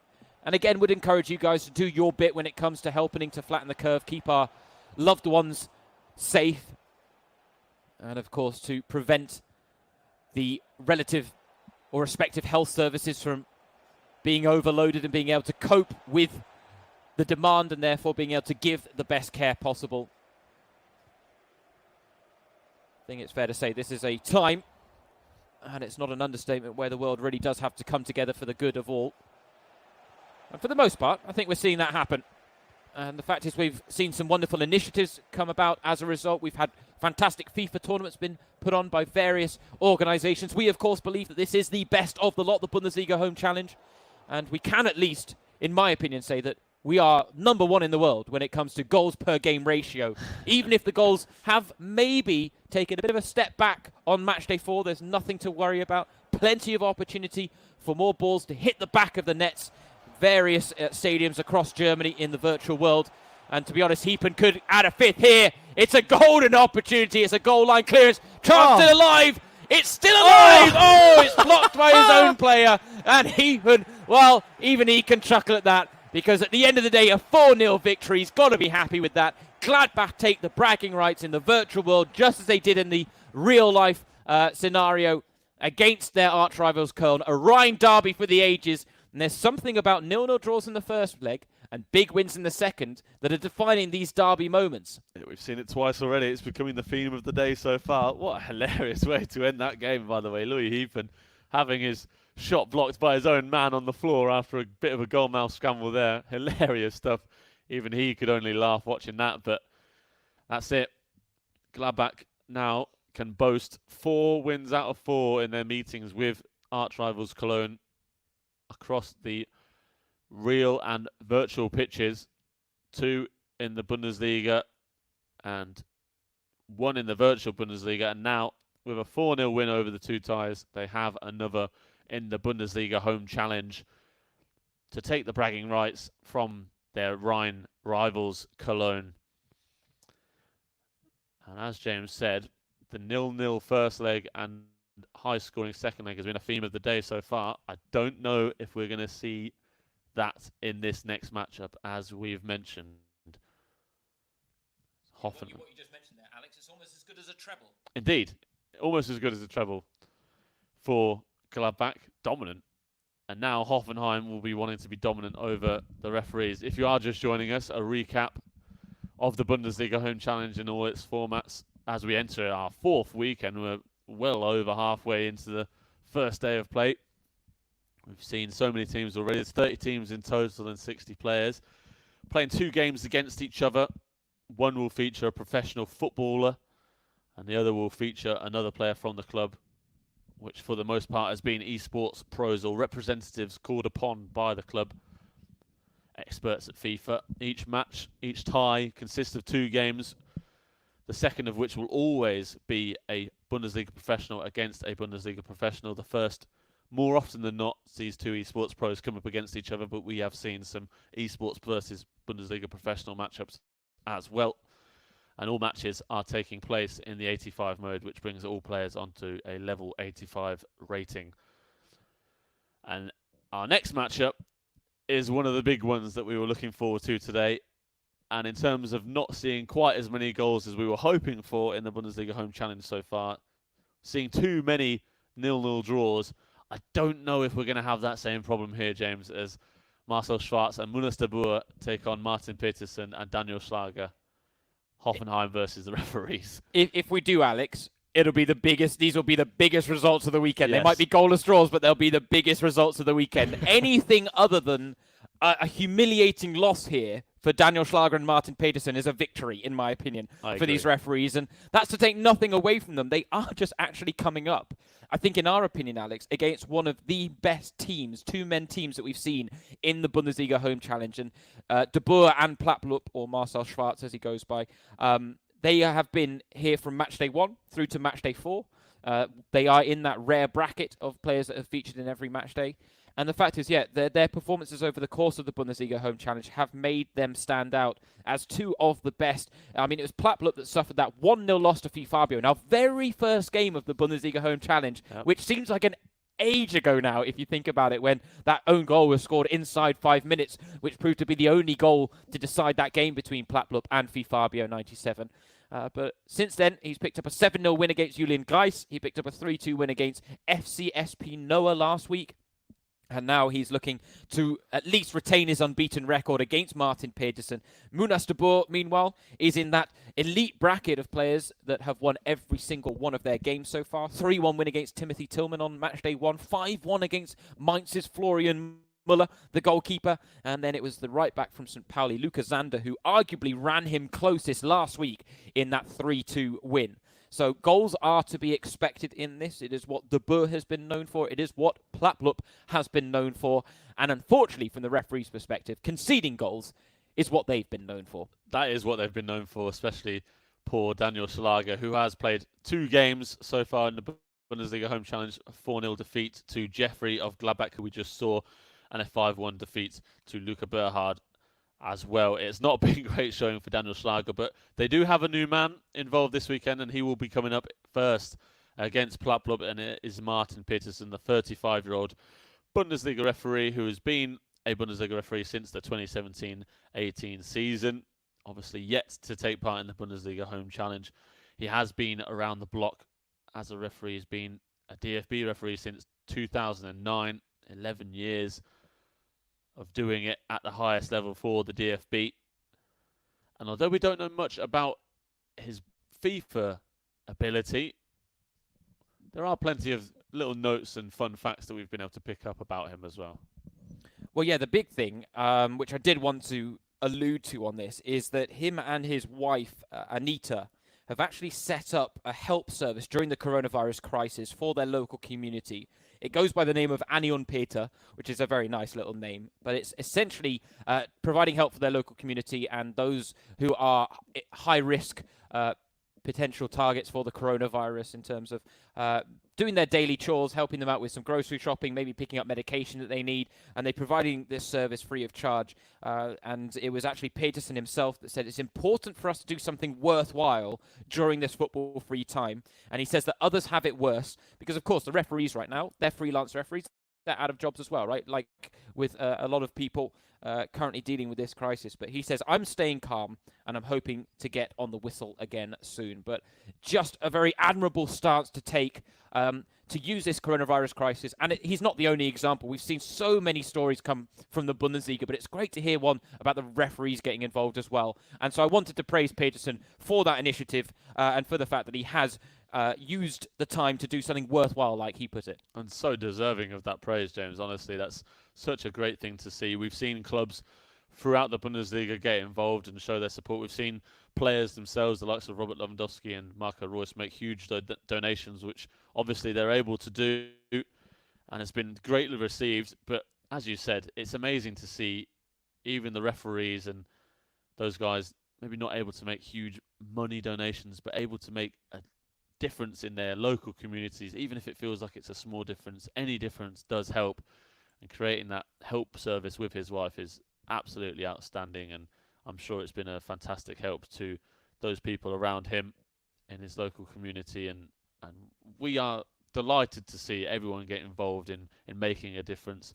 And obviously it's great to see him get called up to the Bundesliga Home Challenge and see if he's able to make a difference to the referees in this tournament. Obviously, we're not sure of his ability. We're sort of sceptical in terms of the fact that he wasn't first called upon, So Daniel Schlager and Dennis Eitekin perhaps seen as the best bets on the Bundesliga referee side of things for producing something special. Obviously, Eitekin did that in his first game against Borussia Mönchengladbach's Jonas Hoffmann, turning out with a 2-1 win, but he suffered defeat last week, and he's obviously been replaced for this weekend. And hopefully for them, Martin Peterson can be a bit of a difference maker. But it is going to be really difficult for him coming up against Plattlup, who, as we've spoken about, has been fantastic so far. He's one of the eSports pros who is not currently representing his team. He's playing for the club he supports this week in this Bundesliga Home Challenge. A season ticket holder for the last 5 years at Hoffenheim is Plattlup. He said it's special to represent the club he supports. And he got won over by the club in arguably their best era in the Bundesliga, when they were top at the halfway stage of the season. When they first came into the Bundesliga, they had the likes of Vedad Ibisevic, Demba Ba, Chinuda Abassi, and Sehad Salihovic. Those star players took them to a spot they didn't believe that they could ever get to, and then in the second half of the season it sadly faded away a little bit. But Plattlup has shown his class in the Bundesliga Home Challenge, and I'm sure if Hoffenheim are looking to make some improvements or make some developments in the esports world, then Marcel Schwarz and Munas de Boer are going to be at the forefront of that, especially considering their performances in the Bundesliga Home Challenge this weekend. And as we've said, they've been fantastic. The referees have not been so good. We're expecting this to be a very one-sided affair, but I'm very interested to see how much mercy is shown by these guys. I think that's my big question, because I think if no mercy is shown, my conservative predictions for this are that the referees lose by double digits over the two legs. Yeah. That's conservative, Alex. That is very conservative. So that's 5 goals each unanswered from De Boer and Plattlup. I have a genuine fear that it's going to be double figures in both games. I think, yeah, that's the fear. That is the fear. It depends on the level of mercy these guys are willing to provide. And that's what it comes down to. Yeah. I don't see much mercy coming from De Boer. I could see Plattblock maybe pulling back a little bit, but then again, he didn't against Julian Gleis, right? Julian Gleis, a guy playing for Mainz, he's coming from the YouTube world, the YouTube FIFA community, into the esports world, and he was out of his depth. Yeah. And Plattblock showed no mercy whatsoever. Whether that changes when you're coming up against the man in the middle, normally the figure of authority on a football pitch, or whether that actually makes you want to show less mercy, I don't know. If Hoffenheim had ever had Martin Peterson as a referee or Schlager as a referee, and there'd been a decision that had gone against them that you weren't happy with, would that motivate you more?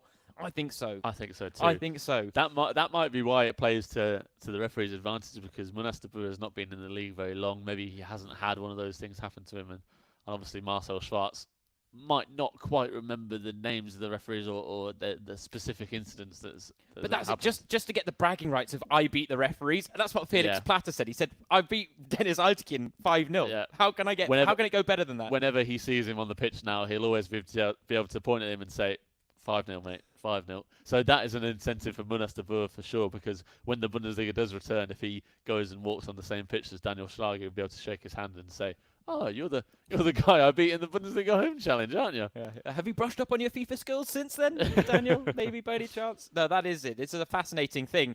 And I mean, let's be honest. I just want to give great credit to the referees for even being willing to be involved in something like this. It is so outside the norm. And Dennis Altekin was the one that was talking about it, the fact that they rarely get to do something like this and get involved in the mix of something that is casual and fun, where they don't have to be seen as these figures of authority out on the pitch. He says they rarely get to celebrate. He was talking about going out on his balcony and popping a bottle of champagne after beating Jonas Hoffmann, which if he didn't do, I'm extremely disappointed. I really hope he did do it. He even said he had to refrain from pulling off his shirt in celebration, which was in benefit of those watching from home. He didn't think that would necessarily be people that wanted to see it around about, 8:30 at night on that occasion. So could have been quite an interesting one. But the fact is, we've been able to then see the referees like we have the professional players, like we have even some of the esports players. We get to see these referees in a different context. Now, when it comes to our hopes for what they can achieve in this tie, they're minimal. They're low. I think you have to be looking at a fair few goals being scored here by both Plattblock and Monastir.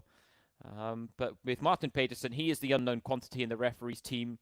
He'll be looking to pick up the mantle that was left by Dennis Altekin, picked up that 2-1 win against Jonas Hoffmann, then suffered that defeat to Felix Platter. So 1 win, 1 loss. Schlager, 2 defeats from 2.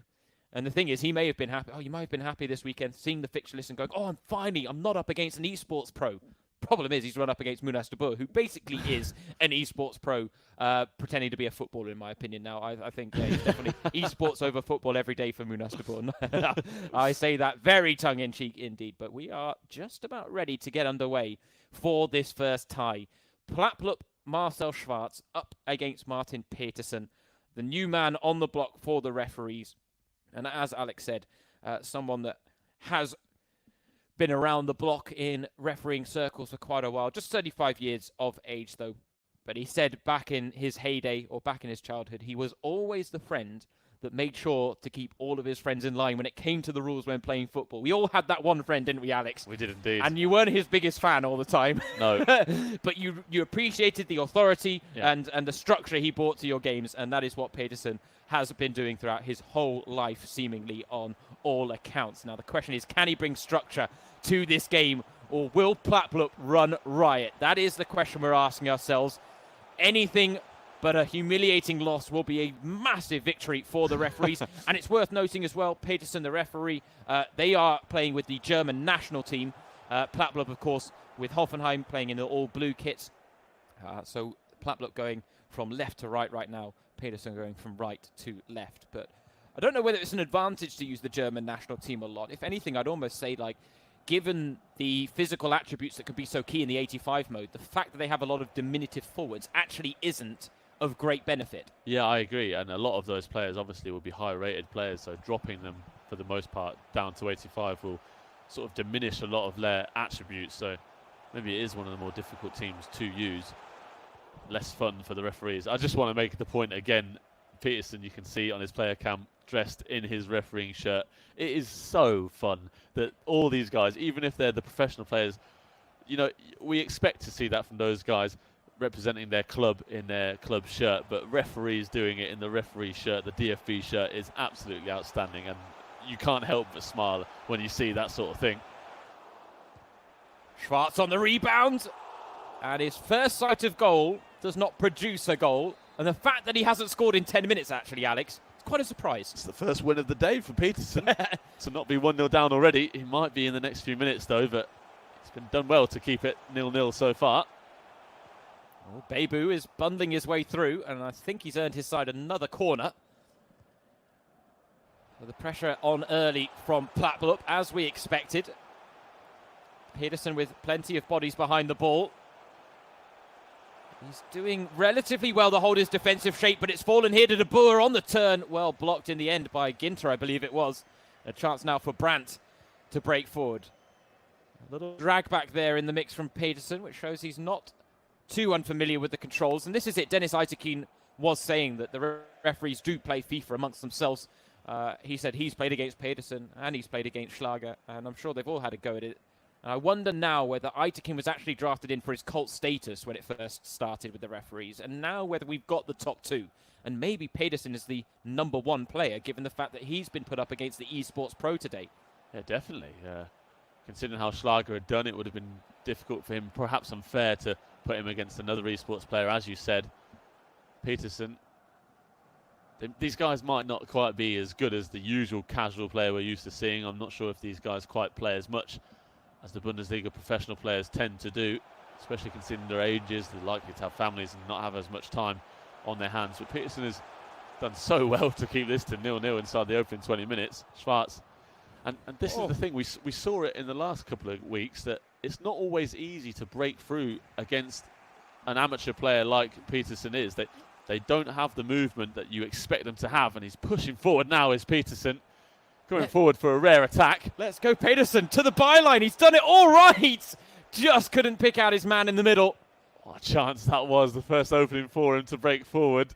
He had good numbers over there as well. It was a great chance, just couldn't pick out the pass in the box. And now he has to defend at the other end. And this is where he's got to be careful. There's space for Plattblup to exploit. What a challenge that was, though, from Jonathan Tah. And Plattblup not happy with it, Alex. He's already trying to change something up. Because at 0-0, right now, Peterson is acquitting himself very well. What can he do here with Serge Gnabry? Again, he's got to the byline. It's a great effort, and Peterson has taken the lead. Delight for the referees. It's completely against the run of play. The script is being thrown out the window. Plattblup needs a pause. Perfect start to this game, though, Alex. I can't quite believe what I've just seen, James. We're 25 minutes into this game. We have spent all of the build-up hyping up Hoffenheim, hyping up Schwarz.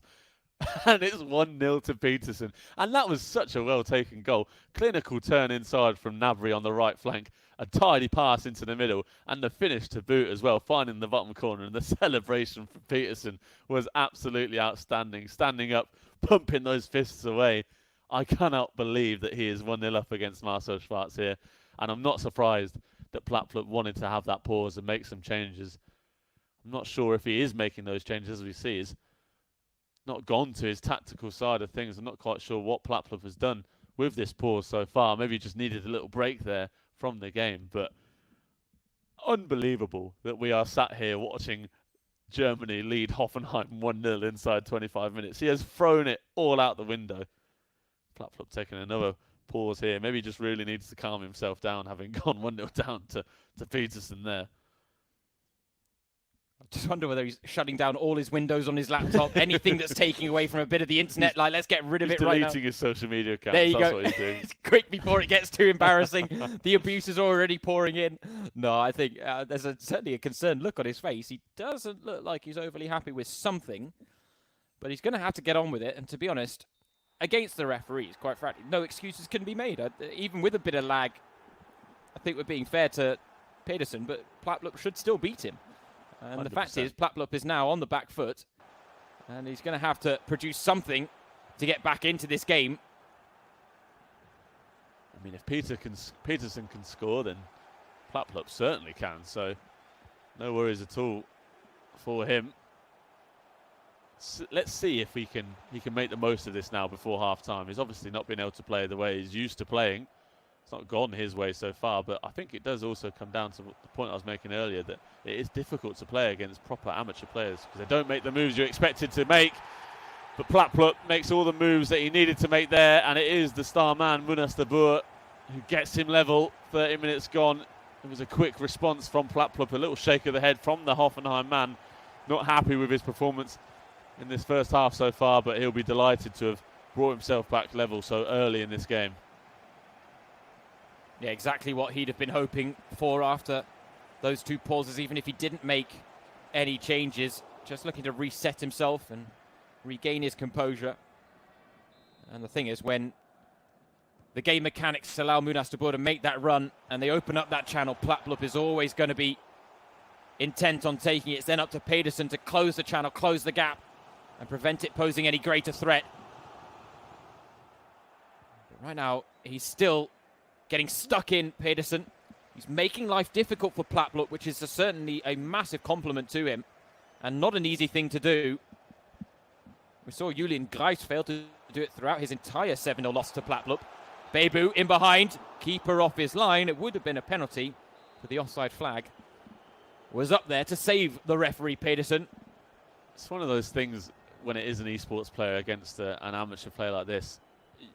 In the esports, you're making moves like these drag backs and ball rolls that you don't often see in the real world. And Peterson is definitely playing this as if he's defending with a team in a real game of Bundesliga football. He's expecting the moves that a real team would make, expecting the runs that they would make, and he's not reading the drag backs and stuff, the drag backs and ball rolls, and that's where Schwarz can get the open space like he is doing now and can take himself into the lead before the break. A tidy finish from Plapplup to go ahead, and it is those drag backs and ball rolls that earn him that space.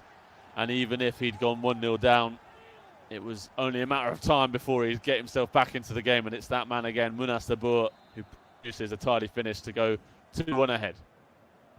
Yeah, you just wonder now whether Pedersen scoring that opening goal may have actually Poked the bear, worked against him. We see it happen time and time again in the Bundesliga when, well, especially with Bayern, I should say, when they concede the first goal and all of a sudden the opponents somehow have managed to unleash a monster. And Plapplup now in the lead for the first time, starting to meet those pre-match expectations, but that's a poor pass out from the back. A chance for Royce to equalise. Royce on the follow-up, it's off the post, but Werner, surely it's 2-2 again, and Pedersen has equalised with Julian Brandt. The script has not been written yet on this game between Hoffenheim and the referees. Absolutely remarkable. The fact that he scored one goal was enough, but to say Peterson has scored twice in this first half is absolutely beyond words.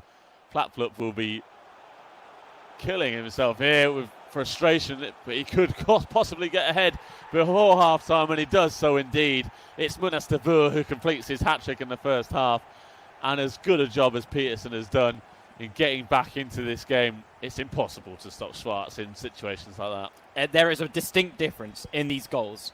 Pedersen is having to work his backside off to score.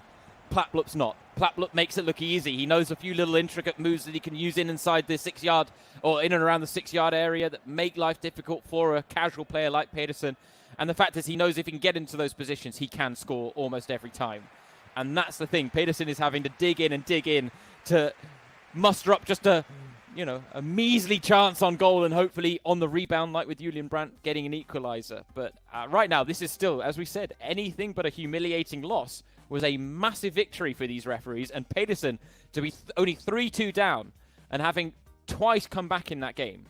It's very impressive. It's very impressive indeed, and I think you can see he was just having a word with someone off to the side of his screen on the player cam, maybe a family member handing him support. We heard Eitekin got support in the weeks leading up to his game from his 12-year-old son.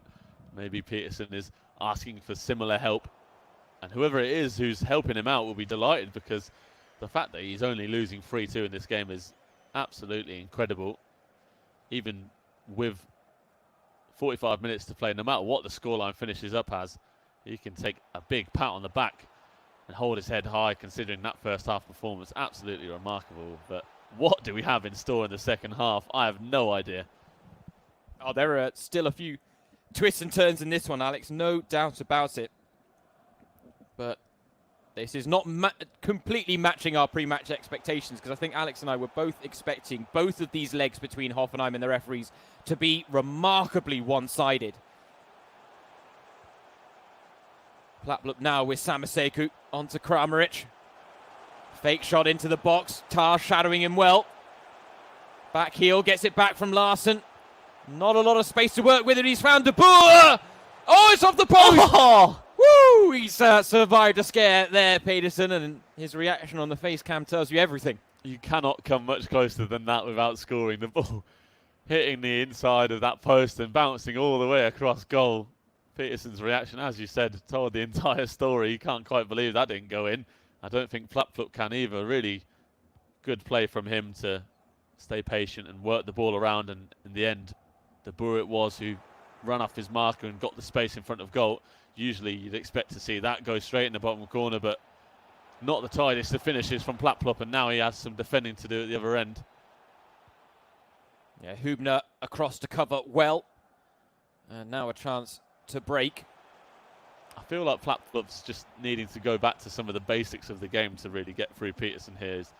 The dragbacks are working well, but Petersen's clearly a bit more of an amateur of a game, and Plapplup as well is struggling because he's not getting the response from his opponent that he's used to getting. You know, he's not playing against an eSports player who gives him that tough challenge and that makes him work for all the passing movements through midfield and into attack. It's a lot easier for Plapplup, but he's making itself harder because he's not expected to get openings like this as he wins the ball back in a good position. And now De Boer has the chance to shoot, but he doesn't take it. And Petersen gets across well. I don't want to draw too many conclusions, but I have a feeling the connectivity and the lag is maybe saving Petersen on occasion here. And that shot, or the chance for De Boer to have a shot there, which would have been his fourth goal of the game, I think showed everything, because Plapplup had clearly hit the button, was then frustrated that the action didn't follow. Of course, Pedersen did do well to defend, but I think there is an element of lag that is causing a few issues. And of course, that is going to be part of this, ladies and gents. Of course, this is being beamed all across Germany. Connections are going left, right, and centre, east, west, north, south. And so there are going to be some connectivity issues in the mix as well. Ooh, that was a risky challenge in the box, right on the edge of the area. I wonder whether Pedersen would have been blowing up for that himself. I was going to say, I wonder if he's Where's calling for a penalty himself. Where's the whistle, ref? I would have loved that if he just pulled out a whistle and started blowing the whistle there. Would have been just as good as Salzor's foam finger for Wolfsburg. We still haven't seen that topped. And unfortunately, Salzor only made one appearance, so we didn't get to see the foam finger make a second appearance in the Bundesliga Home Challenge. Just the one goal he scored and brought it out for. And that will be what we have to settle for now. Now Plapplup trying to bring the ball through midfield. Germany's midfield non-existent there. It's almost a 5-on-5 here. He's found Florian Grilic. Gets it to Kramaric. Fine finish from Plapplup. Makes it 4. And that should put the game beyond reach for Pedersen. He gives the thumbs up to the camera. Nothing really he could do about there. He just couldn't get touch tight. I was just going to say, nothing he could have done about that. Just really tidy from Plapplup, making all the passes and moves that he needed to make to open up the space. Very hard for Petersen to track there. Schwarz making his life difficult, and he, of course, will not be happy with how this game has gone, even if he's winning 4-2. Maybe he can make it 5 here with De Boer. He can indeed. It's number 4 for De Boer and number 5 for Marcel Schwarz. And credit to him, Petersen is able to crack a smile and laugh away. He's done a fantastic job to even bring this game to being 2-2 at one stage. And now at 5-2, the game is beyond him, and with 15 minutes to go, it's about trying to make sure he doesn't concede too many more goals. Damage limitation now for Petersen. Absolutely. I haven't been able to nail down how old Plapplup is, but if I'm guessing, he's at least 10 years younger than 35-year-old Pedersen. So he's got a 10-year advantage at least on his opponent. And unfortunately, this is what we've seen. There's been good effort. We saw it from Schlager as well, but then a couple of goals conceded and they kind of tend to collapse because they don't know how to react to the in-game situations, whereas Plapplup and these esports pros do, as he goes for a very Fanciful finish there. Kramaric with the back heel trying to pick out a teammate. Can Peterson maybe get one more goal as he brings the ball forward now on the break? That would be something. The highest scoring referee, Aytekin, scored twice in his win over Hoffmann. No referee has scored more than twice. And he's got 10 minutes to maybe grab a third here, Peterson. But that's lovely slick play from Plaplup to release Kramaric in behind. De Boer, edge of the area, loitering. Gets the cut back. One more on to Larsen. One more perhaps for Samaseku, but the pass couldn't be squeezed through by Jakob Brun Larsen, the man signed for Borussia Dortmund in the winter by Hoffenheim.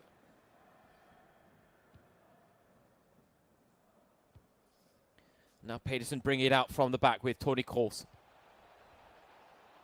Again, nice one-touch passing. Brandt, that's a nice ball in behind for Marco Reus. He's got space to work with here. Drag back one, drag back two, runs into trouble, but keeps the chance alive for now. Back with Reus. Werner. Gundogan.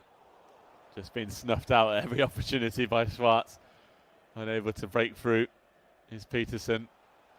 And now Plaplup going for more goals on the counter-attack. Looks like that's going to be offside though on De Boer, and it is. And Peterson puts up the flag. He knows as well. Even the referees appeal on an offside. I love that. You've got to respect what Peterson and Schlager and Aytekin have done in this Bundesliga Home Challenge competition. But right now, I think it's fair to say Peterson, of the three, has given the best account of himself on FIFA 20. And now I'm almost questioning why he wasn't involved sooner, Alex, for the referees, because of how well he has acquitted himself so far. May just have to survive one last onslaught in the dying seconds of injury time here. Munas De Boer. Kramaric. De Boer's in the middle. So too is Samaseku. Samaseku! It's number 6 for Hoffenheim. It's number 6 for Plaplup. And in the end, after falling behind early, it has been a convincing victory for the eSports Pro over referee Peterson. He made life difficult for himself in the first half, but the second half has been quite the opposite. Goals galore for Plaplup, and in the end, a convincing 6-2 win. A yellow card is shown by Peterson. Absolutely outstanding. He gives Marcel Schwarz the yellow card. The first Bundesliga player in the Bundesliga Home Challenge to receive a booking off the virtual pitch. Incredible scenes there. You love to see it. I don't know, would it have taken a 5-goal margin for the red card maybe? If 4 goals margin was a yellow. But that's it. I want to say my pre-match expectations were anything less than a defeat by a 5-goal margin or less. Yeah. Was going to be a win in the books for the referees. And I think Martin Peterson, he may have been a little upset with the way that transpired and the margin of victory. But he could take great credit for what he put on show there. And he set the store well for the second fixture. The joint highest scoring referee with Dennis Aytekin, now Martin Peterson as well, with those 2 goals in a 6-2 loss to Plaplup. And in the end, I think I'm glad it wasn't as one-sided as we were expecting it, Alex. Yeah, I'm glad as well, because as much as it would have been expected, it wouldn't have been nice to see the referees get torn apart as much. Again, it might happen here as Munas De Boer and Daniel Schlager prepared to go head-to-head. Daniel Schlager, of course, not had the greatest of times in the Bundesliga Home Challenge so far, and now he's coming up against Munas De Boer, who's been one of the stars of the show in the Bundesliga Home Challenge. And it's going to be difficult for him to match the Hoffenheim striker. Have to be able to see what he can produce in what will be his third outing in the Bundesliga Home Challenge. He did find the net against Luca Berhard last time out, but didn't do so against Jeffrey in his first game. And it will be very interesting to see if he can get as many goals as Martin Peterson did there. I highly doubt it, to be honest. I think as much as we were given an unexpected result there between Marcel Schwarz and Martin Peterson, I'm not expecting to see the same thing between Munas De Boer and Daniel Schlager. For some reason, I think De Boer's, not going to let the occasion get the best of him here.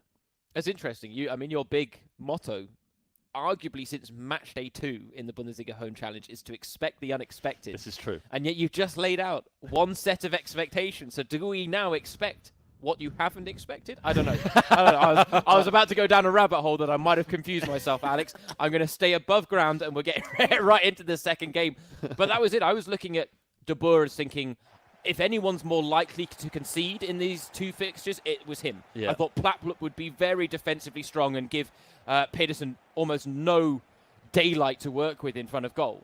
And yet it's Pedersen who's grabbed 2 goals. And now we'll wait to see whether De Boer can follow that up, because he has conceded in the Bundesliga Home Challenge, but he's looked so good going forward that it makes life difficult for opponents as he gets the first shot off with Kramaric. And there was a good block there by Schlager, who had his man in the right place at the right time. And I think not conceding early is going to be very key here. 100%, because Schlager, obviously, as we've seen, going 1 or 2 goals behind can knock your confidence out totally, and especially if that happens early, it's going to be a long afternoon for you. It could be an early goal here for De Boer as he comes forward with Kramaric. Block, though, from the Germany defence in the end. Yeah, but immediately there you saw when De Boer won the ball high up the pitch, Schlager's defence looked a lot more open and a lot more vulnerable than we saw Petersen's throughout that whole 90 minutes against Plapplup, even when he was conceding. But here is Schlager, through on goal. Oh, what's he done? Where are you going, Daniel? Oh, no. Oh, no. Go towards goal. Don't try and cut onto your favoured foot. That's a categorical error in FIFA. He had so much time and space ahead of him, James. All he had to do was shoot at that near post, but for some reason he went to turn onto his right foot. Bless him, Daniel Schlager. I love that. I'm through on goal. I want to beat 2 more defenders before I score. He just wanted to rub it in the face of Minister Boer. Well, of course, he's seen Pedersen set the bar now. He's like, I've got to pull out all the stops. So a simple goal is not enough. But he may regret not having a more clinical edge there as De Boer comes forward with Bebu. Again, Jonathan Tah. Such an imperious defender at the back in this 85 mode, given both his height, speed, and the length of those legs that he can stretch out when sprinting. So now Schlager combining well with Klosterman, but his pass out for a throw. Early signs, though, that Schlager's doing well getting forward, and when he's had possession, he's not scared about pushing the ball forward. Not frightened by the quality of De Boer, and there he gets a nice interception in a good area. Can he make the most of it here? Good passing coming forward, but De Boer's defence equal to it. And again, a few wayward passes coming from Munas De Boer here. Can Schlager make the most of it? Gets a shot away there, but it is blocked. Defensive struggles for De Boer. I don't know what it is about these referees, but they seem to be making life difficult for the best of the esports world. I was about to say, Alex, the referees are showing up on Matchday 4, and I know Dennis Uitingen got that win against Jonas Hoffmann, but we took that with a pinch of salt, given the fact that Hoffmann himself admits that he's not the biggest FIFA player and hadn't picked up the FIFA controllers a long time. But there's something about them. I wonder whether it's the we've got nothing to lose attitude, so we can really just take it to them and see what happens and see if we can cause them a few problems. But this Germany side, we talked about whether it was at a disadvantage, seems to actually be working quite well for them. It's good balance for these casual players. But right now, De Boer is still on the front foot and knocking on the door of that opening goal. Kramaric, again, just can't get the shot off quick enough. That's it. He's not able to get the space in the Germany box that he wants to have to try and get those shots away. Bit of frustration for him. Not able to get the passing and moving going. Might have a chance here, but no, it's cleared away again. And it might also come down to a mindset. De Boer knows he's playing against a referee here who's definitely not an expert at the FIFA game. He might think it's going to be too easy for him, so he doesn't have to try and do his usual tricks, his usual flicks and back heels and drag backs to open up space. He's trying to just do the basic things, and it leads to good opportunities for Schlager to cut it out, which he's been able to do superbly in these opening half an hour or so. Lovely play from Schlager. He just needed that one more pass to come early. Instead, he dragged himself out wide, and that ultimately stops him in his tracks just as he was looking to pose a threat. Ooh, good sliding challenge there as well. But you are right, Alex. It's certainly been a facet of some of these games. We've mentioned it a couple of times already, but this is a chance for De Boer, and what a save from Neuer. Well, the offside flag was up, anyway. But it's these casual players going up against the likes of De Boer. And De Boer, he's a regular in FIFA Ultimate Team playing the Weekend League. He is used to playing at a very different level with very different players with his Ultimate Team where, he's got his 99 pro card and whatnot to work with, as well as 5-star skill moves and things like that as he comes forward with Kramaric. Well, 5-star skill moves or not, that was a 5-star finish from Munas De Boer and Andre Kramaric to open the scoring. A bolt from the blue for Hoffenheim, but it had been coming. And he's not even interested in seeing a replay at all there, not even interested in celebrating. Munas De Boer is here to score goals. Took him a while to get the first, but it came in style there. Superb finish at the near post from Andre Kramaric, who has been another of the stars of the show for Hoffenheim in the Bundesliga Home Challenge on the virtual pitch. De Boer won't be happy it's taken this long for him to open the scoring, and he'll be wanting to make sure it's not the only goal he scores in this game as he continues to pour men forward now. Now the deadlock is broken now. He would like to really capitalise and push the advantage as he's looking to do here. It's another good save from Neuer. Not the best shot there from Munas De Boer. Schalke can hold this to 1-0 at the break and maybe even get himself a goal here. Gnabry bursting through on goal! Tight angle. And an important save there from Oliver Baumann. He's had so many more chances than I thought he would have in the entire game already. But at the other end, De Boer twisting, turning, and he cannot beat Manuel Neuer. He's done it twice already in his Bundesliga career since joining Hoffenheim. He scored twice in the DFB Pokal tie between Hoffenheim and Bayern, which Bayern did emerge victorious from. But right now, Manuel Neuer proving unbeatable between the sticks. De Boer just struggling to really get the chances open. Another one here for Waldschmidt. And Schalke just can't get away from the defence. He's done so well to get forward on this many occasions as the half-time whistle blows. To only be 1-0 down to Munas De Boer, credit where it is due to Daniel Schlager. This has been a fantastic improvement from him. And De Boer will be very frustrated with the scoreline so far. Yeah, I'd go as far as saying this is the biggest surprise of the day so far, actually. Given agree. The way the referees have shown up on Matchday 4, and they've really got a bit about their game now, and they're making life very difficult. The 6-2 victory for Plapplup against Martin Pedersen, for me, doesn't really tell the story of the whole game.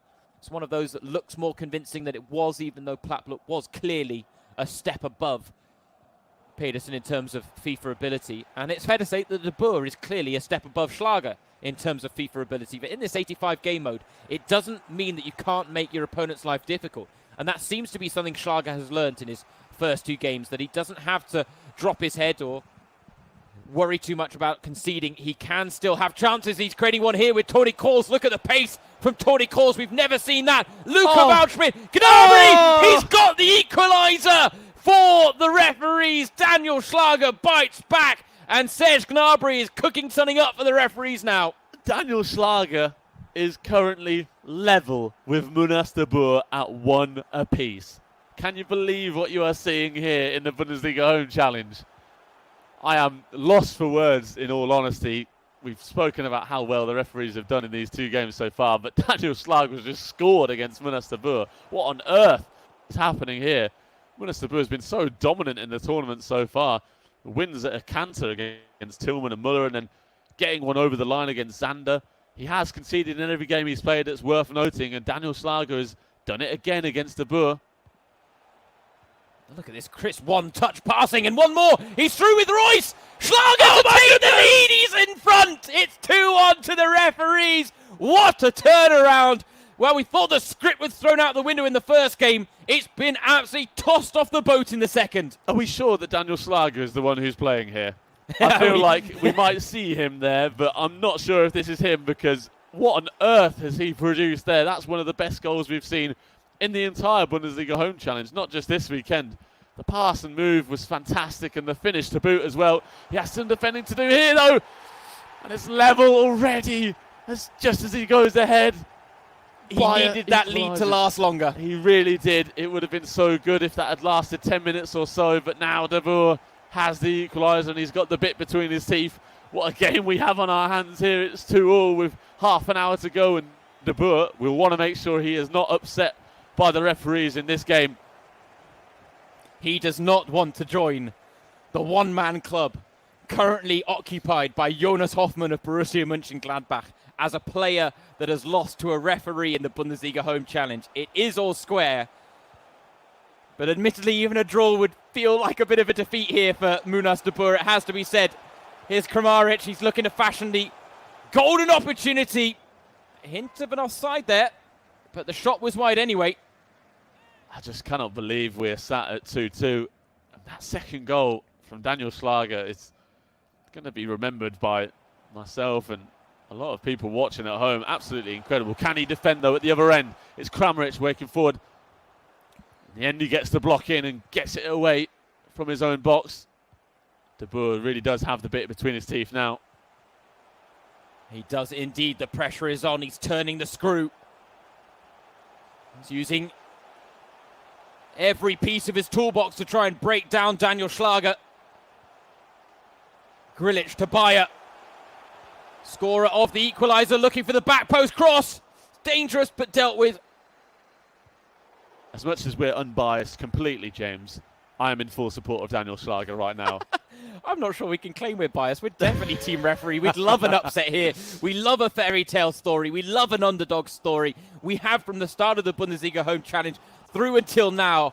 And there's no disrespect meant to Hoffenheim or Munas de Boer, but what a story it would be for Schlager to pick up a positive result here and maybe even snatch a win. That would be headline-grabbing stuff. De Boer, though, with a chance here. Gets the shot off, and again it's a near-post finish. Schlager looked to have the angles covered with his defender, but Munas de Boer finds the gap, spots the gap, picks out the gap, and that is a 3-2 lead now. It's just that knowledge of knowing that the near post is always an open avenue, no matter how tight the situation looks, and De Boer knew that there. Found the top corner superbly. He's looking again here. Neuer gets out well, though. And De Boer going ahead with 15 minutes to play. I don't know if that's all hope lost for Daniel Schlager. It would be a huge task for him to go and get another goal here. He just needs to keep his composure, and we saw a very rushed throw out from the back from Manuel Neuer there, and that a rushed long ball. Composure, he's still got time, and this is where Munas de Boer will understand that. Schlager will start panicking with every minute that ticks by, and they tick by quickly in FIFA, a lot quicker than in real life. Right now, he's got to prevent falling further behind.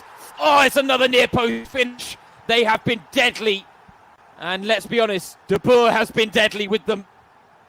We saw last week it took him a while to get going against Lucas Zander. He'd had such a slow start. It's a slow start again here for De Boer, but in the end, he's coming good. Really slick play, though. Daniel Schlager, though, is not having any trouble getting forward either. Well cut out by De Boer. Just knowing how to use the near-post finish as well. It's just the only reason, really, he's been able to find the back of the net with those two goals. They were really tight chances, not easy ones at all, but he produced really fantastic finishes to get himself those two goals, and now with less than 5 minutes to play, De Boer looks to have wrapped up the win. Here he comes forward with himself, teeing up Bayer. Oh, he's gone for the dirty finish there, and I'm almost glad that karma worked against him. That's not how I want Daniel Schlager to go out on his sword in this game, because he has deserved so much more. 2 goals behind. The referee's heading towards a 3rd straight loss in the Bundesliga Home Challenge on aggregate. No real surprises there, but can Schlager get one more? Serge Gnabry has acres of space ahead of him, but the referee has pulled it back for a foul, Alex. He has indeed. I guess he assumed that advantage wasn't to be played there after that first touch from Gnabry, trying to get away from the Hoffenheim defence. Can we see one last chance for Schlager? Can we see another goal? 3 against De Boer would be ridiculous. His chance might have gone there. That could be that, and that is that. Well, in the end, it's a 10-4 aggregate win for Hoffenheim. But I would say, Alex, the big winners across that tie were without a doubt the referees, Martin Pedersen, Daniel Schlager, stepping up to the mark in a way we haven't seen the referees do in the Bundesliga Home Challenge. And that, by all accounts, was not a humiliating victory for either. Not at all. Hold your heads high, Bundesliga referees. Hoffenheim have conceded 2 goals against Greuther Fürth. They conceded 1 against Mainz across 2 ties, and they conceded 4 against St. Pauli as well. And they have just conceded 4 against the referees in Matchday 4 of the Bundesliga Home Challenge. Honestly, an incredible achievement from the referees to have scored 2 goals in each game. Can't take anything away from there. We expected so much worse. We expected big wins. We saw a couple of good wins from Hoffenheim in the end, but those scorelines in no way reflect how those games went. It was such a couple of close games throughout the 90 minutes there, and Daniel Schlager and Martin Peterson, respect to you both, fantastic shows put on by those referees. And again, I'm proven wrong. Expect the unexpected in the Bundesliga Home Challenge. Yeah, it's as if to prove the point that we've been making, but again, to also underline just what is so and what has been so fantastic about this Bundesliga Home Challenge. The colliding of worlds that normally wouldn't collide, especially in this type of arena. And the fact is, we have seen the referees grow in stature, and that was thrilling. And this is it. You may be sitting at home wondering why we're getting so excited about the fact that referees only lost 10-4. But come on, ladies and gents. These are referees. These are over 30s who do not have as much experience on console games. They do not spend as much time on FIFA as some of their counterparts. And they have still managed to grab headlines in their own unique way in the Bundesliga Home Challenge. And for that, we are extremely grateful for them, because that is why we were so delighted to have them involved in the Bundesliga Home Challenge. It was that first fixture list on Matchday 2 where they popped up and we went, Alex, have I read this correctly? Dennis Eitekin is playing FIFA.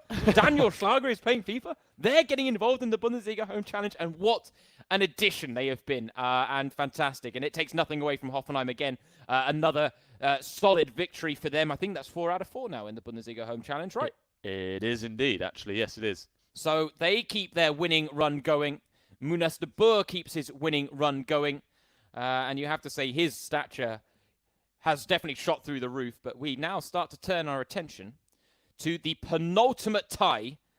At least, I will say this, at least Hoffenheim and the referees didn't disappoint in the goal-scoring stakes. They definitely held up their end of the bargain there, and we're hoping that Bochum and Bayer Leverkusen can pick up the baton and continue that goal-scoring form, because it is the penultimate tie of this Saturday action on Matchday 4 of the Bundesliga Home Challenge.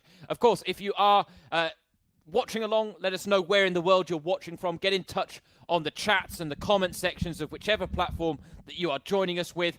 We are delighted to have you with us from whichever corner of the world you are joining. We've had people from Panama, Mexico, Las Vegas, Dubai, South Africa. We've had all corners of the world, and we are so happy that you are here to take part in the action with us. Let us know which player has impressed you the most. Who was the big shock? What did you think of what the referees just managed to achieve? Because we're quite flabbergasted in the best possible way. And I think you should be too, given the fact that the referees really should have had absolutely no chance in those games against the Hoffenheim pros, Marcel Schwarz and Munas de Boer. But in this one, Bochum against Leverkusen, our penultimate tie, we could have quite a very evenly matched affair. Gianluca Bass, or Bassinho as he is known in virtual Bundesliga circuits, taking on one of the OGs in the FIFA world when it comes to competitive action in Germany. That is Kai Dettovoll. He brings with him a wealth of experience, the 31-year-old. And he's had a couple of good results in the Bundesliga Home Challenge. His fixture last weekend was certainly one that stood out. A 4-3 victory against Stuttgart's eSports pro Nick Luggi. And he's going to have a big test on his hand up against Bassinho in the second game. Ulrich Bappo looking to build on his victory over Noah Katterbach. A 4-2 win last time out against Köln. And it's interesting to see, after joining us on Matchday 1 for the Bundesliga Home Challenge, we've seen Wendell and Nadim Amiri suffer greatly at the hands of the Bundesliga Home Challenge. And that means that we've got Adrian Stanilovic back in the mix for Bayer Leverkusen. So nice to see him back. And we'll look to see whether he can maybe improve upon his defeat on Matchday 1, which came up against Darmstadt and Felix Platter, a 3-2 loss. But arguably, of the 3 Bayer Leverkusen players we've seen, he certainly gave the best account of himself, and that might be why he has returned, Alex. Indeed, I totally agree. Considering the results that Amiri and Vendel suffered, his 3-2 loss against Felix Platter really doesn't look that bad. So he's called upon once again here. And firstly, coming up with this this tie between Basinho and Detto, this is probably one of the esports games I've been most looking forward to in the entire Bundesliga Home Challenge. Both of these guys have had such mixed results in the weekend so far. You mentioned Detto's results as well. That game against Nick Lugi last week was absolutely outstanding, one of the most entertaining we've seen so far. Detto getting himself a 4-3 win right at the end. And Basinho as well has had such a mixed bag of things. Obviously, last week as well, getting that win over the Stranger in what was a really tight game as well, having been defeated by Julius Carden in his first weekend. Both of these guys, really mixed results. Both have suffered defeats. Both have got really good wins. Both these guys, as well as being young in terms of Basinho, he's also very experienced, one of the elite players in the esports world of Germany. And Detto as well, as James mentioned, one of the most experienced guys we have in the esports world. So I'm really excited to see how this game goes. Both these guys know what they're doing. They're at the peak of their powers, and both will be wanting to make sure that they provide yet another really entertaining affair, because that's what these guys have done in all their fixtures so far. They've been really entertaining games, from Detto's 1-0 defeat to Gottsri, which was a really surprising affair to see Darmstadt's Gottsri produce that sort of performance, to Basinho's win over the Strangers last week. Every performance these guys have put in so far has been entertaining throughout, and that's why I'm really looking forward to this one, to see exactly what comes now. Obviously, I might have just cursed the entire thing and we'll see a low-scoring affair, but if the Bundesliga Home Challenge has anything to prove and anything to go by, it's that goals are always going to be around, and the entertaining performances are always going to be around as well. Yeah, absolutely. But ladies and gents, you now know who to blame if this game does end goalless. His name is Alex Chaffer, my co-host. You can send all your vitriol towards him on Twitter, Instagram, whichever platform you want to choose. Now, just absolutely kidding. No. It's available. That's fine. I'll take the abuse. Okay, there you go. Yeah, you heard it here first, ladies and gents. But no, I think your pre-match assessments are very accurate, and it's definitely what we have seen. And this is it. We talked about the different results that Detto and Basinho have suffered. We talk about this spectrum of skill levels, but also the point I want to keep ramming home is just this spectrum and the range of different FIFA experiences we've had from game to game to game. Everyone has a different storyline, talking points, characteristics, all of it. And it's just absolutely fascinating to see how this crossover event really has given us that full spectrum of experiences in FIFA. And you've had Guy Detto suffering agonizing losses or picking up dramatic victories. You've had Basinho suffering that upset. His reputation at one point was on the line in this competition, and we were wondering how he was going to respond, and he responded in quite an emphatic way last weekend to pick up his first victory, and he's looking to build on that now against Kai Detto, a two-time world champion in 2011 and 2012. He was the PlayStation World Champion in 2017, and he's a three-time German champ all-time. So his track record speaks for itself, and he's looking to defend here with Basinho trying to get forward. It's found Bappo on the edge of the area. Cheeky back heel, no offside flag, and it's a near post finish for Basinho, and an early breakthrough. Wir brauchen Bass. Bass, wir brauchen Bass. That's what the song that was inspired by Bastos, but I'm now giving it to Basinho. It's his anthem now, in my opinion. And what a start he's just made, Alex. What a stunning way to go ahead. As we said, we know how overpowered the near post is, but that pass, the assist for that goal was fantastic. Detto had no idea it was coming, and neither did I.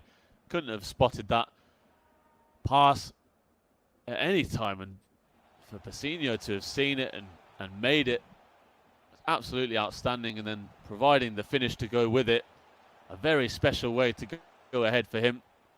And a perfect start for him, getting an early goal in this game. And I'm glad that we've seen an early goal, because it brings both players out. It makes them change the way that they were playing. The tactics that they may have brought into the game. Plan A might have gone out the window for Detto now. Brings into plan B. What can he do to respond? Trying to respond well with Kai Havertz. His left foot. Well saved, though, by Basinho. Yeah, Kai Havertz, the star man in real life and in the virtual world for Bayer Leverkusen. He's had his part to play in the Bundesliga Home Challenge. Here he is on the ball again, closed down quickly, but he's got a chance to cross. It was dangerous, cleared off the line in the end. And a chance for Simon Zoller to bring the ball forward. Really entertaining start to this game. Exactly what we were hoping for.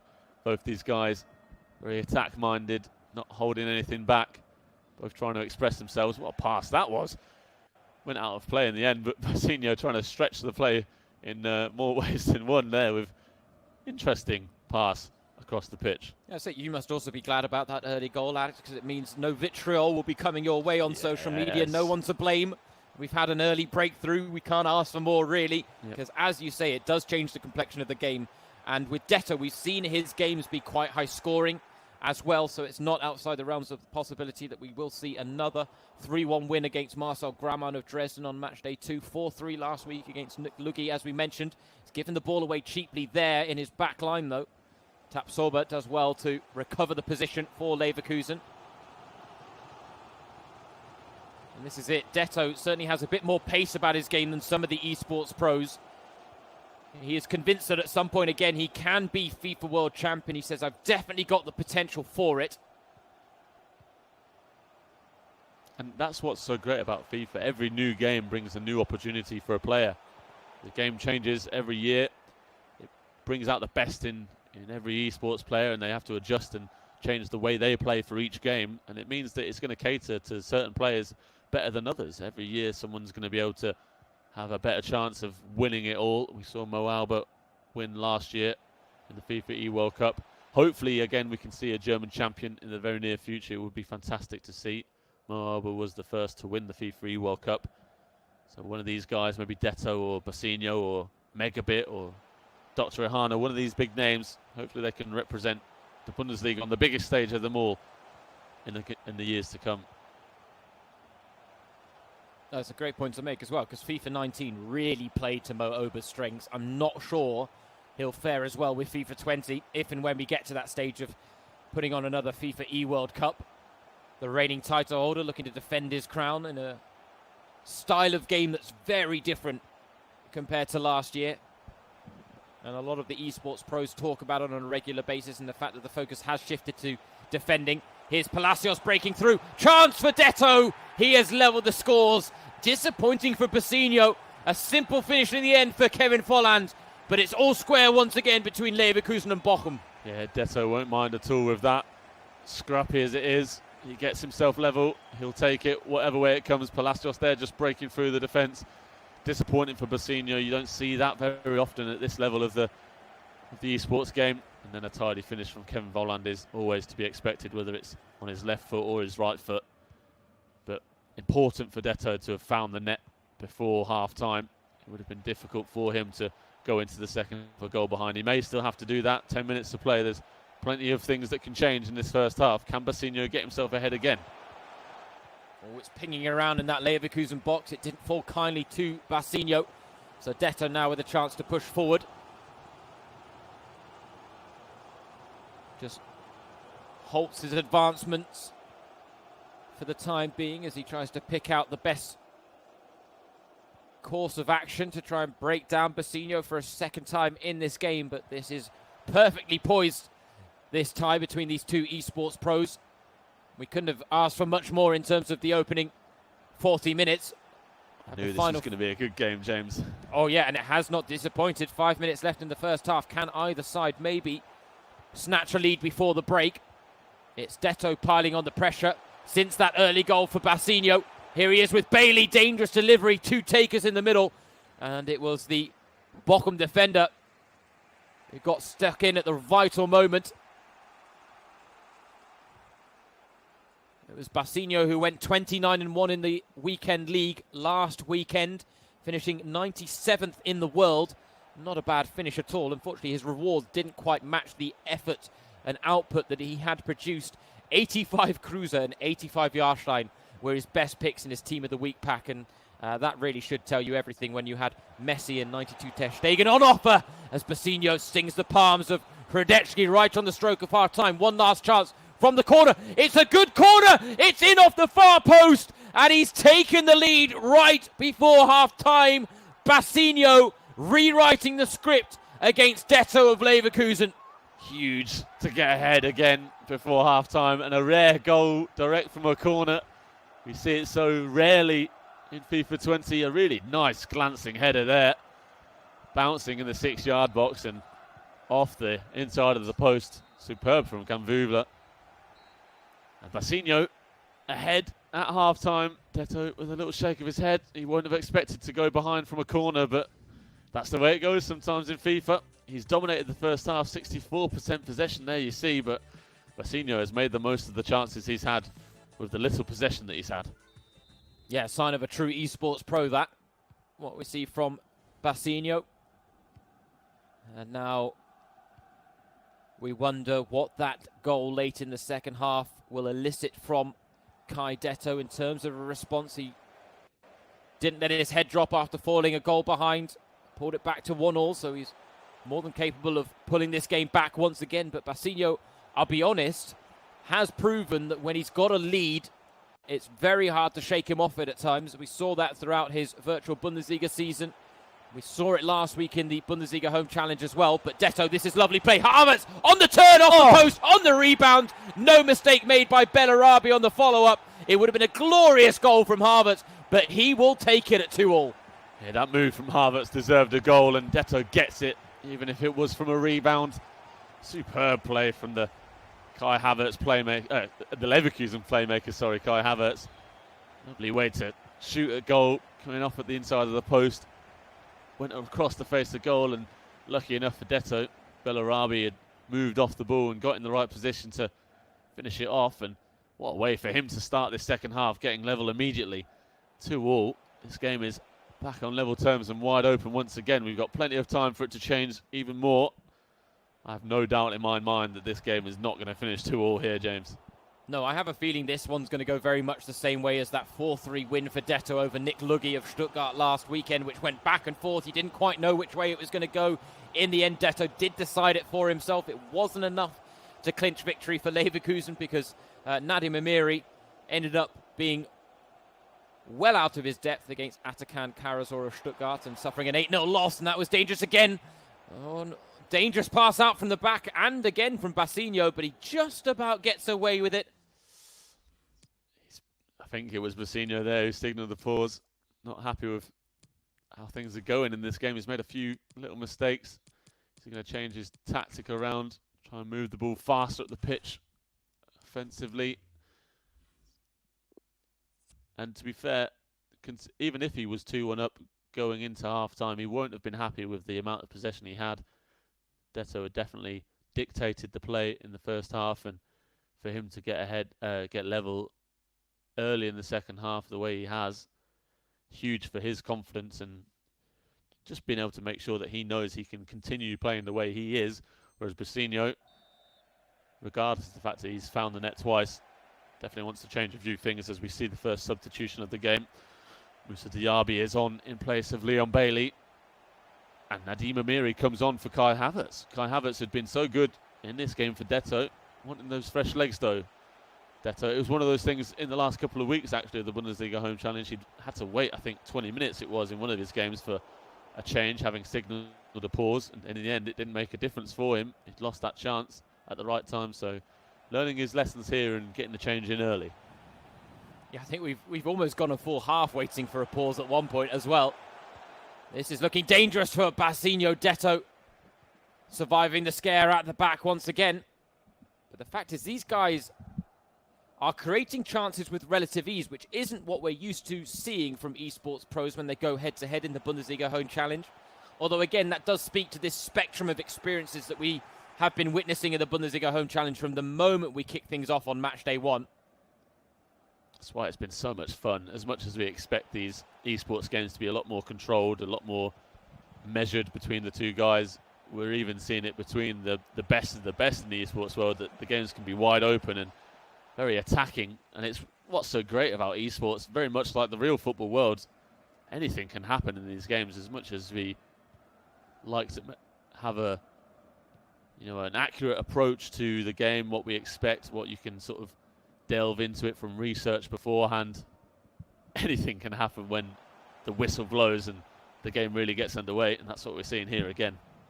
Yeah, it's one of the hallmarks of the Bundesliga, especially in the current campaign, where it really has been such a mixed bag of results at certain times. You've seen league leaders crumble when you didn't expect it. Leipzig letting lead slip, Bayern letting lead slip, defeats to Frankfurt, Dortmund then getting caught out by the likes of Union Berlin and SC Paderborn on home soil as well. I mean, it's absolutely brilliant for the neutrals and any, Bundesliga fans around the world.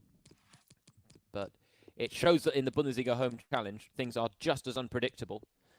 And really, you just have to see how things play out in these one-off, one-on-one matches where anything can happen. Little moments can decide things in a big way. And Detto and Bassinho, when it comes to the 85 mode, are well versed in it, and they are well aware of what it provides. And we talked actually as well last week, and this is maybe actually a point to make in the fact that Bassinho's results so far, very impressive, is we talked about the strengths of a team like Werder Bremen in the 85 mode, but by the same measure, Bochum are at a severe disadvantage with their squad. They've only got 2 strikers, which means not much pace to bring off the bench. Their wingers, which are wingers in real life, have been categorized as midfielders, which means they've lost a bit of pace in the 85 mode than they would have if they were wingers.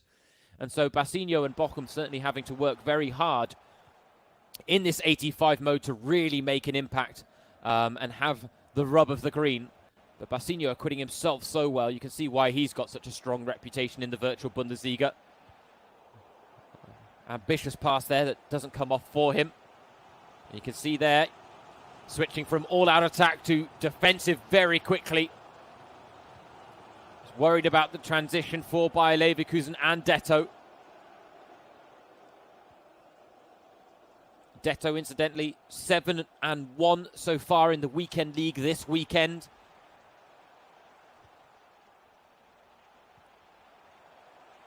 He's talked at length about the topic of health in eSports, saying you have to find, or every player has to find their own rhythm that helps them maintain concentration levels.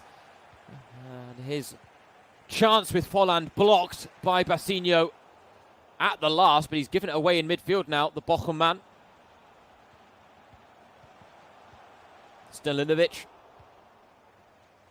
involved in the slick passing move there. And are we going to have one final goal in this game to decide it? Or could we go once again into a second leg with the scores level, which isn't something that's happened all too often in the Bundesliga Home Challenge. It's happened a couple of times already today. Yeah, today's proven to be a very different day from what we've seen so far. We haven't quite seen as many goals as we've been used to. Hoffenheim then turned the screw on that with 10 goals against the referees. And as you said, we've seen plenty of games level going into the second leg. Could see that again here. Time ticking away. We might only get one more chance in this game. Bassinho shaking his head. He knows that it might probably go to Detto unless he can pressure him and get the ball back off the Leverkusen man. That's a nice ball out to Diaby under pressure. Packing out some of those 3-star skill moves. And now you've got to think this could be last chance saloon, and that's a lovely 1-2 for Bassinho to release Pantovic. Oh, he's cut inside a little early for my liking, but he's done well. Here's Meyer on the ball. Tescher, Losilla. Back to Tescher. Found Meyer in the box on the turn, and I thought that was the winner, and Bassinho did too.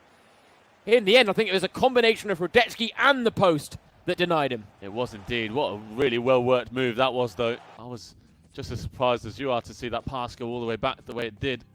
But he worked it well into the box, and in the end, a 2-2 draw that I think was deserved, even if Bassinho struggled to really have the ball as much as Detto did. He produced chances often enough to get himself a couple of goals, and it does, of course, as we said, leave us wide open for this second game as we welcome the 2 professional players. Again, a draw in the first leg. Hopefully, as we've seen so far, when that has happened in the Bundesliga Home Challenge today, it brings goals with it in the second game. Is that what you were expecting as well, James? I think so, yeah. 3 times now today, the first leg has ended in a draw. And without going back through all the results for Matchday 1, 2, and 3, My gut feeling is that has not happened very often. But as you say, the trend has been that then the second game has brought about a pretty emphatic victory one way or the other. Bundesliga Home Challenge, Day 1, Match Day 4. James Surrogate and Alex Chaffer, your hosts for the action. Once again, we are really enjoying this Bundesliga Home Challenge, which continues to just be a thriller minute. It really does. We don't know what to expect. Scripts get thrown out the window, but we've had drama aplenty. We've had goals aplenty. And while we might not be on a record-breaking rate today, it has taken nothing away from the entertainment value of the action that we have had on display between both esports pros and professional football, as we now switch worlds once again from esports into the real world, where Adrian Stanilovic and Ulrich Bappo have switched the pitch for the joysticks. And as we said, Ulrich Bappo with a 4-2 win in his Bundesliga Home Challenge debut last time out. He is the only Bochum player not to have returned to training this week. That is because he is well-versed in self-isolation due to a knee ligament injury that he suffered back in October in a friendly match against Karlsruhe, which was a bit of a shame for him. But much like we talked about Nick Woltemade with Werder Bremen earlier, Ulrich Bappo has carved out a reputation as a virtual Bundesliga legend for VfL Bochum because of his performances in the 85 mode throughout the virtual Bundesliga season. Bochum ended up finishing the campaign in 6th place in the virtual Bundesliga, which is a very good result considering the fact that at the halfway stage of the season they were sat in 16th, so they really climbed back. Bassinho was one of the key figures in their rejuvenation. Of course, we don't have many players that are making the crossover into the virtual Bundesliga world just yet. We are wondering whether that may happen more often on the back of the success of the Bundesliga Home Challenge and the way the likes of Nassim Boujellab and Munas de Boer have acquitted themselves. But Ulrich Bappo in the virtual Bundesliga already has legendary status. He does indeed. Being able to get himself a win in the Bundesliga Home Challenge as well over Nur Katterbach of Cologne, 4-2 the last time out for him.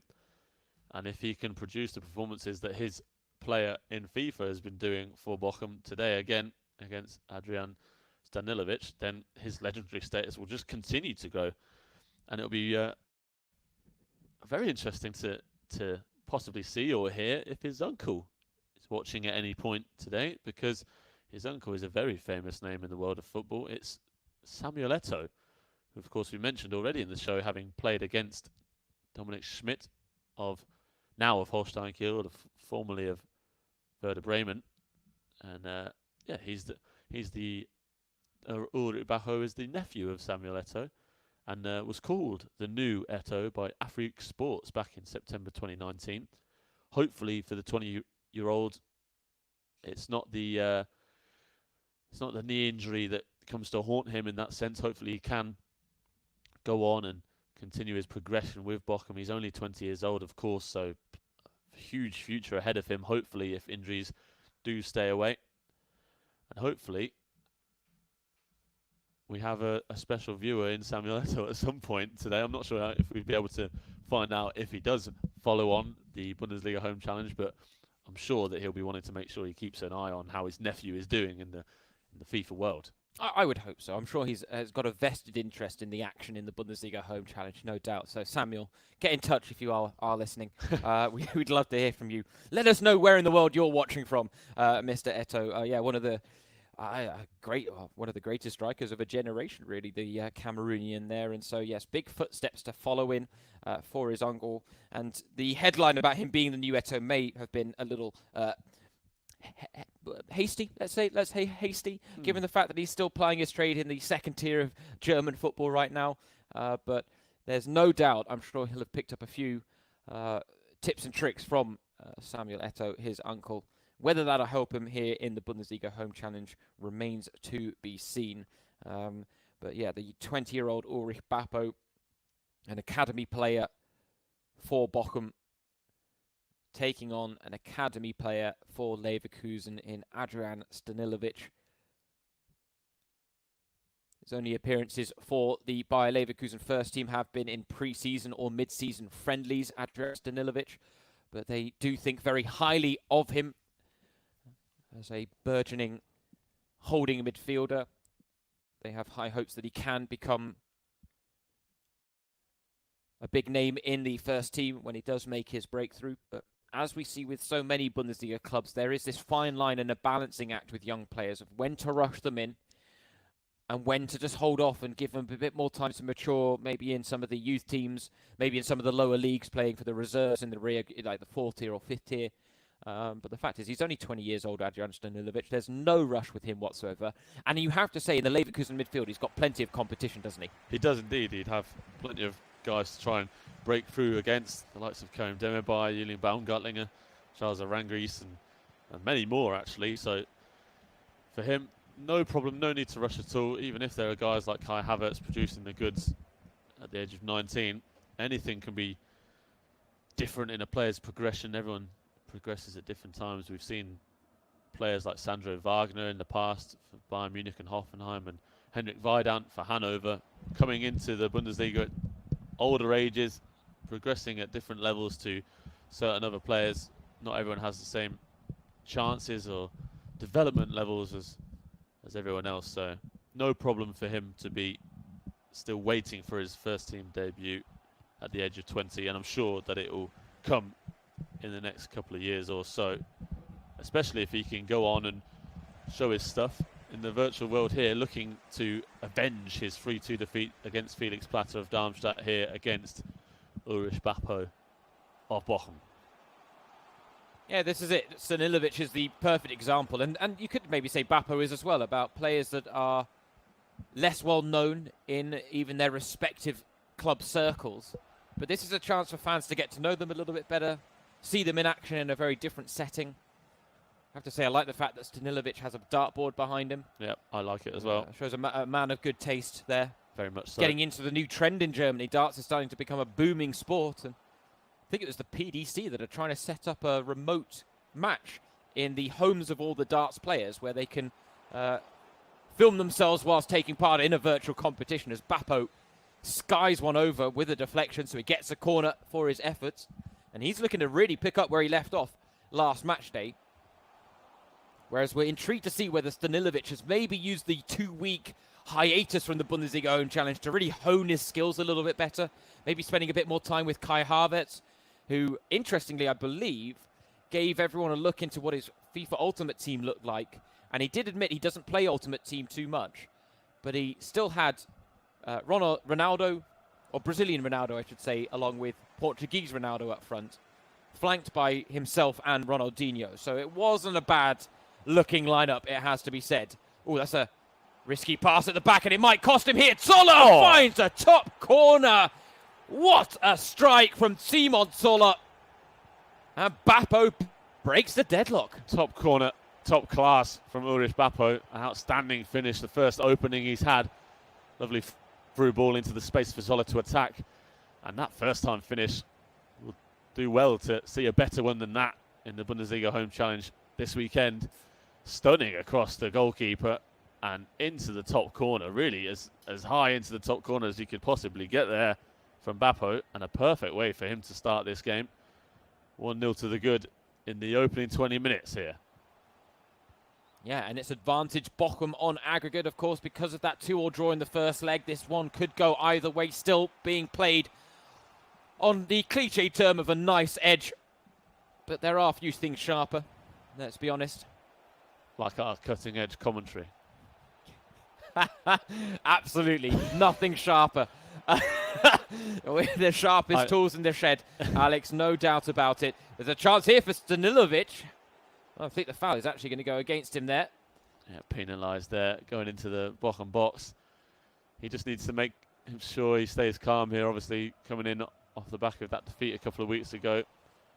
Doesn't want to let this game get away from him now, having gone behind early on. Needs to keep pressing forward as he is doing, trying to force the game. And he's got himself a free kick here. Bappo laughing away. That can't quite believe it, but a chance here from a set piece.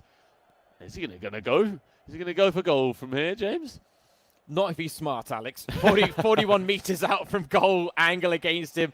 And indeed, he works it short because he doesn't even want to try and pump it into the box. Because we see from free kicks and corners, especially, you pump it into the mix too early, you don't win the header. You can find yourselves on the heels of a counter-attack and chasing your opponent down the pitch, which never, let's be honest, in FIFA, it's never a good look. Not at all. we've seen in the Bundesliga Home Challenge how well these guys can make the most of a counter-attack. It's one of the best and not easiest, but most clinical ways to score, especially with a low-driven cross if you can get in the right position on the counter. Oh, this is working nicely for Bappo. Important challenge at the back made by Stanilovic. Fantastic challenge there to block that ball. That shot that was going to come in from Bappo could easily have made it 2-0. And now Stanilovic, can you make the most of your chance? He's got a chance for the cutback, but he just halted the run maybe a little too soon. It allowed the defender to put pressure and ultimately forced the mistake. I have to say, he's maybe 1-0 down here, Stanilovic, but what we've seen from him on Matchday 1 and in the opening 35 minutes here, I think it's fair to say that he's acquitted himself better than Vendel and Amiri did. 100%. The fact that he's not 4-0 down already supports that. He's definitely put on a better show than those guys did. No surprise that he's been welcomed back. And it's good to see that he's clearly not been resting on his laurels after that defeat. He's clearly been putting in the hours to practice away. Let's see if he can get himself a goal before the break, because it would be huge if he can do that. Great ball in behind for Diaby. He needed maybe one more 1-2 there instead of trying to take the man on for pace and dribbling. Those are the fine margins that can be so decisive. Instead, it's Bappo now turning into space nicely, being chased down by Vendel, who's out of position. Towards the back post, it could come. Instead, the goal at his mercy. Oh, it's just flashed across the face of goal. Bappo thought that was his second. Would have been a great time to score it as well shortly before half-time. Instead, it's Stanilovic with another let-off at the back. And while he is giving a better account of himself than Amiri and Vendel did, we're still not really seeing enough from him in the final third at one end, where he's looking quite vulnerable at the back himself. 100%. This might be his chance to show something off. Just not having that clinical nature when he gets in behind the Bochum defence. He doesn't quite know what to do when he gets into that position. And when you have a mindset like that, it's quite easy for a defender to come back and win the ball off you. Bappo, on the other hand, producing good defensive work and showing his class in front of goal as well, trying to create bigger chances. He obviously probably should have gone 2-0 up here before. The shot flashing wide. Maybe he's going to get another chance before the break. Probably not, as the half-time whistle does blow there. But a confident start for Bappo to go in ahead at half-time against Stanilovic. And he hasn't even conceded a shot there, James. Yeah, that's not great when you're trying to pick up a positive result and build on a 2-2 draw from the first leg that was set up by Detto. And it's interesting, Stanilovic did play with Detto during a PR day back in February, and he took on Alario and Vendel and won 2-0, but considering what we've seen from Vendel, that may not be the most impressive result, if we're being honest. But he did say before Matchday 1 of the Bundesliga Home Challenge that he picked up the controllers again. And he said, I'm just looking to have fun with it. And he also talked about the fact that his style is a counter-attacking style, Alex. And I think it's fair to say that Bappo, when he's come forward, he's been quite clinical himself. And he's given Stanilovic very little opportunity to counter. And when the counter has been on, Bappo and his back line have recovered positions well to close out any opportunities on goal. And right now, Stanilovic is struggling to really carve out anything of noteworthiness in front of goal. That's why he hasn't had a single shot. And we really need, he needs to change that in the second half if he's going to prevent Bappo making it 2 wins out of 2 and clinching what would be an aggregate victory for Bochum against Leverkusen.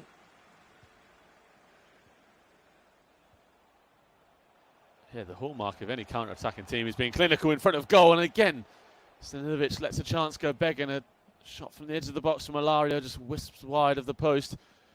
But as I was saying, the hallmark is really being able to be clinical when you get forward on a counter-attack, making the right decisions, making the right passes to open up chances. And we haven't seen that so far from Stanilovic at all. Hopefully he makes some changes as he comes into this second half to try and make a difference in that sense. But he's struggling so far in front of goal. Just, as you said, not being able to make those right decisions and get the openings he's needed. Well, after not having a single shot on goal in the first half, it's certainly a positive sign of intent from Stanilovic that he had an early shot in the second. Admittedly, he may have been a little too quick on the trigger. But given the fact that he's just a goal behind, this really is still all to play for. And in the context of the whole tie, I'd still go as far as saying that this could swing either way in favour of either Bochum or Leverkusen. It's Bochum with the goal advantage. Bassinho and Detto playing out a 2-2 draw. Bappo building on that with a goal in the first half here against Stanilovic, who's making his return to the Bundesliga Home Challenge after featuring on Matchday 1. He did talk about the fact that he may be tempted to try and pick up a few tips off Kai Havertz, but I think it's fair to say our assumption is that FIFA 20 may not be the go-to game in the Leverkusen squad. There may be others. Detto will be frustrated hearing that. He'll be wanting to make sure the Leverkusen first team pay more attention to FIFA in the future. Well, that's it. I mean, he's suffered 2 wins and a draw and a loss, but Detto on the whole has been, much like the Werder Bremen eSports pros, let down by the professional players making the crossover into the virtual world. And the good thing is that no one has to get too upset about it, given the fact that in the Bundesliga Home Challenge, there is nothing on the line, no prizes on offer. This is not a knockout tournament. This is very much a carefree, fun FIFA invitational that was meant to provide a bit of light relief and entertainment during this troubling time with the coronavirus pandemic gripping the world. And we hope we've at least been able to play our part in doing that over the course of one of the last 4 weekends, even if you haven't joined us for all of it. In fairness, if you have joined us for all of it, I mean, give yourself a gold star, pat yourself on the back. I take my hat off to you. Alex and I were joking about the fact that our producers may be the only 2 that have actually listened to every second of our commentary, and they're going to listen to a bit more as well, as Bappo threw on goal there, denied a second to keep this game open. And remember, this is our penultimate tie of Day 1, Match Day 4 in the Bundesliga Home Challenge. Coming up next, it is a Lower Saxony derby between Hanover and Wolfsburg, as Stanilovic, closest he's gone to grabbing a goal, starting to carve out a few more chances in this second half. And Bappo will need to heed the warning. The question now is, what changes can Stanilovic make to try and affect this game? He's got plenty of options on the bench. He only makes 2 changes, Alex. Havertz and Bailey coming on fresh legs. We saw Detto start with Havertz last game, and he was clinical and fantastic, actually.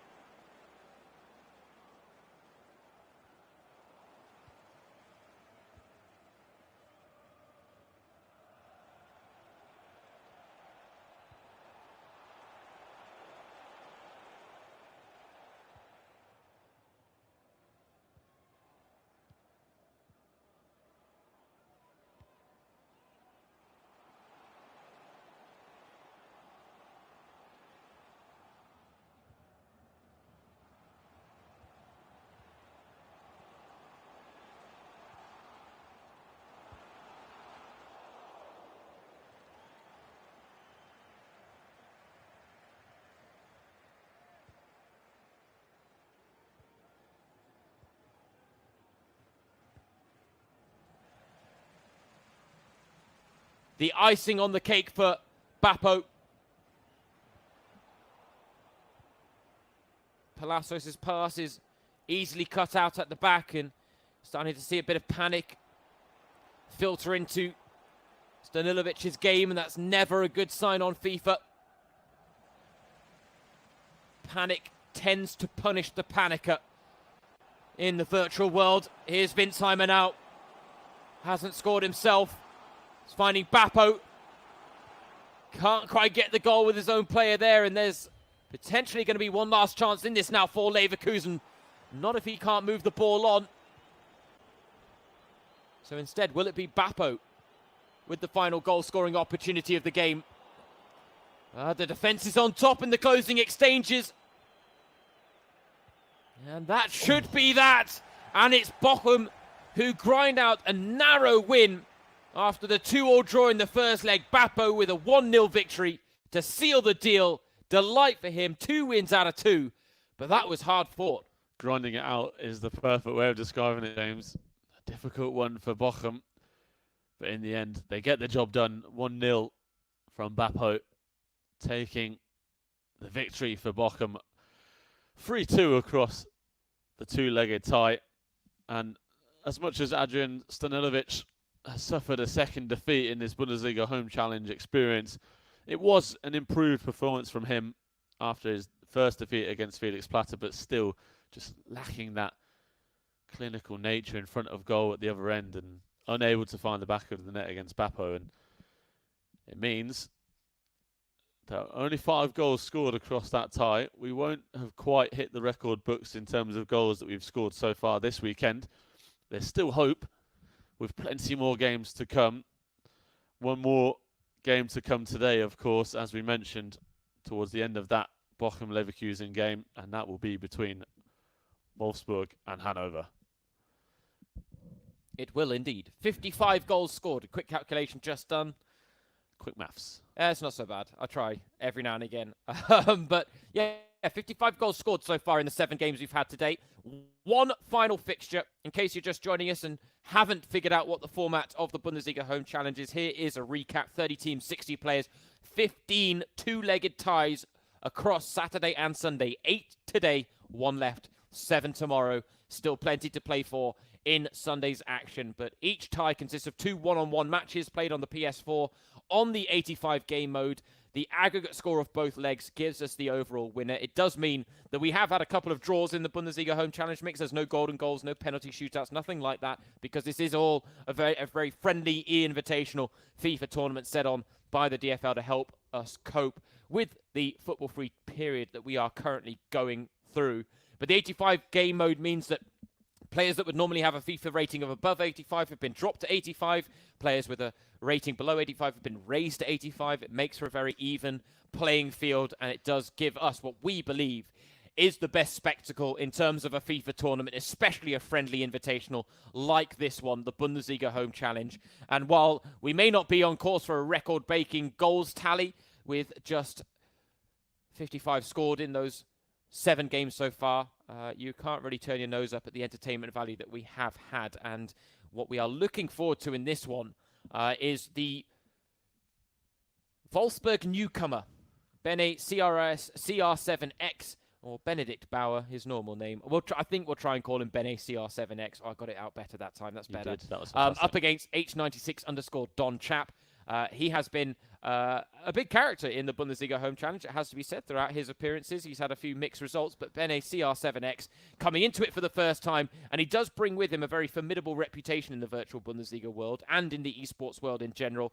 Wolfsburg players are in high acclaim, both in the virtual Bundesliga world and in the FIFA Ultimate Team world as well. And Bene CR7X has certainly had a few very notable results in the competitive FIFA world. We now look to see whether he can transfer that into the Bundesliga Home Challenge as well. He was in action against Munas de Boer as well, I believe, earlier in a tournament during the coronavirus crisis. That was actually very early on. That was before the Bundesliga Home Challenge started, if I'm not mistaken. He was also part of the Wolfsburg team that lost to Malmö in the Swedish side's FIFA Invitational.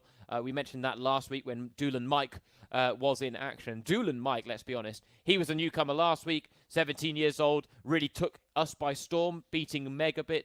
Bene CR7X, 17 years old. Can he do the same, Alex, against H96_Donchap. I wouldn't put him against him, considering what happened last weekend. We were, another lesson learned in expecting the unexpected with Dool and Mike's big win over Megabit. And regardless of Donchap's experience in the Bundesliga Home Challenge, it could be another case of Bene CR7 producing the goods coming into it from a new standpoint.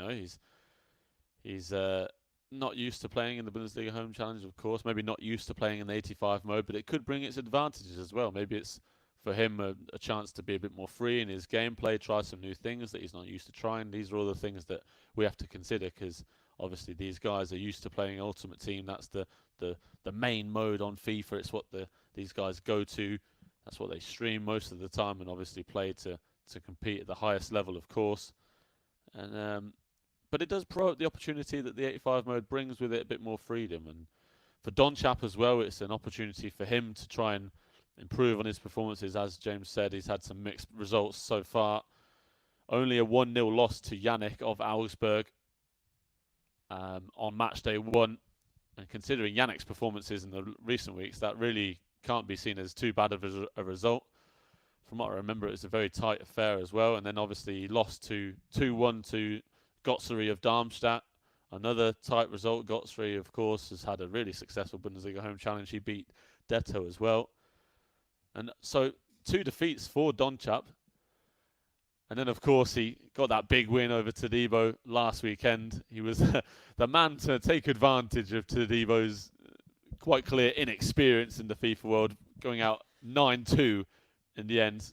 Todibo getting a man sent off as well. So they both did in that one, didn't they? By the end, I thought Marcel Deutscher also finished the game with 10 men, but Todibo's red card was early. It was. and Donchap's was late. It is part of the reason why he got that 9-2 win, of course. Obviously, an esports guy coming up against the Bundesliga professional can always lead to a bit of disparity between their performances, but Todibo did not help himself in that game, and Donchap took advantage. So he's going to look for another win to try and build from that. But, of course, it's going to be a bit more of a difficult affair for him today, coming up against Bene CR7, who's definitely more experienced in the world of FIFA, despite his age, being only 17 years old.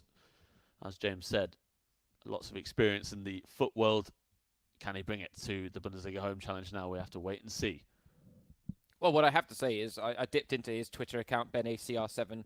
I like the way you're leaving the X off, because I think the X is throwing me, and I think you're right. I think it's a good move, actually, and so I'm going to follow your lead, Alex. I am. Chaffer there. I think it's a veteran move there from you. It is indeed. Which is very good. So Bene CR7, there we go. A little easy to say, but I dipped into his Twitter profile. And the fact is, he has been actually taking note of the Bundesliga Home Challenge, and there was a lovely tweet on April 5th when he was saying, as if Marcel Hartl has just overturned a 6-1 deficit against Frankfurt. With the crying, laughing emoji face, he said, I am really celebrating the Bundesliga Home Challenge. It's absolutely fantastic. He said the way that the footballers and the referees as well are getting involved in the mix is what he calls in German herrlich, which I think the loose translation is brilliant, or heavenly, or whatever you want to call it. But the fact is, he is someone that has taken delight in what the Bundesliga Home Challenge has produced over the 4 weekends so far, and we hope you guys at home who have tuned in, whether it's for 5 minutes, whether it's for a whole game, whether it's been for a whole day or a whole match day, we cannot say thank you enough for tuning in, getting involved, and we hope, as we said, that like Bene CR7, you have enjoyed the action as well, and just the wide range of what this Bundesliga Home Challenge has had to offer, from skill gaps to experiences on FIFA. Maybe you've been able to take a delight in a player suffering some of the same fates that you do on FIFA sometimes. I know that's been one of the things for me where I've seen, that's the type of mistake I make. Oh, it's good to see that I'm not the only one that does it. And the fact is there have been some results that would not look out of place on my track record on FIFA 20 either. And I am, yes, admitting to that 11-1 defeat to Nico Schlotterbeck by Maximilian Mittelstedt. I don't know whether it's happened.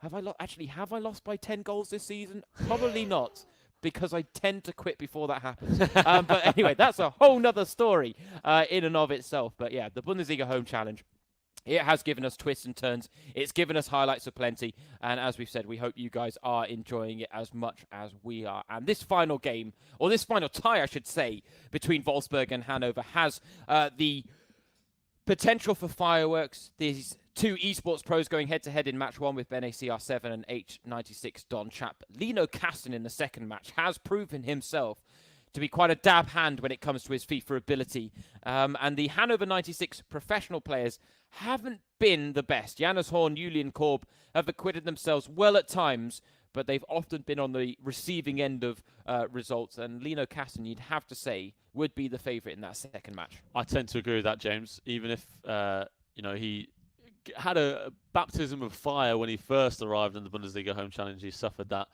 defeat at the hands of Nassim Boujellab, but he responded well last weekend, getting himself a 4-2 win over Milos Velkovic. Very good to see that happen. But again, in the game against Boujellab, he lost it 3-0, but he didn't look out of place at all. He was putting in good challenges, and I think it's clear to see from Boujellab's performance earlier today, beating Achraf Hakimi 8-0, that he is one of the, far and away, the best Bundesliga professional players on FIFA that we have seen.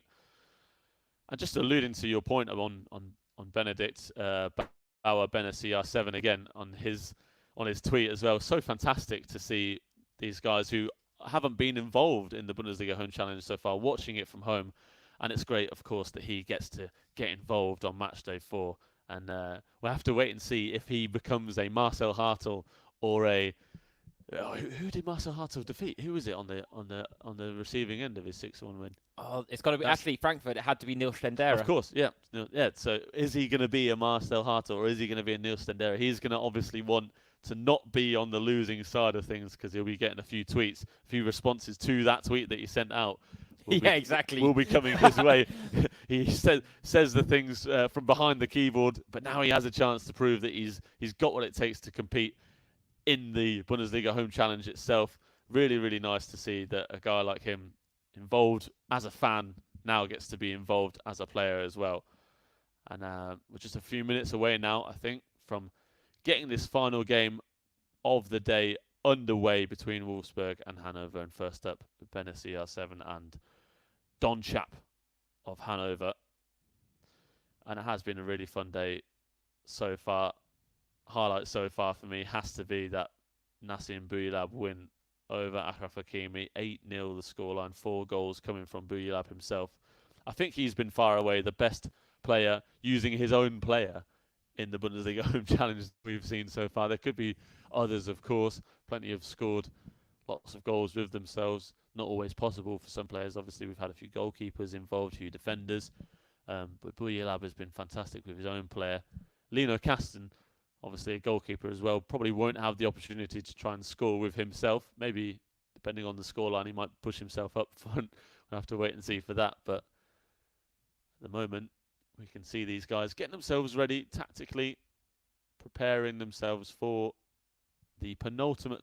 No, not the penultimate. Well, the penultimate game of the day, but the final tie of the day of this Saturday, the first of 2 days across Matchday 4 of the Bundesliga Home Challenge. Yeah, that's it. And we are looking forward to this newcomer, Bene CR7X. I'll throw the X on this time. I'm just not going to try doing it during the game. I think it's just going to come out all sorts of wrong. Definitely got to brush up on that one a little bit. But yeah, we wait to see what he can produce. And let's be honest, this is another of the derbies on day one of the Bundesliga Home Challenge. Really, the theme of match day 4 has been derby time. We've had some thrilling results already today. We've had Schalke pick up the bragging rights in the Revier derby with a thrilling 8-0 victory, courtesy of the man Alex was just talking about, Nassim Boujellab up against Achraf Hakimi. We have had Darmstadt take the bragging rights against Frankfurt in a thrilling opening to proceedings today. Gladbach 4-0 winners against arch rivals Köln. And now we close out the show with another Lower Saxony derby between Hanover and Wolfsburg. And we are underway. Bene CR7X up against Don Chap of Hanover 96. And Bene right up in his camera there. You can see he wants to get involved in the action. Delighted to be involved, as he mentioned on stream last night. And I'm sure there will be a great amount of intent where he really wants to kind of make his mark as early as possible. But the fact is, he looks like he's already spotted something he doesn't like, and he's lined up a pause already. So we'll wait to see how long he has to wait for that to take effect. But Don Chap, if he's seen that, may want to apply even more pressure than he was going to, knowing that Bene may not be happy with something about his either controls or his setup or his formation, his system, whatever it is. As we see him look to put Joao Victor in behind. Well defended by Don Trapp, getting his body across the ball. Took the momentum out of the run for Joao Victor there for Wolfsburg. Interesting to see as well. Bene is one of these guys with a dark room behind him. His full focus is on the screen in front of him. Full focus indeed, taking away any distractions, of course. Whereas Don Chap, very much sort of a family setup, really. He's got plenty of lights on in the background. It is fun to see these guys' setups. Obviously, we're only able to see the small section of their player cams, but another nice little detail of the Bundesliga Home Challenge, which I'm sure you've all enjoyed, especially seeing your favourite Bundesliga players up close and personal and how they celebrate the goals they've been scoring during the FIFA games that we've seen. Yeah, one of the other fun facets of it is I think Don Trapp's beard has definitely grown since we first saw him enter the Bundesliga Home Challenge. He's got a strong moustache going at the very least.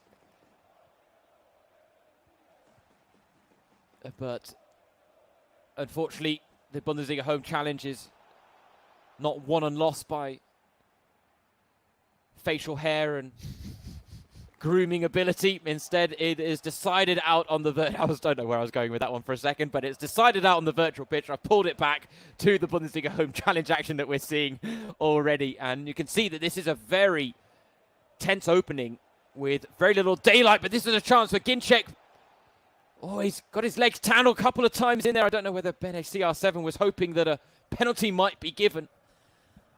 And we have seen the referees in this Bundesliga Home Challenge produce a spectrum of levels of strictness. Some have been incredibly strict. Some have given red cards for challenges we're not sure were red card were.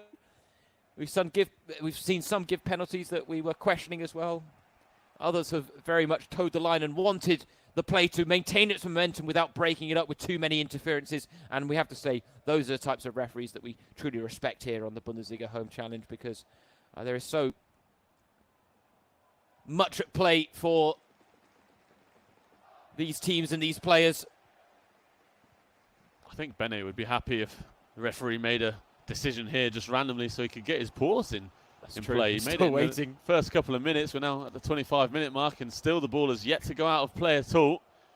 It is fun when you see that. It's very interesting that it takes so long sometimes in the game time itself to get that pause going, because the ball just stays in play for so long. We haven't seen any real shots on goal so far of anger, but there's the first one from Don Chap, and it brings with it the pause after a good save from Kasten. Hands Hanover a corner, and now Bene does have a chance to change a few things around if he does want to. Including his camera angle, very important for the face cam. I do appreciate that, Benny. Look at that faced youngster for Wolfsburg. And that was it. It took a long time for the first shot of the game to come. It went Don Chap's way. It allows Benny to capitalise on that pause. And I just wonder what he was looking to change, what he wasn't particularly happy with there in his setup in the opening 25 minutes.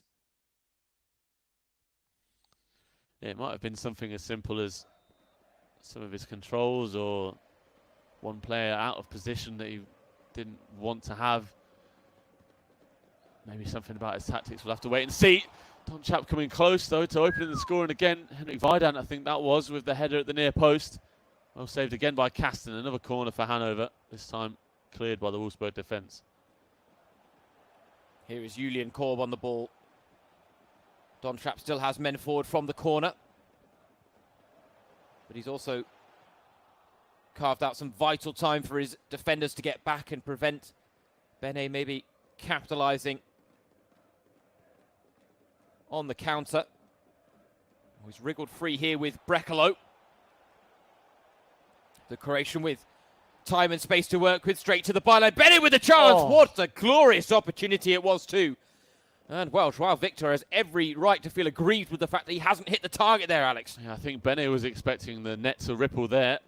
Good work to get to the byline and stick with the ball, keep it in possession, to then work it towards the goal. And just Joao Victor, I think it was just a bit too close to that near post to be able to really cut it back.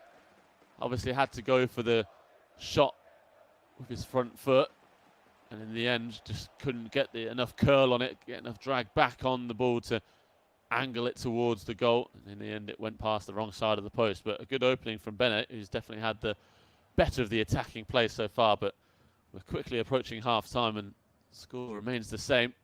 It's a tight and nervy affair, as you said. These guys showing that they're of a similar playing level so far. Well, Bennett combining well. It's opened up here for Ginczek. Didn't want to go for the early shot. Dragged back to try and lose his marker, but Felipe has stayed touch tight there. Chance now for Joao Victor on the edge of the area. Teeing up Camacho back to Ginczek.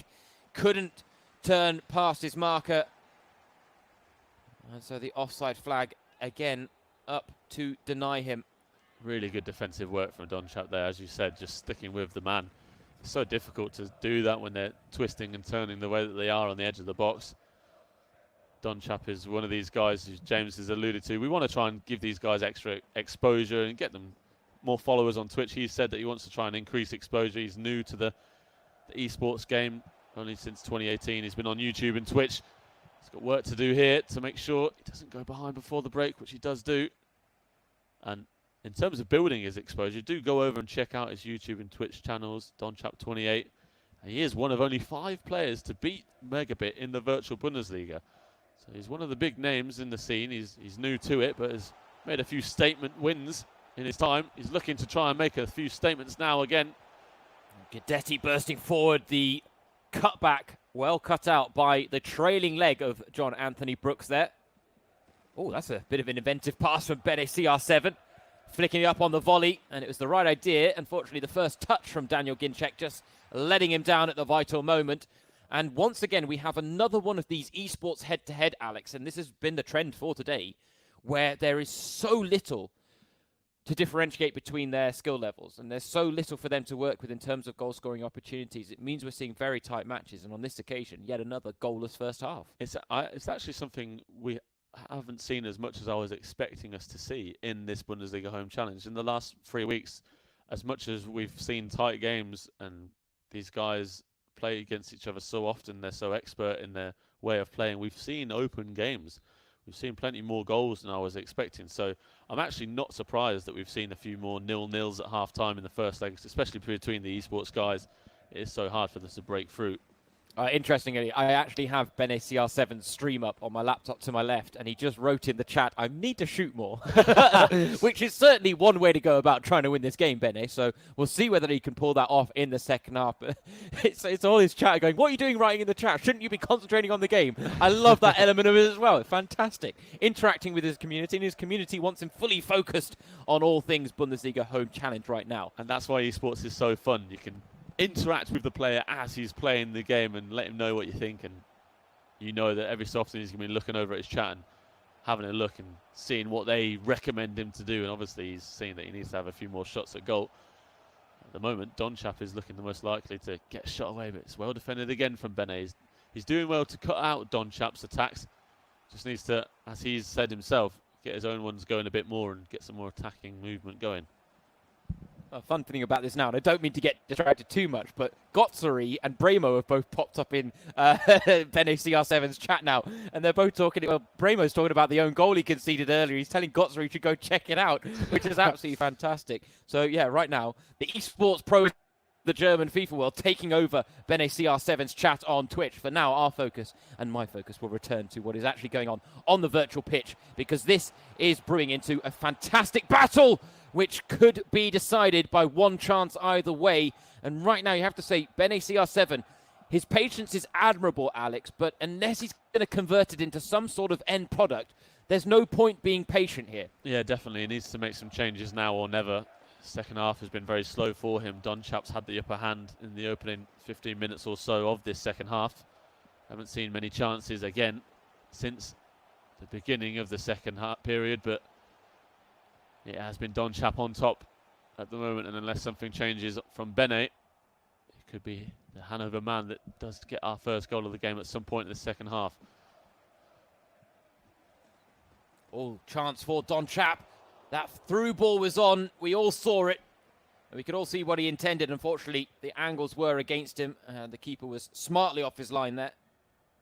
It was the right idea from the Hanover man, just a bit too late to get it going, and in the end the pass was too close to Lino Kasten, who got out well to make the save. But this is the thing, Bene's had it 3 or 4 times now in the last couple of minutes. He can't break through the Hanover midfield. His passes are just not getting beyond the Hanover defensive line in front of their back four, and it's proving to be a pressure cooker situation at the moment for Bene. And at the moment, Donchap looks likely to make the most of it. He just needs, he himself will be frustrated as well. He hasn't had the attacking chances from this pressure that he will have wanted. Here comes Bene though with a rare foray forward. Ginczek can't bundle his way through, and just look at the anguish on his face as that chance doesn't quite come off for him.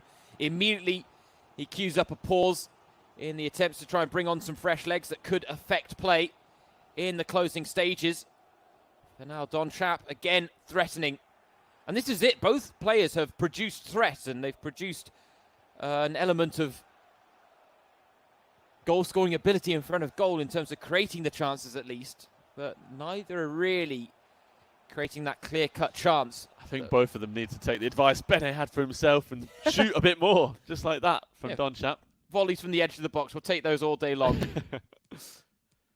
And this is it. I was checking in on his weekend league results so far. Bene CR7 is someone that does play on the PlayStation and the Xbox. He hasn't played any games on the PlayStation so far, which does show that he maybe favours the Xbox. And we should mention, this is a cross-console event that is... Excuse me, it's not a cross-console event. It's a crossover event played on one console, which is the PS4. But he's 9-1 on Xbox, which is certainly not a bad record. But right now, certainly not having it his own ways. And so what we are seeing here is the introduction of a player that has played a big part for Wolfsburg off the bench, Alex, and that's Karamoko. He's been a big joker, as they like to say, in the pack for Wolfsburg, coming off the bench and playing the role of super sub. Can he do it again here to maybe get Bene into this game? Yeah, that's it. He's scored a couple of goals from the bench when they've needed it most, and he comes on now for Renato Steffen. And here's a chance possibly for Wolfsburg. A bit of interesting goalkeeping movement from Donchap and Ron Robert Zieler. He knew what he was doing the whole time. He was in complete control of that situation, Alex, I believe it. But the chance on from the corner. Brooks, well, even on the 85 mode, shooting from the edge of the area with John Anthony Brooks is not best advised. Unfortunately, the move breaks down for Bene in the end. And we've got just under quarter of an hour remaining in yet another one of these hard-fought, tense and tight ties between esports professionals. We've had 2 0-0 draws already today. We'd only had one in the entire Bundesliga Home Challenge before match day 4 started. We've had 2 already. We are right now on course for our third. Again, though, the silver lining and the positive that we will draw from a negative here of a goalless draw, which, again, we're being greedy, and there's nothing wrong with a goalless draw because it still has been an entertaining and fascinating fixture. But the silver lining is that the second legs after these goalless draws have tended to be barnstorming events, and 2 big wins. One for Schalke with Nassim Boujellab, an 8-0 win. The other for Hiepen of Gladbach. It was a 4-0 win for him against Noah Katterbach. But Karamoko coming forward dangerously here. Immediately getting involved off the bench, but it's just not falling for Bene. And in fairness, it's just not falling for Donchap either. I feel like they have all this promising build-up play, Alex, and right when you want them to make that crucial pass that may make the difference, it's just not forthcoming right now. That's it. It's the final pass that's not working for either of them. With 5 minutes to go, I don't know how many chances we're really going to get when it's not working so far for these guys. Maybe one moment of magic can decide it. It's Donchap working the ball around the edge of the Wolfsburg box and into it with Weidan. He can't quite get it into a position for another man, though. It's a dangerous challenge from the Wolfsburg defence. Bene in full concentration mode, as you can see, right up against his screen. Can he get the last chance of the game now, with minutes ticking on? With every passing minute, we've lost more and more of Bene in our face cam. We are now reduced to a bit of eyebrow and a forehead and a hairline. And that's, hey, you know what? I'm not going to blame him. I like the fact that he's taking it seriously here as we enter the closing stages. And will there be one last chance? It looks like it could be Donchap that gets it. Weidan has caused problems, but he's snuffed out on that occasion. So can Bene build from the back one last time? Dying seconds now. doesn't have a lot of time to work with, and a first touch like that is going to let him down every step of the way. And so it is indeed our third goalless draw of the day. Match day 4, day 1 in the Bundesliga Home Challenge, something we have not become used to seeing, but it's now happened for the third time today, Alex. So Bene CR7 giving a good account of himself. Don Trapp can be pleased with that performance, but both will be disappointed with the lack of goal-scoring ability they demonstrated in that one. Very much so. Bene told himself and his chat at half-time, I need to get more shots going, but neither of these guys were able to do it in the second half, and now we have to rest our hopes in the Bundesliga professionals once again providing that second leg goal frenzy that we've seen following the 0-0 draw in the first game. Can Lino Kasten and Janus Horn provide that for us? That will be our final game of the day between Wolfsburg and Hanover, as youth goalkeeper Lino Kasten takes on defender Janus Horn. And that was a really funny comment. I just wanted to make a comment on your comment, James, on us losing more and more of Bene's face there as the game wore on. It's a nice way of describing that, because I hadn't quite noticed it myself, but credit to you, James. That was I like that. Every now and again, Alex, I'll come out with every a good so one. often you do make me chuckle. The puns have been reduced today. Admittedly, I think that's because I've used up most of my best ones over the first 3 match days. But hey, that's the way this commentary gig goes sometimes when you got to do 4 weekends in a row of back-to-back non-stop action in the Bundesliga Home Challenge. We are so close to the end of day 1, match day 4 so far. And it has, even if the goals haven't quite flown as freely, we have had a wonderful day bringing you the action once again of the Bundesliga Home Challenge. And it's funny that Bremo right now is giving Bene CR7 a bit of grief in his chat on Twitch, which I don't get. Bremo, I don't know how Bremo can do that after his disappointing performance earlier today. But hey, I'm sure, just like some of our comments, there may be a bit of tongue-in-cheek there from Bremo of Dynamo Dresden. Oh, no, sorry, Wien Wiesbaden, excuse me, not Dresden. Dresden in action tomorrow against Leipzig in one of the highlights of day 2 on Sunday on match day 4. But what we do have now is one final fixture, one final head-to-head. And what a way to end the day, Alex, where coming into this final fixture, we're at a stalemate. Clean slate. It's all to play for. Lino Kasten, Janus Horn. Janus Horn cannot afford to be as defensive as Julian Korb was last weekend for Hanover. And Lino Kasten, I think it's fair to say, we're expecting him to try and put himself on the front foot early. I totally agree with that, yeah. Even in his defeat to Boujellab, he showed that he's got really good talent in terms of his FIFA ability. Showed that in his win over Milos Veljkovic. And for Janus Horn, who in his only appearance in the Bundesliga Home Challenge so far got that 1-1 draw against Marco Richter, he's going to have something he wants to prove. He's going to want to get himself a win in this game. The 23-year-old on loan at Hanover from Cologne. He's a product of Wolfsburg's academy, in fact, so an extra incentive for him coming up against the team that made him the player he is, you could say. And Janus Horn as well, one of the more interesting stories in terms of the coronavirus pandemic at the moment. He was one of 2 players, the second Hanover player to test positive for the coronavirus, one of the first teams to be affected by it in the Bundesliga and Bundesliga 2. And luckily, the Hanover defender has recovered now. He says he was absolutely spent. He couldn't believe what his body was going through. And I'm sure it's been a very similar case for anyone that has had to suffer with the coronavirus. We send our best wishes to anyone who's had to suffer with it or knows family members or friends who've been suffering. We hope they have recovered well. And if they're still fighting it, we hope they're able to recover in the end. As we get our final game underway, hopefully we can keep bringing you smiles in this difficult time. And Lino Kasten and Janus Horn now ready to entertain you for our final game of this first day of match day 4 in the Bundesliga Home Challenge. We're all set. Winner takes all here between Wolfsburg and Hanover. What are we going to see in this final game? Well, I have to say, Alex, first thing I've noticed, we've changed rooms with Lino Kasten. That's true. We are no longer in his eSporting setup where he had some FIFA Ultimate Team cards adorning his back wall. We seem to have moved into the living room, which I have to say has a lovely shelving unit behind it.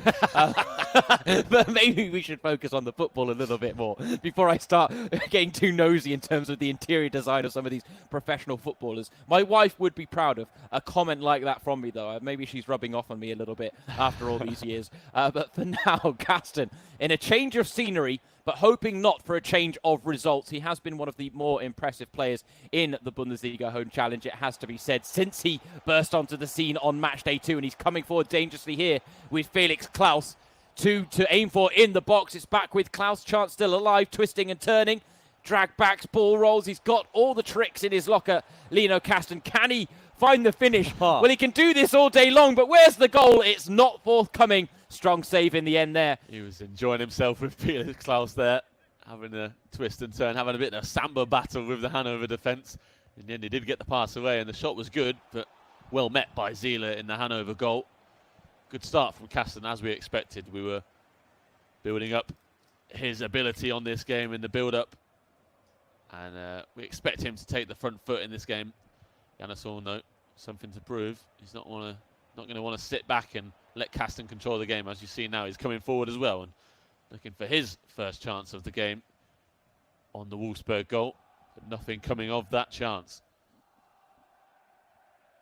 Yeah, I do feel with the first leg ending goalless, that again, it's a slightly cliche, and it's one we have talked about a couple of times today, but the opening goal, I feel, in this one could be crucial. I feel like if Kasten gets it, there may be no way back for Janus Horn. If Horn gets it, then it could actually bring out the best in Kasten in terms of his goal-scoring ability. But you can see here, Horn definitely adopting a very defensive approach.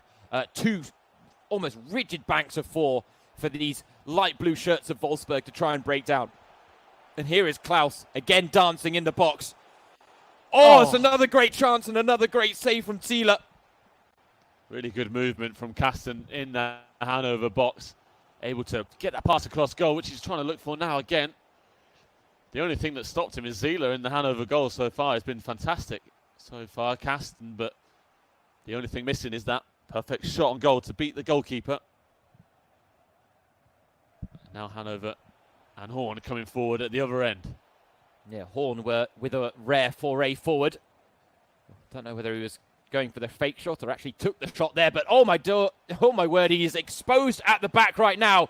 Ginczek, one pass through on goal to take the lead. It's another good save by Zieler. He's on form in this game right now. The World Cup winning goalkeeper for Germany, Ron Robert Zieler, one of those that often forgotten the fact that he was actually in that World Cup winning team. And that's another brilliant save from the header from the corner. Chance still alive. Overhead kick! Oh, I so wanted it to go in, and it didn't even get close to the goal, Alex. What an effort, though. Glad to hear that Lino Kasten has been listening to our prayers. Not as close as we came with Marcel Hartel's insane overhead kick in his game that cannoned back off the crossbar from a corner. That is the closest we've come. We've had that direct free kick come off the woodwork as well. We have indeed. Lino Kasten trying to make sure that our dreams of an overhead kick come true, but he'll have to do better than that if he wants to make it a reality. Now he's got some defending to do at the other end of the pitch, and he's doing it well so far in all assets of his performance. Yeah, in terms of a game between two professional footballers, this has actually been quite evenly matched. And just as I say that, I thought Duck should open the scoring there. Unfortunately, he can't turn his header on target. And so it's another scare survived by Kasten, but we made him the favourite coming into this. I wonder whether we jumped the gun a little bit, because Horn is acquitting himself quite well so far. And we did mention the fact that, of course, he was the second player in Germany to receive a positive coronavirus test. It obviously allowed him to spend a little more time at home. And he got involved in the hashtag Stay at Home Cup that was organised by Hanover. It was to raise money to help the homeless in the city. And he took part along with teammates Linton Miner, Florent Muslia, Julian Korb and Cedric Teuchert. And after appearing on Matchday 1 of the Bundesliga Home Challenge and getting that 1-1 draw against Marco Richter, who, if you remember, and you have joined us, was predicting a 9-0 loss on that occasion. Horn, he's so unlucky not to score there. Bodies were hitting the floor for Kasten and the Wolfsburg back line, and one of them was in the right place at the right time to make a vital block. What a stunning block that was. I think it was Robin Knocker, the last line of defence in front of Kasten himself in the Wolfsburg goal. That's one of the best blocks we've seen so far. And I think it's a good time to remind everyone that we've seen some fantastic defensive work today. I can, off the top of my head, remember so many great last-ditch tackles and blocks and clearances that we've seen. It's proven to be a worthy competitor in terms of stopping the goals going in, being just as important as scoring them at the other end. These guys, again, showing that defensive work has been the order of the day so far in the Bundesliga Home Challenge on Matchday 4. It's been keeping the goals out that have proven worthwhile for these guys, definitely improving on their defensive capabilities across the board so far. It really is fascinating to see which trend has emerged and come, to become so prominent across the course of a match day. And I think you're right, Alex. Without jumping to too many conclusions, when we've still got 7 games to come tomorrow, the trend has been a marked improvement in defensive work. It's something we've seen manifest itself certainly between eSports pros, but Soto with a nice little move to get away from his marker, teeing up Prib for the shot, and now it's Kasten making a save with himself. He won't be on the score. He won't get on the score sheet, Lino Kasten. It doesn't mean that his virtual player cannot have a part to play between the sticks. And there's another save. It's off the bar. It flew over the fingertips of Kasten with the woodwork. Was left rattling by that fierce effort from Janus Horn right on the stroke of half-time. What a blow that could have been to Kasten's prospects. But after a goalless first leg, we're goalless at half-time in the second. And I don't know which way this tie is going to go, Alex. I think it's fair to say the most important players so far have been each goalkeeper. I think we could easily have seen 4 or 5 goals in this first half. And I'm with you, James. I have no idea of how this game is going to go. Both these guys have got forward well and had their chances. Kasten having the earlier ones in the first half, and Janus Horn coming into the game towards the end of that first half there, getting a few late opportunities in front of goal. Both of them looking capable of finding the opening goal in this game. But we are 45 minutes away, James, from having our first ever tie in the Bundesliga Home Challenge finished without a goal, and I am absolutely disgusted. I'm not disgusted, but it's not happening. I don't believe it. It's not happening, Alex. It's not going to happen. Not in the Bundesliga Home Challenge. Not in the highest scoring FIFA tournament out there in the world right now during this coronavirus pandemic that has entertained us and delighted us in equal measure with all of its goal-scoring exploits. And this is a game between 2 professional footballers. And are they going to disprove our entire theory about games between pro footballers being more open and more goal-rich? I don't think so. It's happening. We're seeing a breakthrough in this game. It's going to happen. I believe. As I say, I don't know which way it's going to go right now. Horn, Kasten, it could go either way. And the thing is, I almost feel like when the first goal happens, we could have a flood of them in this one. It could then end up back end to end where they're both getting quick responses to falling behind or going ahead, whatever it is. Because we are seeing both Horn and Kasten play with a distinct counter-attacking style. When Horn wins the ball in midfield, you can see he's got 3 players positioned very high up the pitch. Kasten has exactly the same, and we saw that cause Milos Velkovic a world of trouble last time out in that 4-2 loss. Here we see it coming to good effect again. What a chance that was to take the lead. Ginczek on the follow-up. Oh, it's still not cleared. Now, Wiesbaden plucked out of the air by Ron Robert Seeler, who has changed the game mechanics in FIFA 20. Someone has turned the dial up on FIFA goalkeeping in the last 45 minutes. I don't know what's happened, Alex, but I'm calling it fixed. Ron Robert Seeler has just made 3 fantastic saves in the space of 10 seconds or so. Maybe he's the best goalkeeper we've got in the virtual Bundesliga, the 85 mode. Incredible stuff. Lino Kasten would be proud of that himself. Can he make a save at the other end as well? As Janus Horn comes close again. We're not being deprived of chances here, James, at all. We're just being deprived of the goal, and I totally agree with you. I think if we do get one in the next few minutes here, as Marvin Dux comes forward for Hanover, can he get that one there? Oh, it's so close again. No! Oh, Horn can't believe it. If we get one, I feel like more are going to follow, but it's just how can we get that one? Well, right now, Lino Kasten with his goal kicks is doing his best to create a mistake to lead to a goal. So I appreciate his efforts on that front, but it may not be the best way to go about getting the result he wants in this game. We are on tenterhooks, and there's haven't actually been too many times where that's been the case in the Bundesliga Home Challenge. We've seen a lot of one-sided victories. We've seen first legs turn the tide in the second leg. But in terms of a gritty double 0-0, we haven't even come close. So right now, I think it tells you everything you need to know. The fact that Alex and I have no idea which way this game is going to fall. And you feel like the first domino could lead to a knock-on effect. But we need that first domino to fall, and we are running out of time. Less than half an hour remaining in this, the last game of day one, match day 4 in the Bundesliga Home Challenge, as Kasten goes for a direct free kick. Tough angle with Felix Klaus, and in the end, easily collected by Thiele, who gives it away. He's off his line. Cross into the box. Oh, he claws it off. The shot needed to come sooner because Thiele had gifted Kasten an opportunity there. And wouldn't that have been ironic? When the goalkeepers are out on top, such a costly mistake by one of them could have brought about the winning goal here. But he has survived the scare here, Janus Horn. He needs to make sure he doesn't pull out any of those stops anymore. And now we have just over 20 minutes remaining in this game. Chances are plenty, but goals have not been forthcoming yet. 20 minutes to go. Can we get one? Chances, as James said, have been absolutely everywhere in this game. Who can get the first goal to go ahead in this tie? Not just this game, remember. It's the first leg score was 0-0 as well between Don Chap and Bennett. Are we going to see someone find a goal in this game? Janus Horn now, who has impressed more so than we imagined, actually. We were expecting Kasten to be in the driving seat for most of this game, but Janus Horn has proven to be a worthy competitor for him. He's driving forward now again. But just these shots are proving difficult, and a bit of a tumble in the box between the Hanover attack and Wolfsburg defence. It's a wide open game, it's end to end, and it really could go either way in these final 15 minutes. Can't call it either way. I can't work out whether it's going to come from an individual mistake or an individual moment of brilliance, but here's Ginczek through on goal. Oh, he's teed it back across goal. It's an own goal from Ron Roberts. Oh, it's offside.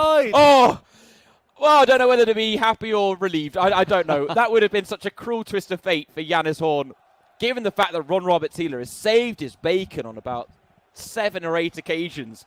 To then concede in that manner would have been absolutely heartbreaking. That would have been the cruelest twist of fate for Ron Robert Thiele after such an incredible performance to concede a goal like that. But luckily the offside flag comes to his aid. 12 minutes to go. Kasten is forcing this play forward. Can he make the most of it? Just needs to watch out for that counter-attack. We talked about it earlier. Janus Horn looking to make the most of it here again with a long ball forward. Both these guys pushing for victory. It's what we want to see, even with a 0-0. This has been one of the most entertaining games of the day. And we haven't seen a goal. Yeah, we're looking to end on the bang. Mark Stendera lining one up from range. It took a block on its way through. It is a corner for Hanover. So a late chance from the set-piece situation. Oh, the header was on for Felipe. I think you could see there the timed finish popped up, and he didn't quite get his timing right with the header. Oh, what a kick that is from Kasten. Oh, Kasten, he can't get a goal. He's going for an assist instead. And Thiele was having none of it. Oh, poor old Kasten has to wait for his players to get up the pitch. Such was that low kick from Kasten. It came to a surprise for everyone. Ooh, Karamoko packing out a few of the tricks and skills that can be utilised in this 85 game mode, with skill moves capped at 3 stars. No counter on there for Horn.